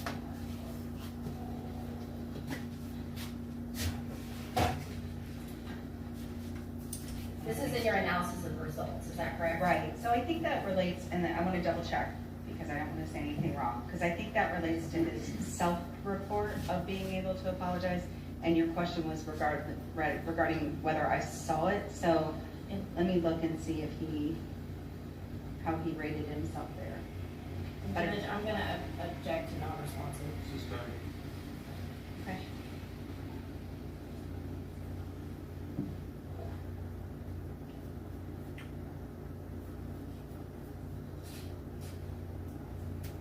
You stated that during his evaluation, he demonstrated a good sense of humor, correct? Yeah. And within that sense of humor, while you guys were doing your evaluation, he actually made a joke about an otter. Is that correct? That's right. And what you were telling him was that there was an otter with law enforcement that was used to actually locate missing children. Specifically missing children in water. In water. And his response was to essentially make a joke saying, you know, he used, I guess, a wordplay, and instead of otter, he said odder. That's right. The D's, is that correct? That's correct. I mean, that's a decent, one that shows his humor, but that's also a decent level of wordplay and linguistics, you would agree, right? Yes, he has a really good sense of puns. His use of sarcasm is also very good. His ability to accept it from others is much more difficult. You talked about, a little bit about his interrogations in law enforcement, correct? And in your view, you saw some evidence of some of these language issues. One of the things that you said in your report was that the defendant's extreme social pragmatic deficits, his emotional dysregulation, his inability to express congruent messages that match intent certainly impacted his communication with law enforcement. And you talked about that a little bit earlier. You also stated that these types of language challenges are often seen in individuals with autism spectrum disorder and can impact the effectiveness of Tiana Corner's oral explanations and storytelling. Is that correct? And that's from your report? Yes, ma'am. He was able to actively lie to the FBI and give them a full story about a green van. Do you recall that? I did not see, as far as I know. I saw him with the Texas Ranger. I'm not sure that I saw an interrogation with the FBI. So you didn't see any of the video regarding speaking to the FBI then? I don't believe so, no. Okay. In part of the interrogations with the Texas Ranger, would you agree that he was able to clearly communicate his version of the story at that time that he was backing into her and all the other details. I mean, he was very detailed. Would you He agree with that? absolutely gave details that were completely false. And there were several times that the investigator said, and I need to get you back to the big picture. On the December 2nd interview, because he would kind of go down those tangents. That's because they were still trying to locate Athena Strand, correct? As far as I know, yes. Was he able to clearly give his version of placing the body in the bamboo? And he actually gave clear and precise turn-by-turn directions to investigators to get up to that bamboo forest. As far as I know, I didn't see, was that on the body cam video? Yes.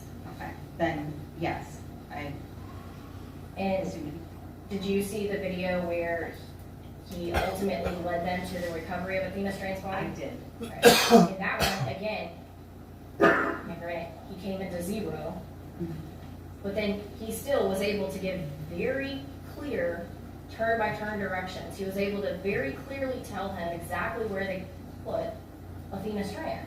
Right, so you have two things at play there. Is that a yes or no? What was your question? He was able to concisely and very clearly give turn-by-turn directions and explanation of where Athena Strand's body was found in Bobo's Crossing. Yes. Correct.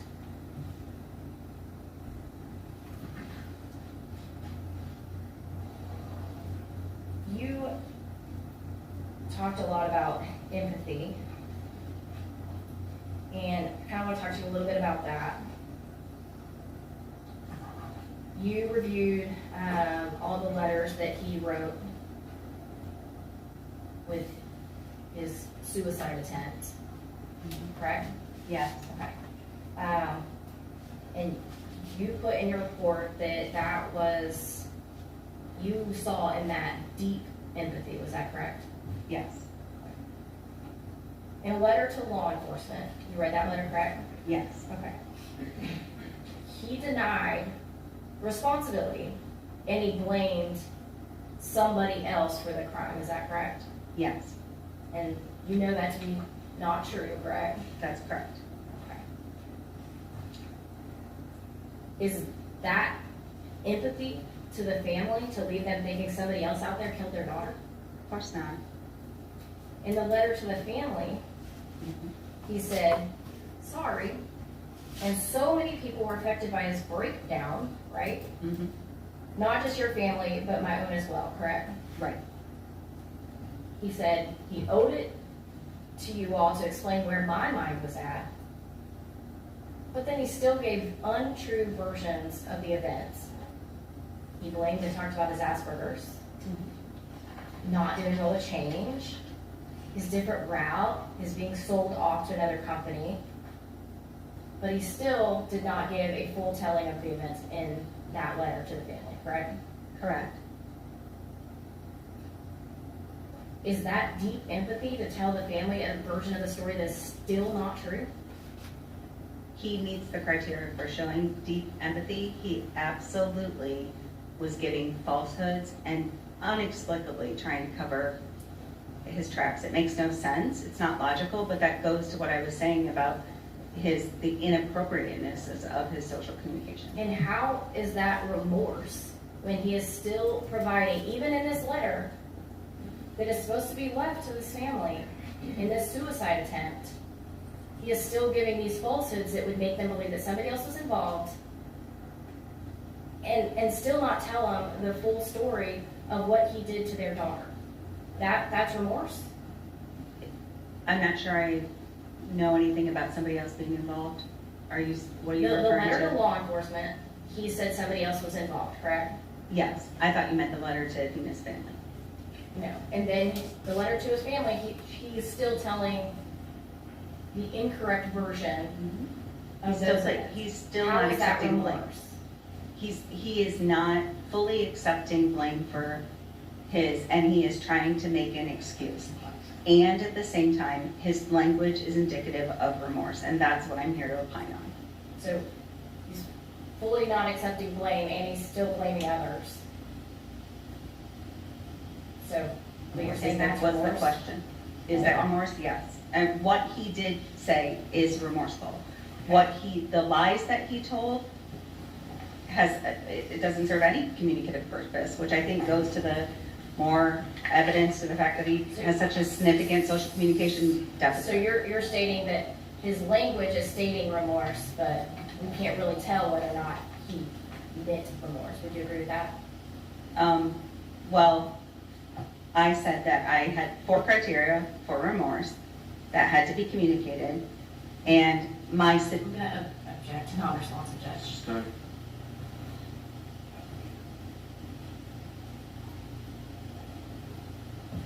What did Tanner Horner tell you about the crime? Completely lied to me. What did he tell you? Told me there was no backup camera, and he hit Athena, and freaked out because he didn't know how to handle it. I don't think we got into much more than that. And this was January 14th, or actually, excuse me, January 15th or January 16th of 2026. Mm-hmm. A few months ago. That's right. And he completely lied to you. Correct. But we're supposed to believe that the letter is him being remorseful? Well, I want to answer the question.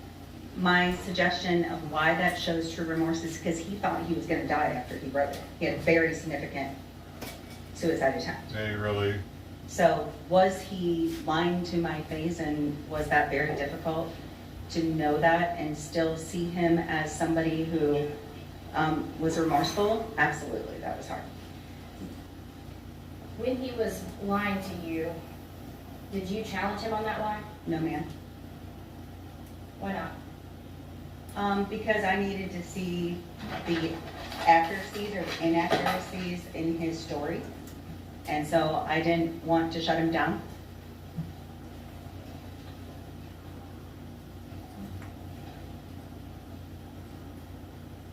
So what did he tell you about the sexual assault at the penis trial? Did not mention it. And did you ask him? No, ma'am.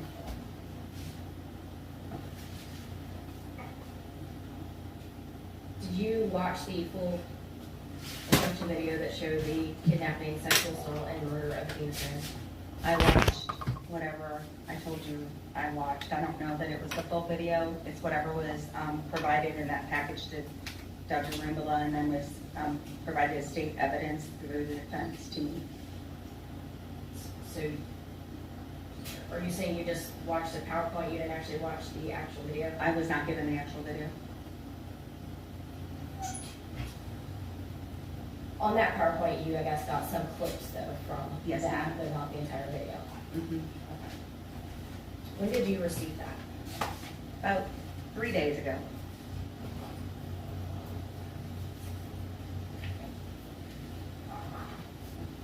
Were you surprised by what you saw? Yes, ma'am.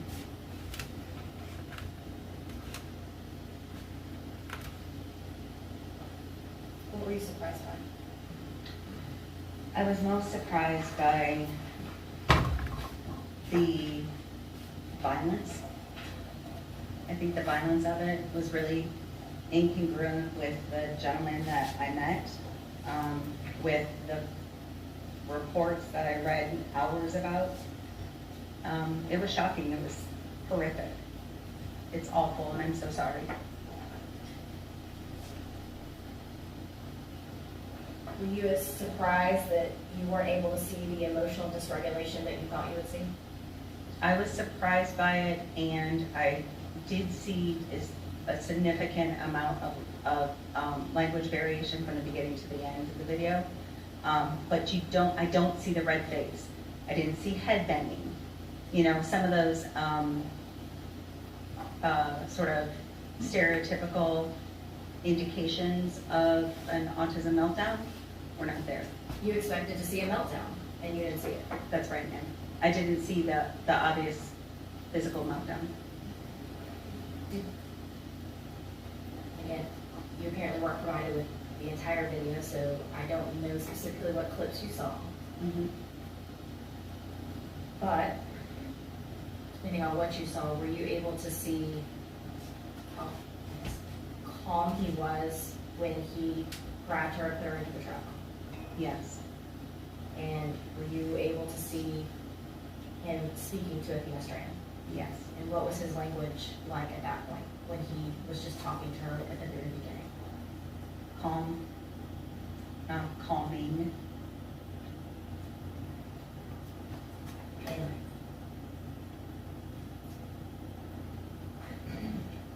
And did you hear Tanner Warner say don't scream or I'll hurt you? Yes, multiple times.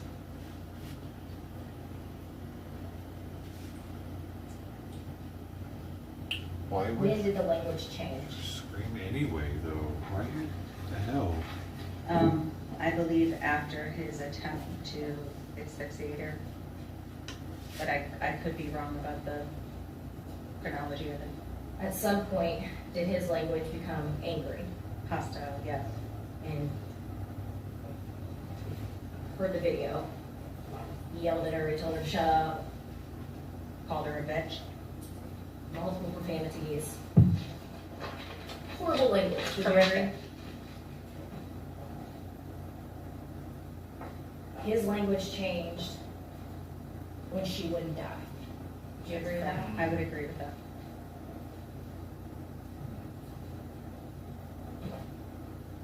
He had no empathy that day, did he? Fuck. In that moment, I don't think he was empathetic to anything I know. In fact, afterwards, he seems smoking a cigarette, looking content. Do you agree? I didn't see him smoking a cigarette, I'm sorry. You didn't see that part? No, ma'am. Uh-oh. Did you see the part where he was cleaning up? I did. Yes. Did you hear him talking on the phone to his boss, making up a lie about him throwing up? Yes.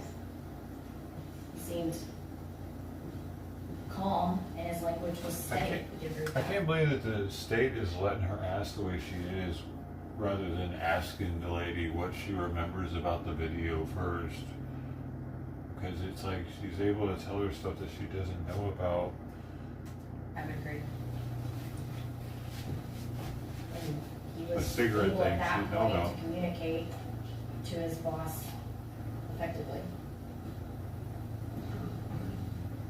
Uh-oh. All right, 10 minutes, we'll call you right back in. Are they having a sidebar because of that?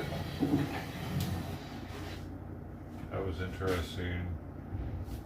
She told her about evidence she had previously heard about. I don't know if that's allowed from the, or I'm surprised the defense didn't object to that. That's what it would be. He's remorseful. Okay, Terry, your reaction to what we've been hearing. Okay, Terry. Yeah, we've got a witness who wants to have it both Okay, ways, Terry. is what we have here. You know, he's remorseful, no, he's not Terry. remorseful. He lied, yes, he lied, but then he told the truth. It's just, Terry, you want You to know, go dancing in that, how- Terry? we can't have it both ways. Terry, be my cowboy. He's, I mean, What's going on, the girl? prosecutor's walking her through, okay, well, what did you review? How can you make a decision on his communication skills if you haven't seen how he was in the 40 hours of video in that FedEx van that's not related to the actual? So it doesn't sound abduction? like she saw the video of him the day after where he's like, honk, honk, honk, let me through. Yeah. Or the video, did she see the video? We don't know. The video of him cleaning up the truck and talking on the She phone? just We don't said- know. We do. She just said that she's But seen one of that, the things the prosecutor dimwits. did ask, and she agreed with, is that his communication skills were You're not listening. appropriate to lead them step by step, direction by direction to a bamboo thicket, and then the next day a zero appears, and then the direction turn by turn by turn by turn to the place where he showed them where he had dumped the body. I don't like this train, I can in the tell. Trinity. So, Light of yeah, a flavor, bro. I can I tell, I can don't smell think it. the jury is buying any It of smells this. piney, dude. I don't think anybody doubts that we have records that he has Asperger's, or Not what a they call it. fan Oh, here comes the of judge again. pine needle Asperger's weed. or autism spectrum disorder. I think everybody You think that's a agrees with cop that. out? I just think Get that outta what here. they're trying to do is come up with excuses, and it's really not an explanation. It's an Claire. excuse. And he's given excuses. He's lied to the family even in the note then the prosecutor says, well, is that remorse if you're going to continue making up stories and telling the same lie over again and talking about me and the suicide note that he left for the family? I just keep going back to a real simple explanation. What? Evil. Yeah. I can agree with that. And lies. Evil. I Evil mean, and calculated. we can put all kinds of pretty bows around it and call it this and call it that. And I have no doubt he has autism. I don't either. And I have no doubt that he has some, issues with communication. I get you. Right. But no. But there are things here that yeah. We haven't had an expert say swallowing those quarters and those nickels is the reason why he killed Athena. We have not had an expert say, well, he might have some abnormalities in the frontal cortex of his brain, but we don't know. We don't think that that's the reason why he thinks he knows right from wrong. It's not bad. Exactly. He has a sense of humor, and he can be charming. Kind of like she said, kind of indicating he can be sort of charming. He understands sarcasm. I know. That's what I mean. You can't have it both ways, and I think the jury can see that. They know what's going on here.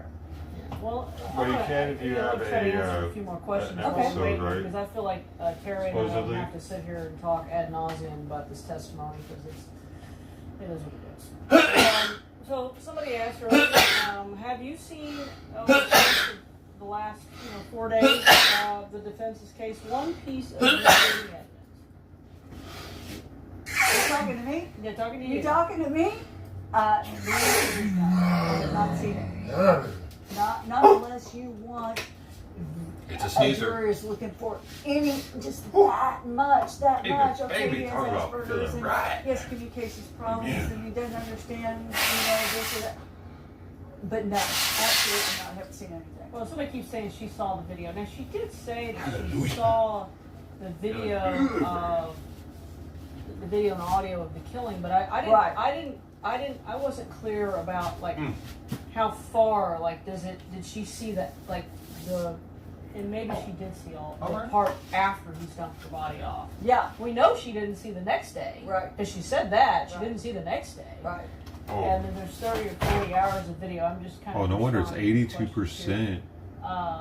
in the chat. Somebody says, did any witness give a reason why this occurred? 82% THC. This is some pretty strong. Absolutely not.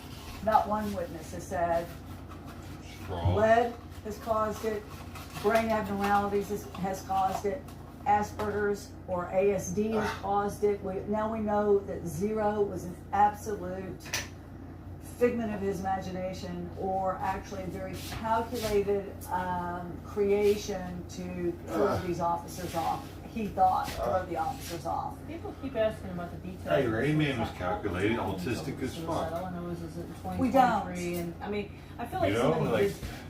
We don't. I slept a few what the times, hell? but I feel like right after this came up, somebody did send me something about Autistic suicide. people. Yeah, I don't. But I was looking around online. I was trying to see if there was any stories Incapable that of a little more, and I don't. It may be something out there, but processing I don't personally have any real details about that suicide. everything. In fact, I feel like I've heard, again, different versions. I believe when they first mentioned the suicide notes and the suicide attempt and the notes that he left, that they downplayed the seriousness of that suicide attempt. And then today we heard from this called it more serious. She said a very serious suicide attempt. I mean, I don't know. I don't know. Yeah, very serious. I haven't seen medical records I don't know. or anything like that. Nobody knows? Somebody asked Oh, how could do you know be. there was audio. I'm not convinced that he knew there was audio in that vehicle, because he might have, but he may not have. He knew about the cameras, because he clearly demonstrated that he knew about the cameras. Because he's covered them up. Yes, exactly. And he also Googled it. That was on his phone when they did the forensic phone dump, and so they saw that. But whether or not he knew that it picked up the audio in that truck, I don't think that has been. That's not clear. That definitely has not been a fact that's come out through testimony.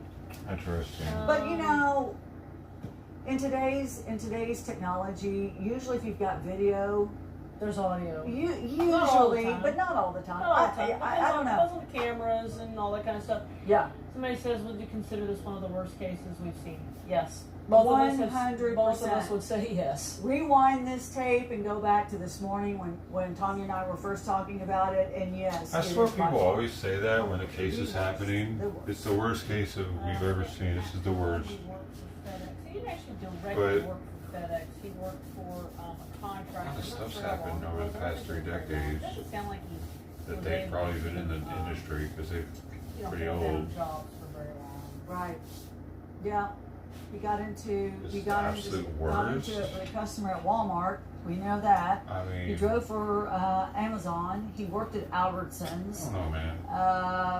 They Smoked always try to K2, over sensationalize these cases while they're I don't know happening and what hold Clock on to their Walker is, viewers. but maybe I'm not going to say that word out loud. What he did was I don't know. was fucked up. Okay. Yeah, sure, I'll but refrain. like there are cases where parents do this to their kids for fucking years. Their kids live in dungeons and shit. They're chained up to a wall. They're in their own feces. I see those as worse individuals. I'm sorry, like that's your kid, and you're sitting here torturing it until it dies. There are many cases like that. Come on, man. Come on, man. Yeah, this is bad. It's crazy. It's a crazy fucking case because it's like, damn, you can't trust the fucking FedEx guy. But to think it's like the worst thing that I've ever seen, not even. Fucking silly. They're stupid. Cases where people were overdosing. Get out of here with that shit. It was crazy. It sucks, sure. It's fucking horrible. People that were just falling out. As their parent, it would be the worst thing ever, sure. But staggering across the streets and foaming at the worse evil has happened in the recent history and throughout history. Someone asked if there's audio to confirm sexual assault. There's no audio that confirms it, but there's things that would imply that something happened. Yes, 100%. I can tell you that there was some sexual deviance going on in that van. Because he asked her to take her shirt off, and then there's other things.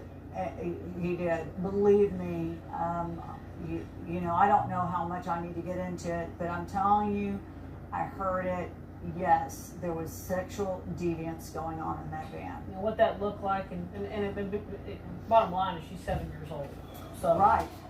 So whatever it was, horrible, dude. Not cool. Let me tell you this: they found his DNA in parts of her body. Well, he can't be ruled out. I'm sorry. That's true, but they did find male DNA on parts of her body. Dude, I swear that's why the shirt's missing, because he like, you know what I'm saying, something, it's got DNA all over it. Now, and you're being very exact, and you should be. But Keeps male me DNA, out of trouble as an investigator. right? He probably burned it. You don't want to play loose and fast with the facts. That's for sure. Here he comes again, so we're not through yet. And then folks were asking if we'll be on standby for the verdict. Absolutely. We will be on standby, and frankly, as long as I can, when the jury starts deliberating, as long as I can maintain chit-chat with my guests, we will. He really makes it a point to clean shave his head every day, and dude. believe me, all of us are long-winded, so I think we can maintain it. We may not be able to look do as presentable as possible in court. So yeah, Like of course that camera corner back there in the court. Oh man. And we are now Kinda weird. Waiting to see, I guess, if there's going to be much more to this witness. Why does he care so much about looking like he is You mean the jury's coming back? normal when they're trying to argue that he's fucked in the head?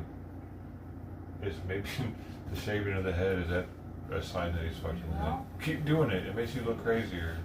I don't know. Maybe the judge is calling it a day, and except for I don't know why they would keep an expert one more night if they had to. I would think. I guess they will. I think they would finish it. I would think so too. Finish up this testimony. I would think so. I would think so. I say that weird saying too. It's a fucking weird saying to say though. I would think so. I think so. I'm too high for this shit, bro. here on my home judge. You spoke about the mom talking to him in a jail call, and that the mom had to explain to him why other inmates was looking at him like a monster, and he related it to his son, correct? She related it to his son, correct? Okay. Are you aware that he said if it was my son, he would take care of it himself? That's right. Meaning Yes. he would kill the person who did that to his child. That was what I. Oh, really? From what you said. I never heard that part. Interesting. About triggering events. Weird. You apparently didn't watch the whole video. So did you actually see any triggering event? No, ma'am. Okay. So if there was evidence in this case that showed that there was planning and lead up and covering up cameras ahead of time, and there was not a triggering event, would that change anything in your opinion? It would make it even harder to understand Mr. Horner's actions. Yeah. Dude, You were given a Mr. Horner's actions are caused, they are actually caused by his neglect, and I think he was fondled by somebody when he was a kid, man. And that turns him into fucking pedos. It's just his autism and a pedo, it collided, and it made shit even fucking weirder and worse. So, like, why didn't they harp on the fact that he was touched when he was a kid, and it turned him into this fucking thing that most people don't turn away from once they are it. It breaks kids whenever they're touched when they're younger. It's weird, man. They're like 9 times out of 10 when these pedos get busted by Fred poachers or whatever, they're like, oh, it happened to me when I was a kid. I mean, look at fucking look at Outlaw, man. Like something's going on there too, possibly. His mom. hypothetical. It said if there was all this stuff going on, right, and there was cocaine use. Did you actually see any cocaine use? No, ma'am. In this hypothetical, though, if there was cocaine use by the defendant, and he went, I think your words were big reactions to small problems, right? Mm-hmm. In that hypothetical, though, we did not talk about sexual assault. How does sexual assault play into big reactions, small problems? I don't think it does. Right. Give Exactly. you another hypothetical. Mm-hmm. So why did they use that hypothetical? If the defendant, Here we go. whether he's triggered or not triggered, if Objection, Your Honor, that's an improper hypothetical. What? To use the defendant, it has to be, if she's gonna have a hypothetical, it needs to be a proper Okay. hypothetical. Okay. Rephrase your question. I see. absolutely, Judge. It's I'm whatever. gonna give you a hypothetical. If somebody was caught using drugs in jail, and their trigger causes them to, have a big reaction to small problems and turn to violence when they're caught using drugs, and they go to attack an inmate or a guard, that'd be a problem, right? I agree that would be a problem. That would make that person dangerous, correct? If they had a reaction like that to, and if they had access to use drugs and then have that reaction, yes. Alright, she went somewhere else with that, and I thought she was going to. You're not offering an opinion today that his language abilities caused him to commit this crime. No, ma'am. And you're certainly not saying that all autistic people would commit this type of violence. Of course not. And you're certainly not saying that Tanner Corner is not capable of understanding right from wrong. That's right.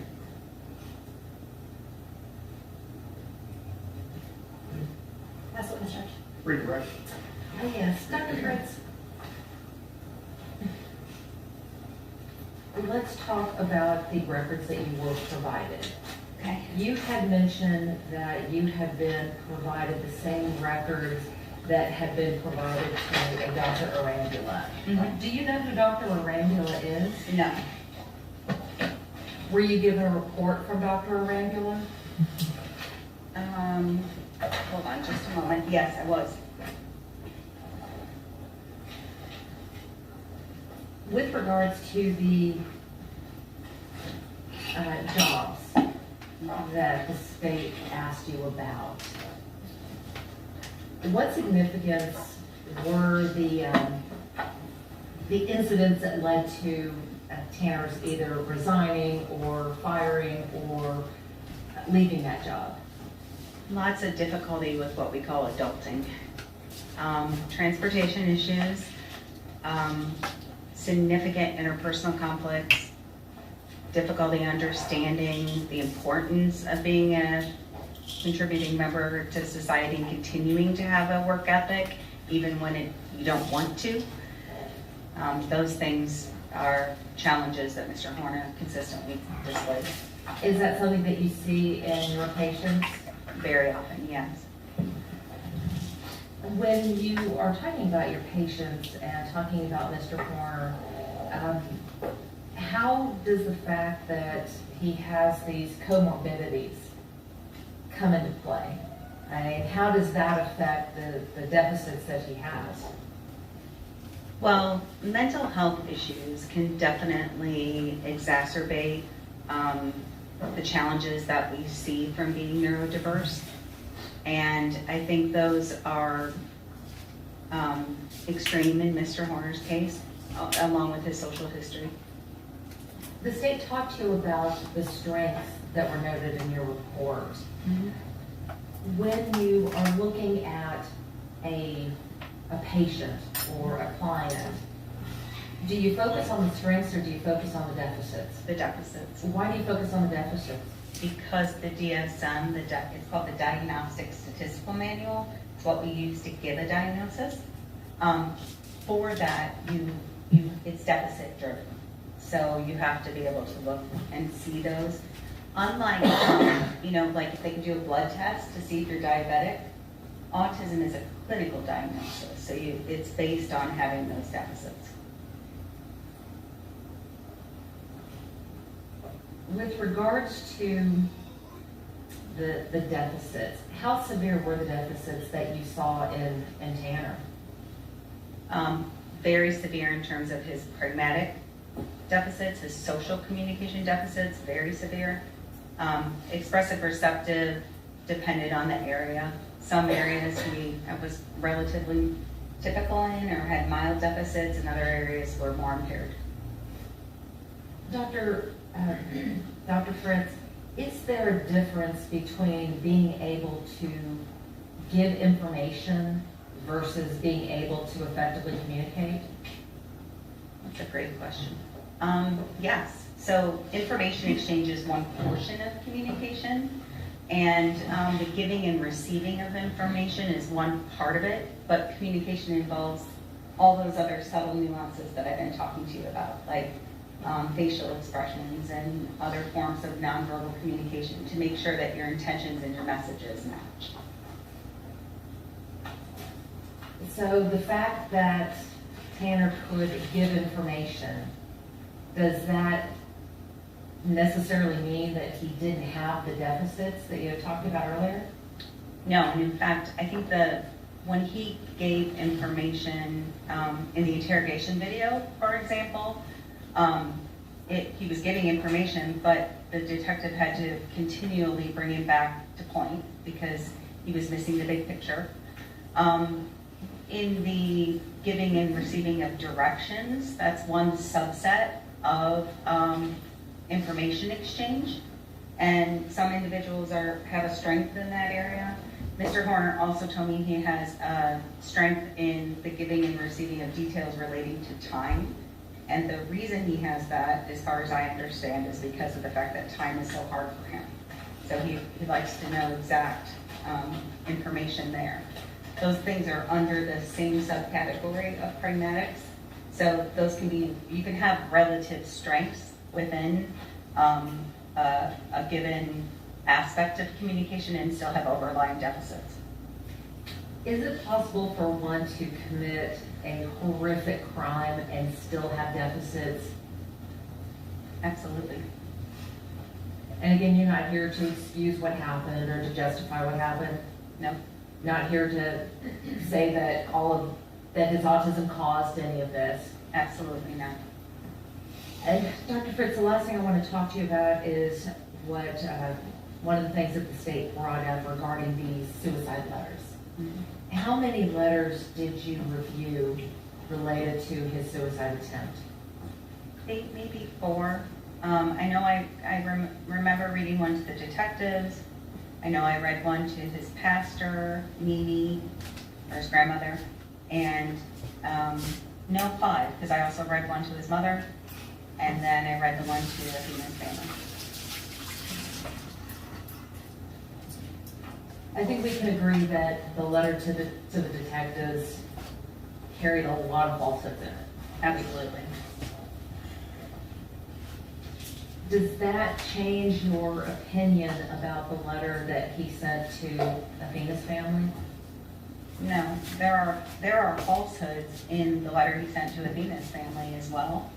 And I think the information that he included to the detectives, the lies he tried to perpetuate in his letter to Athena's family, is just evidence of how limited his theory of mind is, his ability to use perspective taking, to recognize that people might compare notes, to recognize that you can, if you want to show true remorse and you want to do so effectively, it's not only the words that are on the page, it's also trying to avoid what the mistakes you've made or correct the mistakes that you've made in the past.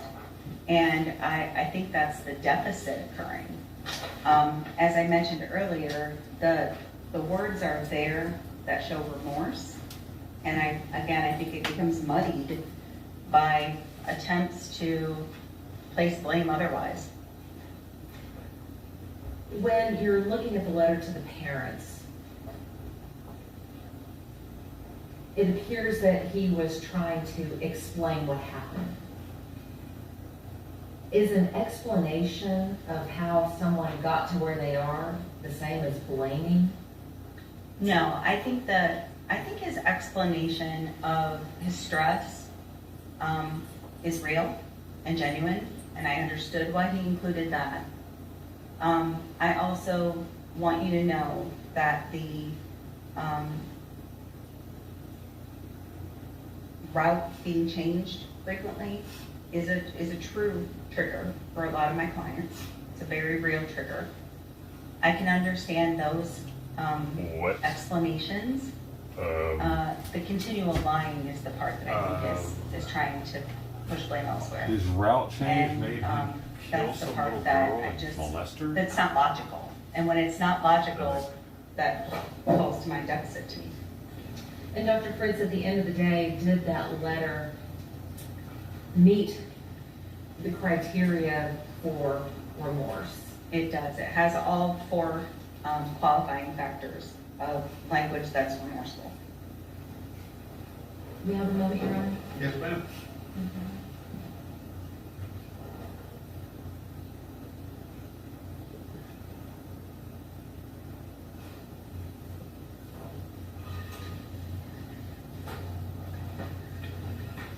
Nothing further, Your Honor. Ms. Dewey. Very, very briefly, Judge. Yes, ma'am. Are you aware that he had the same route the day before? I'm not sure if I knew that in particular. I do know he was on a floater route, so there was some inconsistencies in his route. So his route being changed caused him to intentionally kidnap, sexually assault, and murder Athena Strand? No, there's no direct cause and effect here. There's no explaining away his violent act. 100% no. And I can tell you that changes in routine, the lack of structure and predictability are triggers in autism. What does that mean, though? You stated that what you see is what you get with autistic people. We saw who Tanner was on that video, correct? I think you saw evidence of some horrific things on that video. Nothing really much. Ms. Anderson? Was the person that you saw in that video the same person that you interviewed in the jail? No, ma'am. Nothing further. Ms. Jewell? Nothing further, Judge. Thank you. May this witness be finally excused. So he can be two-faced, it doesn't mean he's got a mental disorder. Your Honor. Any objection? No objections, Judge. Thank you, Doctor. Thank you. Like the defense is kind of stop fucking coughing, assholes. Before I choke to death, I'm gonna send y'all. That's the judge coughing like that. Be back at 9 o'clock. You know, damn. we'll see then, okay? Mute your fucking mic, dude, like it's Call of Duty or something. What the hell are you doing, coughing up all up in our ears and shit, motherfucker? Motherfucker! I mean, fucked Well, one up, thing Judge. you said, that I totally agree with. Yeah, is there's you're a court right now. explain I'm just playing away internet, I'm just violent playing. act. And I do agree with that. I'm cosplaying. What you see is what you get, is You know, what she I'm said. in trouble and now. We saw what time, the defendant is. I don't get in And that trouble. is what we got. And so, again, these triggers of his route being changed, yeah, that might disrupt some people, but does it cause someone to abduct, sexually assault, and murder? That's weird that they would go down that. Something happened. That's what I'm just quoting the prosecutor. Right, okay. We do know it was sexual, I'm man. You can quoting the prosecutor. Okay. quite a bit. here. Yeah. Yeah. They're not allowed to say that. There's no- though. there's no justification. In the future, Ms. Anderson, we can address it, okay? Yeah. That's all I have, Judge. I don't even know what it is, but you said the magic numbers, so. No, I'm just making sure she had, I haven't had a chance to file it or anything else, I just. I understand. We done? Okay. We done here? All right. How is Okay, so tomorrow? the court has obviously for sure wrapped up for the day. The judge has sent the jury home, and they will be back tomorrow at 9 a.m.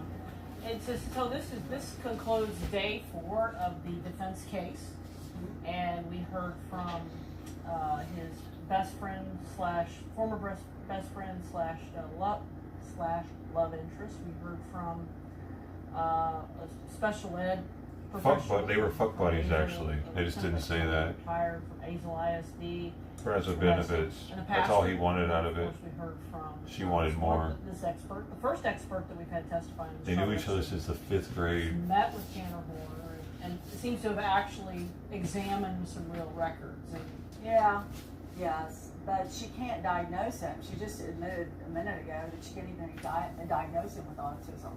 She can just tell you characteristics of autism and then how he fits into that criteria.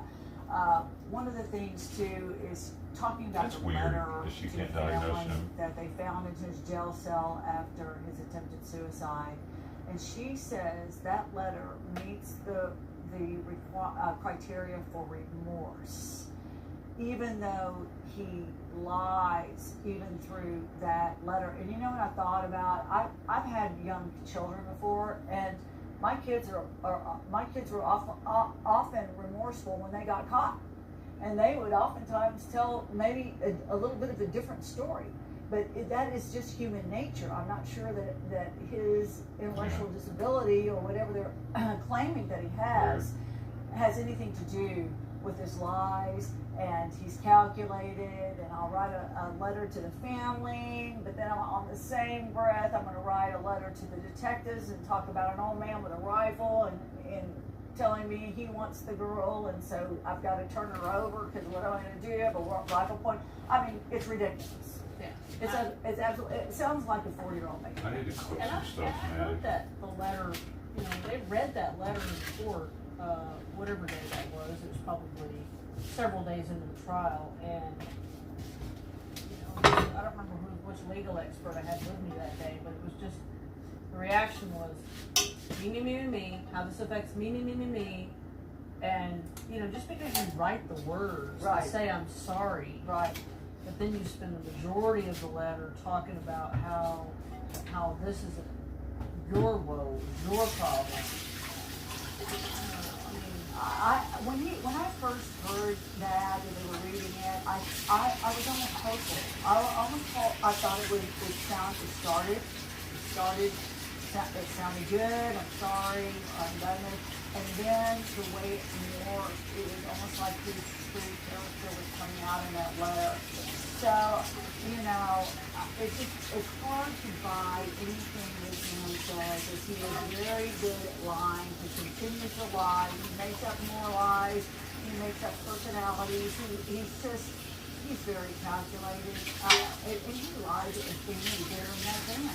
I don't know what he's there. Well, we don't know. And then the experts said, oh, he was nice and Yes. kind. And I'm like, Yeah. well, he was trying to get her in the van. Right. And then, of course, his demeanor changes once he got her in the Got a van. little disrespectful.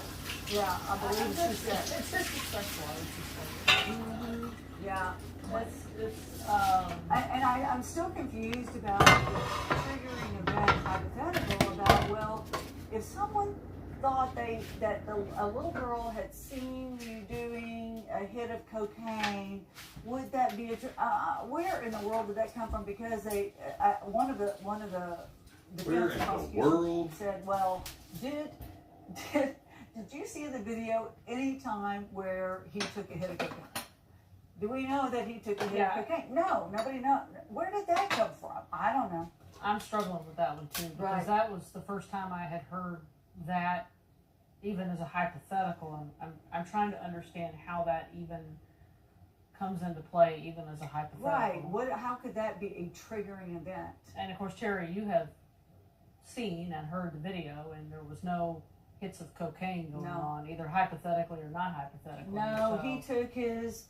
He scanned the Barbie label. dolls. He gets out of the car and no hit of cocaine. So I don't know where that came from. Yeah, I thought that was kind of confusing, and maybe at some point we'll get some clarity on where that came from, but not so far. Yeah. But I don't know. Yeah. So anyway, today is just more of the defense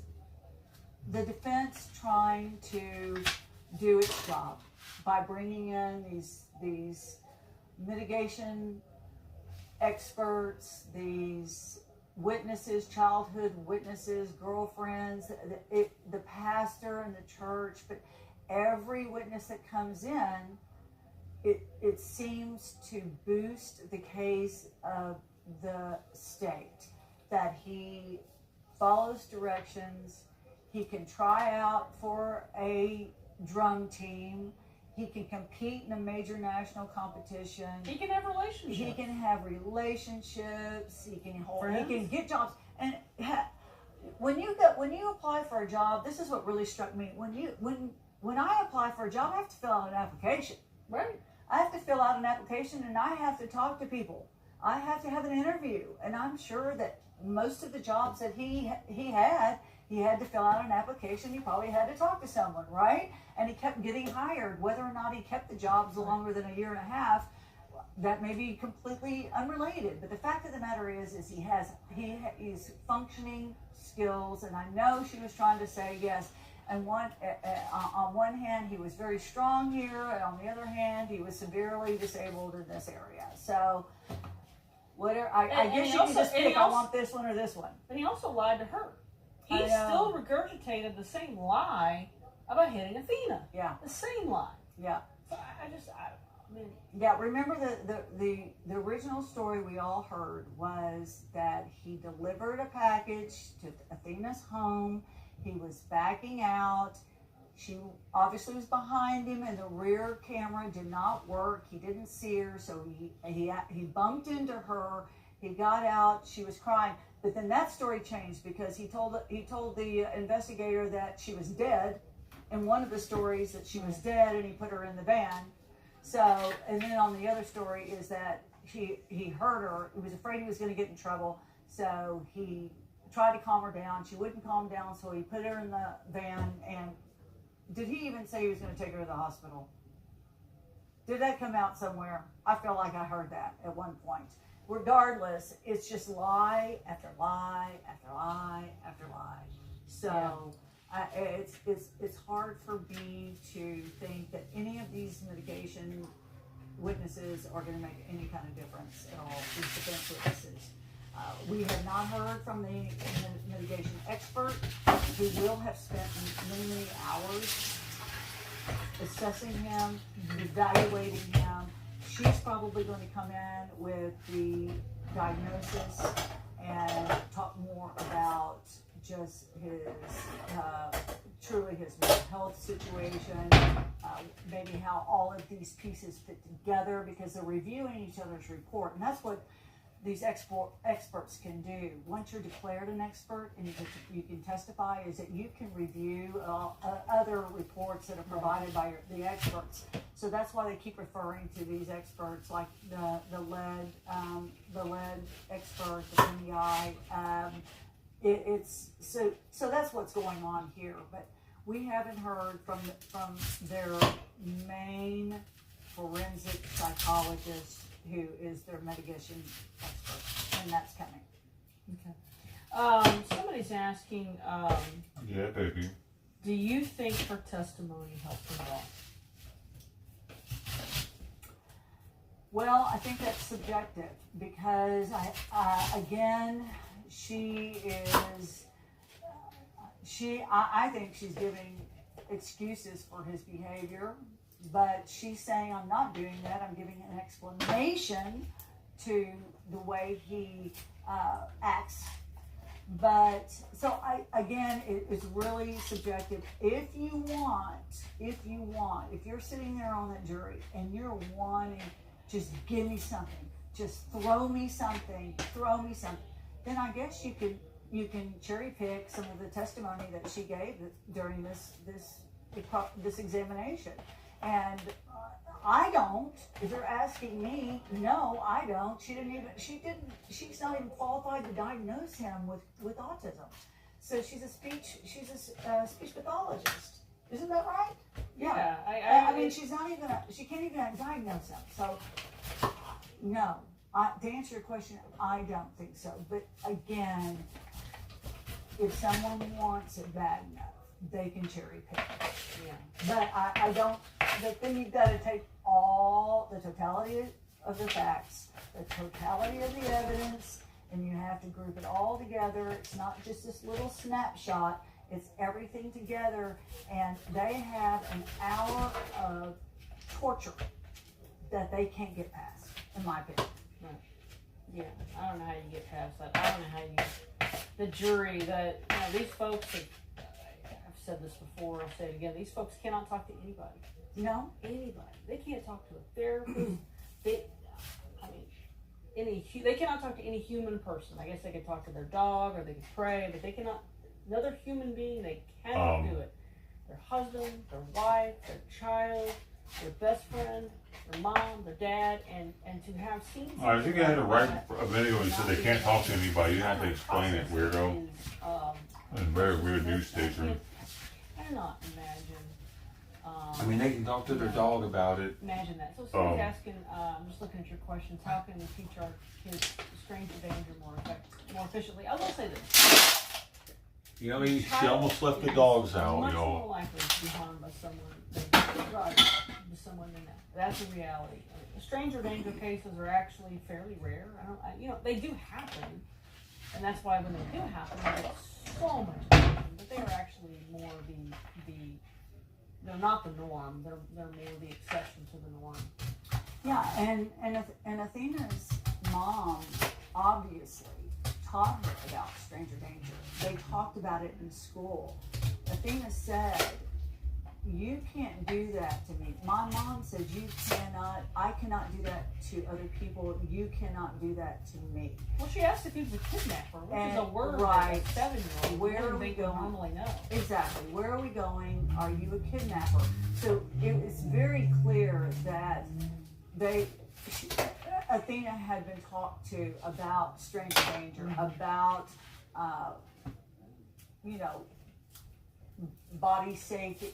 There's no doubt in my mind. So that I wish we had a magic wand and we could control the environment and the situation around us and protect our children.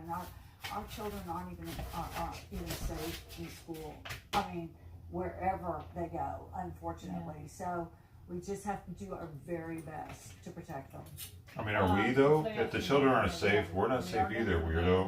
And they finished up with this list. We are the judge, world. Released the jury None of today, us are told them to be safe. back at 9 a.m. Somebody says, how could she render an opinion when she didn't even see most of the videos? Yeah, see, that goes to her credibility, and that's, the state did a good job of pointing that out, is if, you know, here you're gonna come I've in chopped here it just enough. and give your opinion based on what you saw. Well, let me ask you what you saw. Should I put a whole Did you onion see in there? 40 hours of video Maybe I should. in the FedEx van before this happened? I mean, they did a very good job of really punching holes in her credibility because she had not seen everything. She had not read everything. And it's almost impossible to, but if you're going to come in here and make some of the claims that you're going to make in the courtroom, then you really do need to see everything. Because I think the prosecutor did punch some holes in her testimony. Yes, do you think anyone that has heard that audio would not have it in their mind? No. Because you've heard it, obviously. No. There's no way you can hear, and I just got chills. Because I'm thinking about it. There is no way that you could hear that and it not stay with you. No way. The hairs on my arms are standing straight up. It's horrible. Yeah, it is truly awful.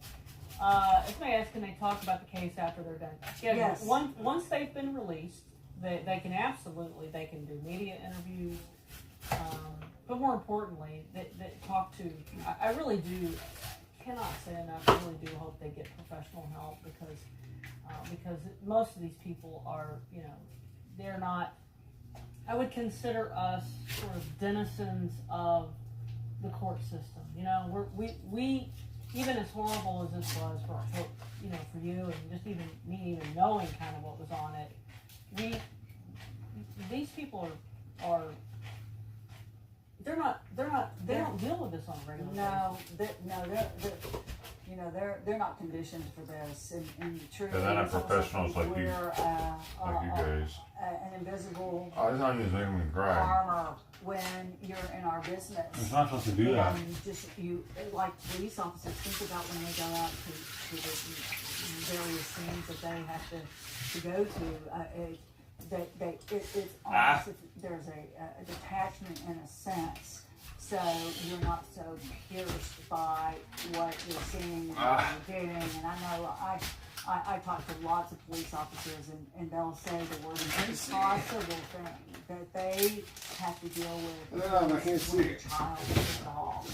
And so even police officers, like I said earlier on this other case that I was involved in, I spoke to the officer who was involved in that, and she told me just today, she said, my partner could not handle the death of a 6-year-old who was dumped into a dumpster. It's a different case, different capital murder case, where the 6-year-old was sexually assaulted and drowned, and then her body was thrown in a dumpster.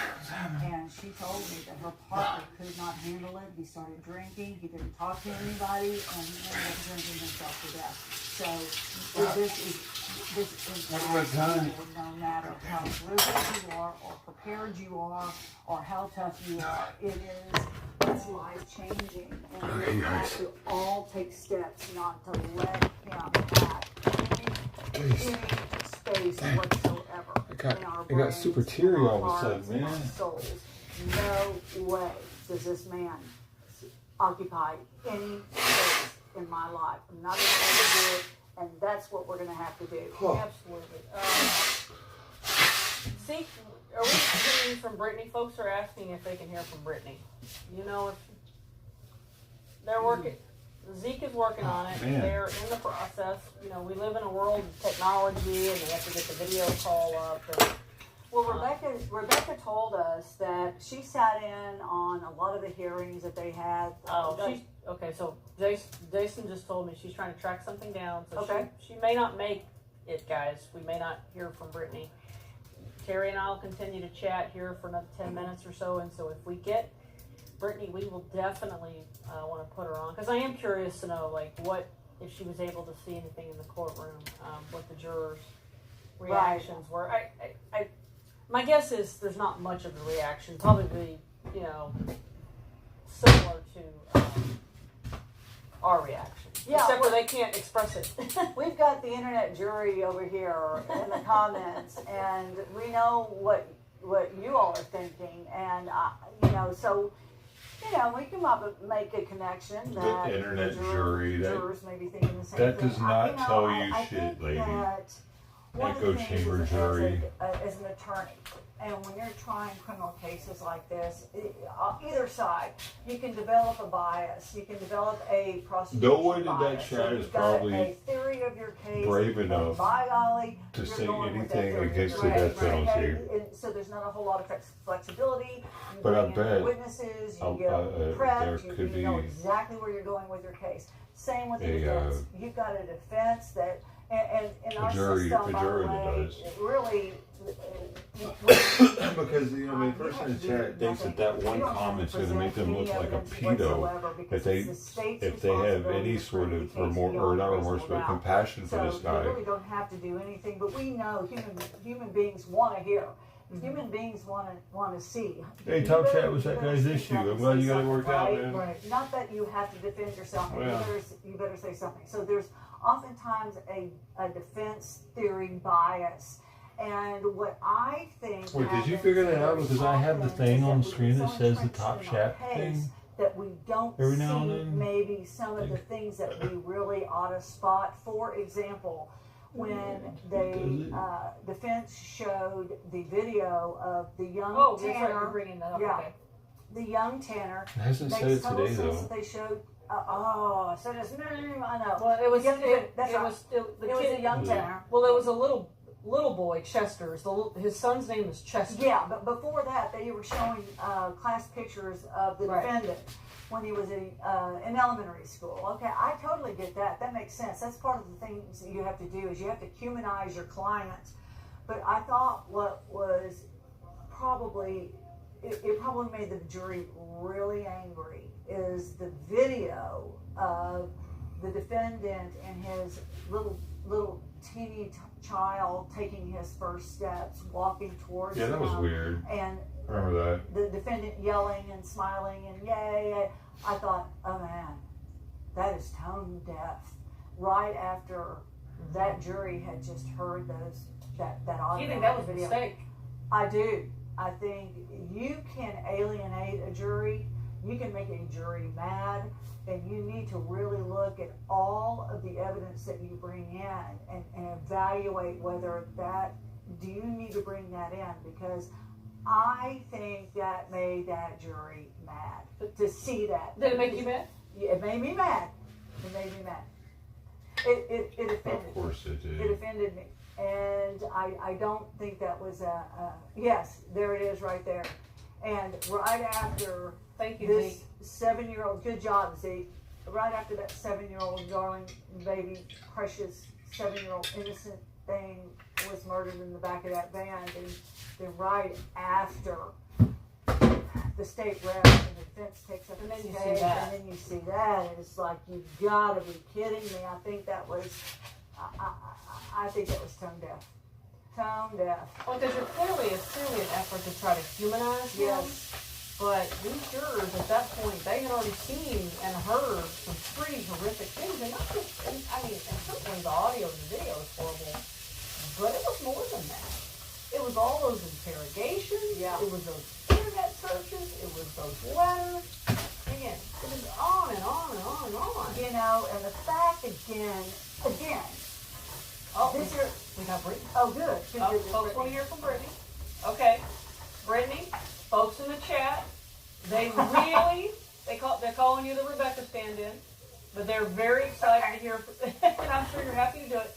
Tell us what you saw and heard this afternoon.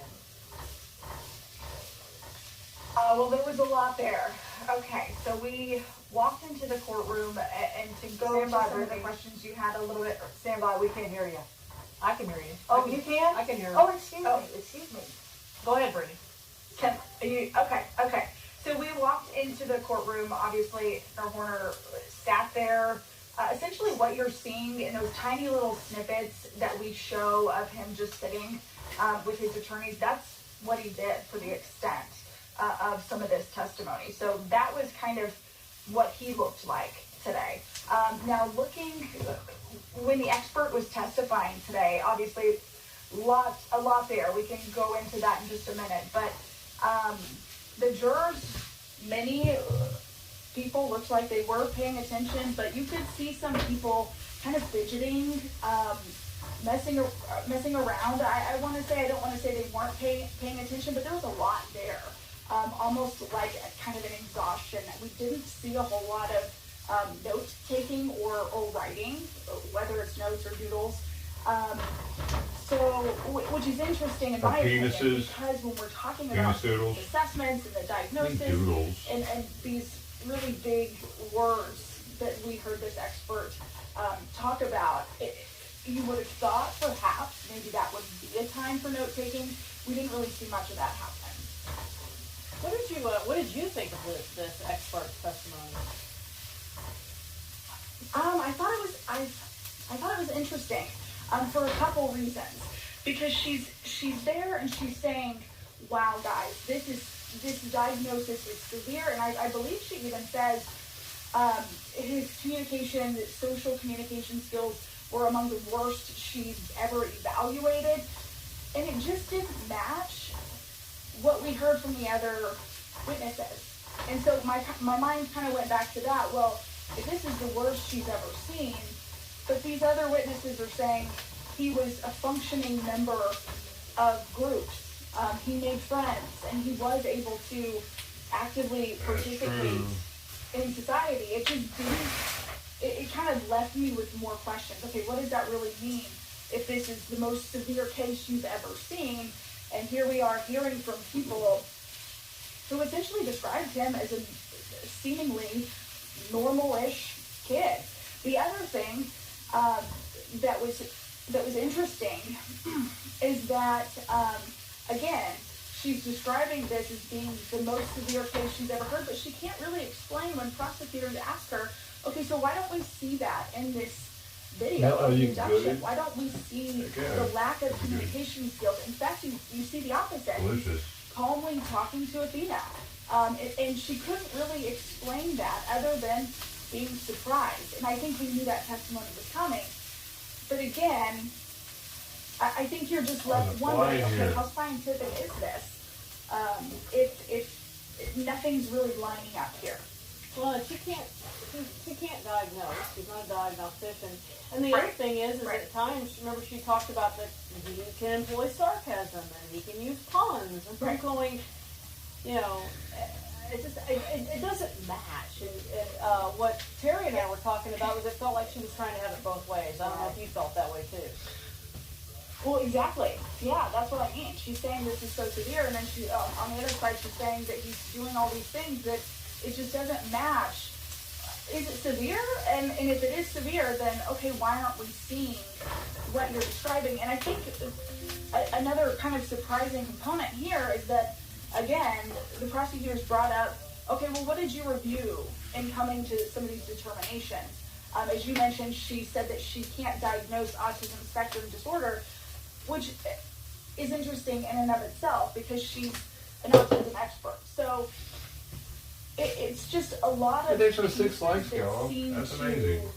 not line up, in my opinion. If I didn't think you sooner, I didn't realize they were there. Just kind of all over the place. But yeah, I think one of the biggest things too that I took away from that was that prosecutors pointed out she didn't review all of his interactions. She didn't review all of the videos and evidence. And I thought that was interesting, given that she's to be here, and when you receive a subpoena to show up in court and testify, you've got to show up and testify. But I thought it was interesting that they made a point of saying, Tell us what you think is interesting. I'm interested in what you're interested in. The pastor said he visited the defendant one time after jail, after he was in jail, and the defendant continued to even lie to him about what happened, but he did pray with them, and he talked about how he was a good musician, how he tried out for a particular competition group that this church Unfortunately called like this song, and Tony and I both looked at each other and said, oh, unfortunate, but he was good enough to make the team, he was good enough to compete in the national competition. So we heard from people who know him, but we also then heard from some experts. And again, the expert testimony is a must. And let me reiterate this, I've said it now a few times today, but I want to reiterate this. The defense must bring these witnesses in on a capital murder trial. A capital murder case is automatically appealed to the Court of Criminal Appeals. They will review every bit of testimony that was in that court during that trial, no matter what happens. And one of the things that the defense has to do, they have a higher burden of due diligence and investigation in a capital murder case. They have to bring in witnesses to talk about childhood, to talk about trauma, to talk about poverty, to talk about whatever the case may be with a person's life. They've got to bring in experts to talk about any kind of mental health issues, or fetal alcohol syndrome, or Asperger's, or depression, suicidal tendency. They've got to bring these witnesses in. If they don't, if they just sit back and go, I know, he's guilty, They cannot do the bare minimum. They cannot, because if they do, This this fucking case will be reversed. fly in here, bro. We're all sitting here again. The family is put through this agony and torture all over again. We don't want that mother to ever have to take the stand again, as well as the father. We don't want this to happen. Every time a defense witness comes in, we need to be glad that a defense witness is coming in, because what it does, it pads the record to make sure that the defense is doing its job. We want that to happen. Be patient with this. Be patient, but keep your own opinions. You know, you're watching it. You know what your gut is telling you. So does the jury. So does the jury. Trust that, but be patient with these defense witnesses, because they have to bring them. Absolutely. And I got one final question, folks. One burning question. What's that? Would you have taken this case as a defense I attorney? absolutely would not have taken this case as a defense attorney. Never, never, never, never would I have taken this case. But this is a public defender case, Mary's isn't not it? taking this case, and neither would Coach. Right. And I will be back tomorrow at 8:30 a.m. And the judge says it will start back up at 9 a.m. And we will have Bree West as our guest tomorrow. I'll see you in the morning. Isn't it a public defender case? From there.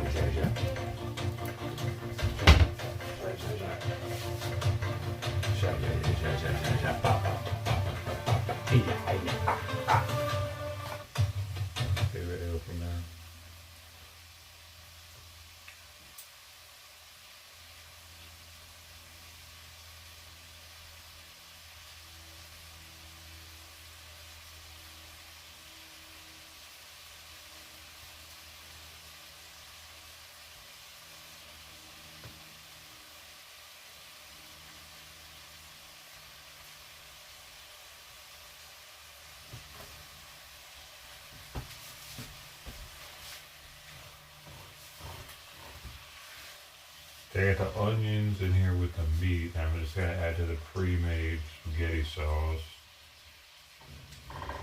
Give it some onion in there, you know what I mean? And the onion gives them meat. The meat gets some meat, onion flavor going on, baby. I sauteed the onions in extra virgin olive oil, so that'll give the meat a little bit of a olive oil flavor. I only have cumin for spice for the meat right now, but whatever. Or as some people call it, common.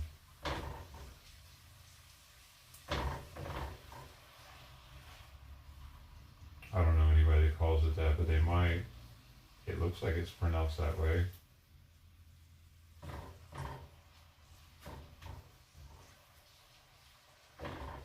Got the bay leaves in there too, though. Kind of saltine. Smells like stuff. More heat now. This is the sauce I'll be using. The Rouse homemade. They just changed their packaging, and I'm glad to see it. They've been using these for the longest. Now it's a paper top. Much better for the environment and everything. And now they can even put little recipes on them. Isn't that cool? I always cut out those plastic ones so they don't get caught around in some animal's throat or something.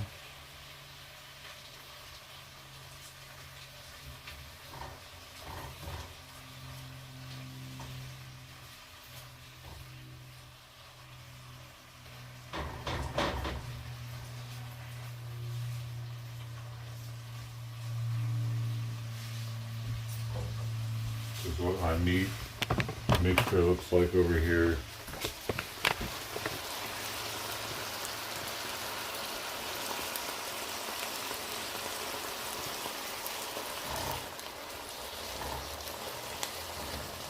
Yeah, we gotta get them down in the juices. Bay leaves, they produce more flavor, so they're sauteed.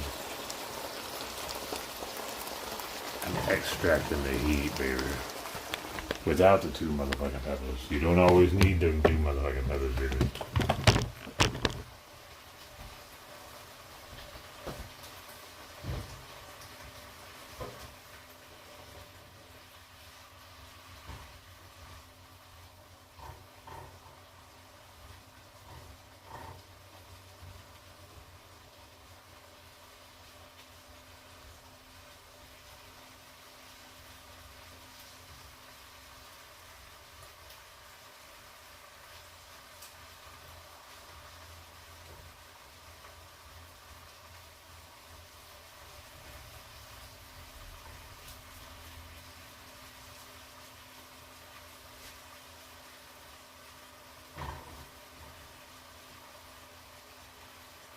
I can smell them actually, those bay leaves.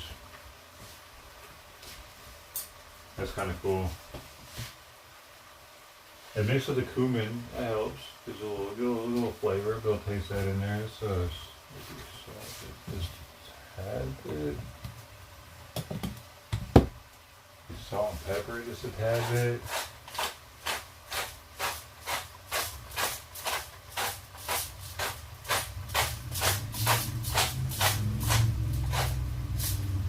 Then give it some chunky bits.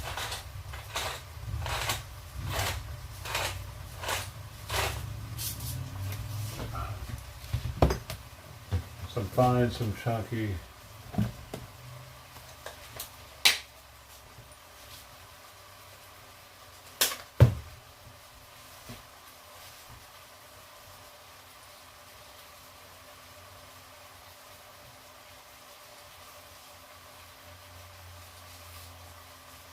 Yeah, that's about right. That's about right enough.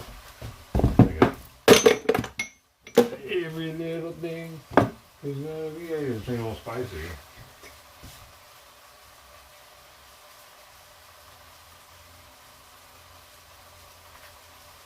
Put a little bit of coop, put a little bit of cayenne on there. I don't think it's gonna hurt it.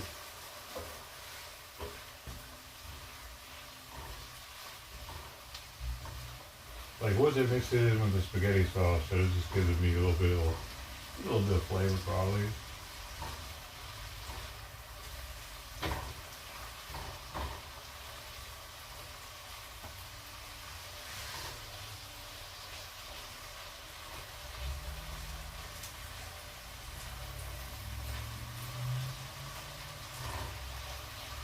Because a lot of the flavor I'm going to drain off with this oil. I'm just hoping that some of it kind of gets trapped into the meat.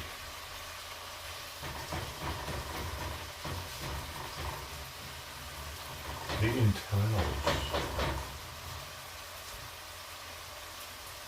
Internals.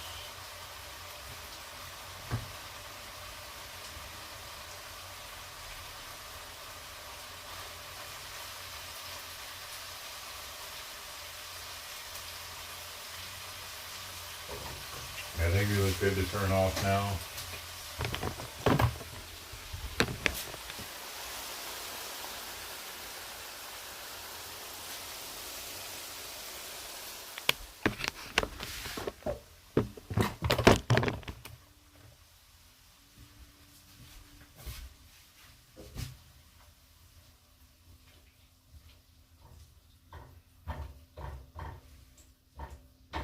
Kind of have it all at back.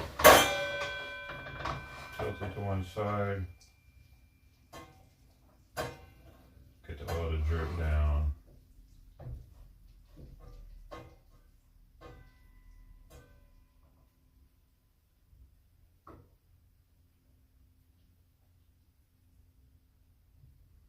It's getting a little drippy.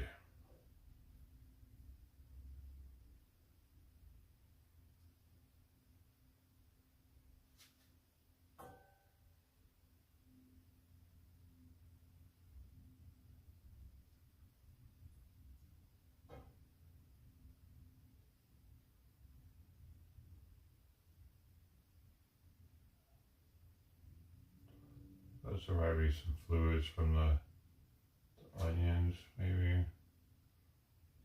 Definitely a lot of oil in there though.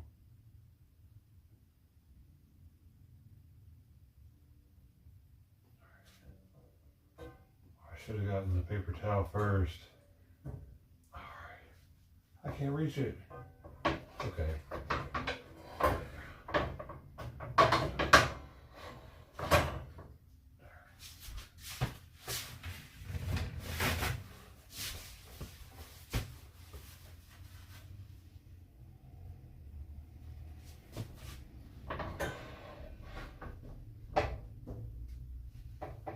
Boom.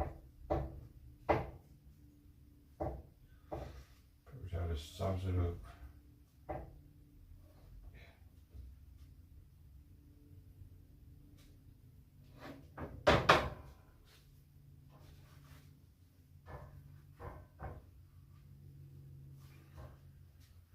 Alright. It's not necessary to get every last drop. Just try to get a bulk of it.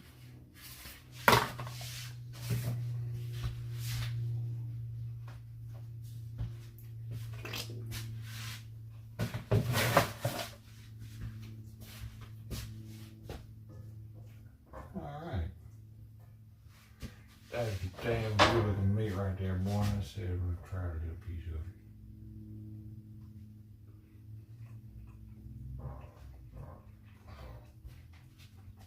Did I meal?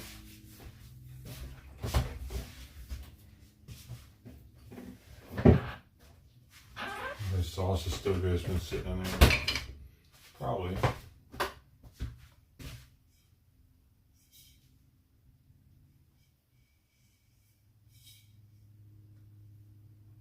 don't see anything growing.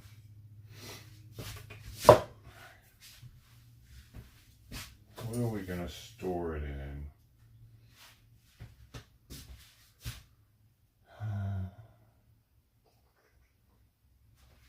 I guess I won't put the sauce maybe on it. I'll just store the meat separate and then sauce it and noodle it as I go. I can do that. So all that should fit inside of here. I think it needs a little more salt though first. Maybe a little more pepper.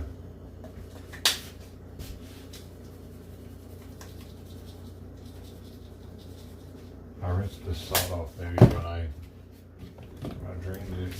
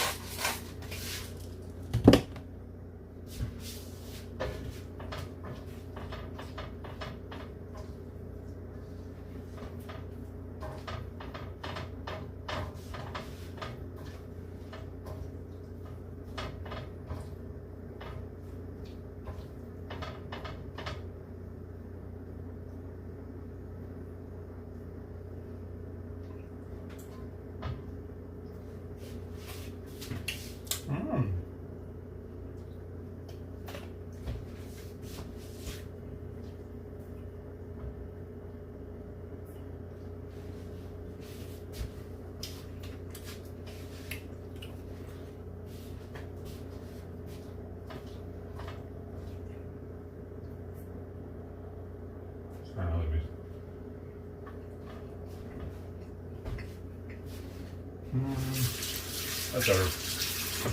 All right.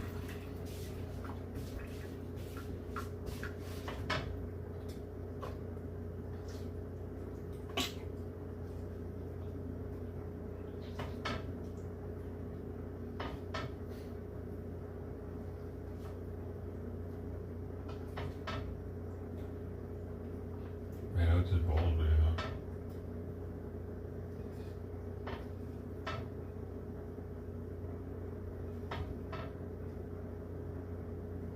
So we got the meat cooked now. That's the part that takes the longest with doing, like, yeah, I guess the noodles take a while too. But I don't even need to use noodles. I could just throw this on some bread, on top of some bread, with some of that sauce, heat it up.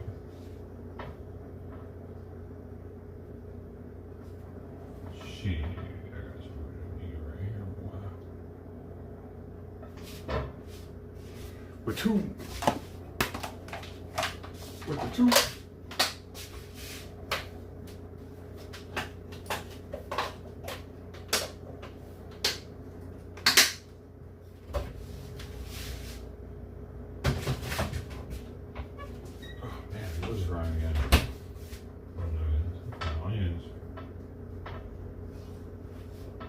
Sugar.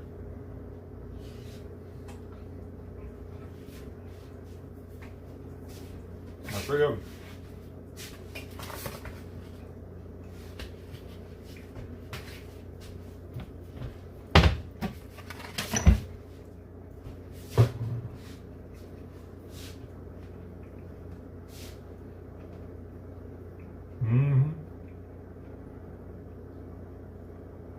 That's pretty good. That itself is good. Onions and beef.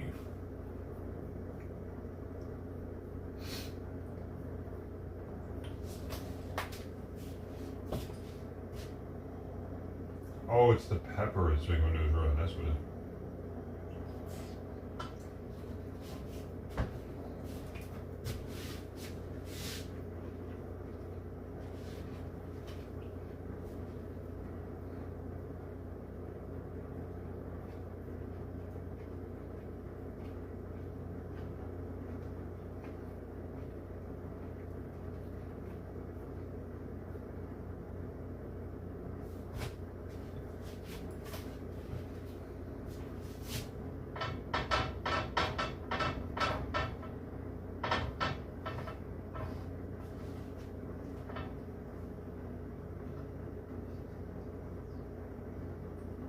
Hot dog, gotta be careful, man.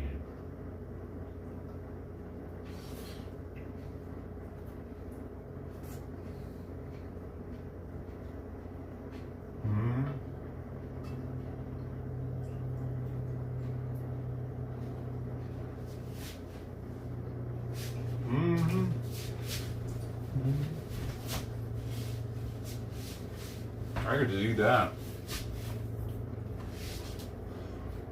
I could just eat that all day.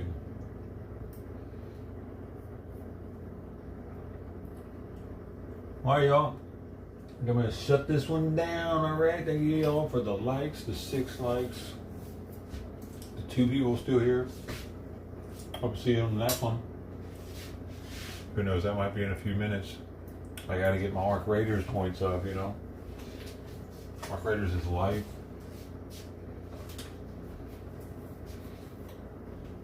Take it easy.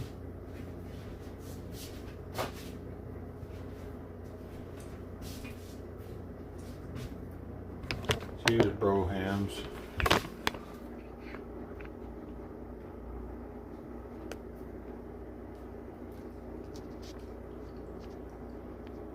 Raúl.